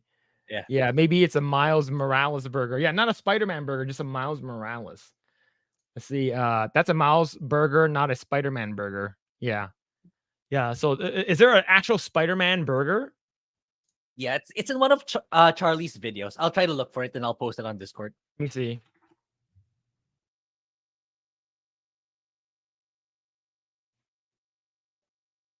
Okay, so at Burger King? Yeah, I know it's Burger King. Wait, let me just let me check Charlie's channel. He last week, I believe, sometime last week. Let me just jump to his Yeah. channel. Penguins 0. And then Yeah. I'll send you the. It's his. It's a new format of his video. Twitch is dead. Emotional. Let's see. Anonymous Prime said Double Down is amazing, but it's like hitting up a strip club greasy and you forget. Oh shit. Here's the thing though. I regret eating it, but I don't regret eating it. Like I actually like if I'm really fucking hungry, I'll eat it. Yeah, Right. it's good, but it's something that you shouldn't eat on a regular basis. I sent it to you on Discord. I sent you the video. It should be at the latter half, the third half, or It's just one. It's one of his friends who ate it, not him, not Charlie himself. Okay. All right. So let me. Burger King takes on. Okay. So. Oh, it's the guy in the hat, right? Yeah. In the car. Does in he his show car. the burger? Oh no. I- Oh, it looks bad. Yeah. Yeah, it looks bad. Yeah. Yes, it's that red one with the black sesame seeds. Yeah. Let's see. Burger King is gross to me in general. So here's the thing: the last time I had Burger King was last year, and what pissed me off was I went there, I ordered 2 Whopper meals, and it was like $26. It was insane. Oh yeah, And you talked about that. Yeah. I literally went up to the to the because I was already stuck in the fucking line. So they're like, oh, it's gonna be $26.70. I'm like, what the Yeah. fuck? I was like, I could have gone in and out. I- And yeah. he sort of gave me this face is like, I can't do anything about it. But yeah, I was like, because 20. So when I go to In and Out, I get 2 double doubles. My wife gets a double meal, and it comes out to 21. So like, I could have gotten like another double at In and Out for 26. Yeah. The Burger King here, they're actually doing a good job offering bundles. Like, yeah, food here, the cost of living here in the Philippines is a lot cheaper. So chat will probably be surprised with what I have to say. So you can like get like bundle of 2 burgers for like a little over $2. They're actually doing a good job doing bundles here for Burger Yeah. King. See, I had a double down sandwich when they brought it back, but it wasn't as good when they first introduced it years ago. Yeah, I heard maybe the first time they made it was like the chicken like really thick or something. Yeah. Let's see. At least we come up with more comments. Yeah, I clicked that. Apparently, I made one, but I don't know how to use. Sorry, man. Any help me? Okay, I don't know what that pertains to. I think that's Discord. I think she's Oh, pertaining to Discord. Ah, yeah, Discord. He said, yeah, I found a picked scab in my burger. Yeah, that's pretty fucked. If that's true. That's really gross. Yeah, Slaughtered Younglings 66. What a great name. Oh shit, that's amazing, dude. I didn't even notice your name. That's so good. I found hair in my Burger King Whopper before. Oh man. Finding food, like finding stuff that's in your food. Like one time I was eating at a taco place and it was like I found like a piece of like glass, like plastic or glass in my taco. And I never went back. Yeah.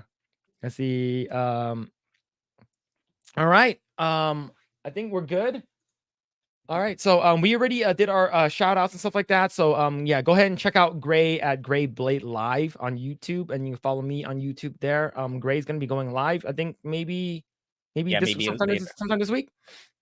Yeah, probably because I got my games already. The next game I'm taking is Near. I'm really liking. So I'll probably go live tonight. I'll probably start going live again tonight. All right. So I hope to see some of you there. All right. All right. Thank you guys so much. We really appreciate it. I think we spent like the last hours talking about random shit. So that was fun. Yeah. And thank you guys. We will be back next Saturday. And I'll be posting out segments throughout the week. And we will see whether or not we're gonna talk about and watch The Flash. The Flash.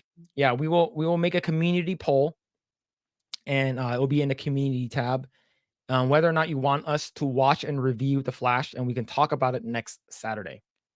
All right, but thank you guys so much. Thank you each and every one of you for liking, sharing, and following the channel and watching us. Thank you so much, and we will see you guys next weekend, next Saturday, same time.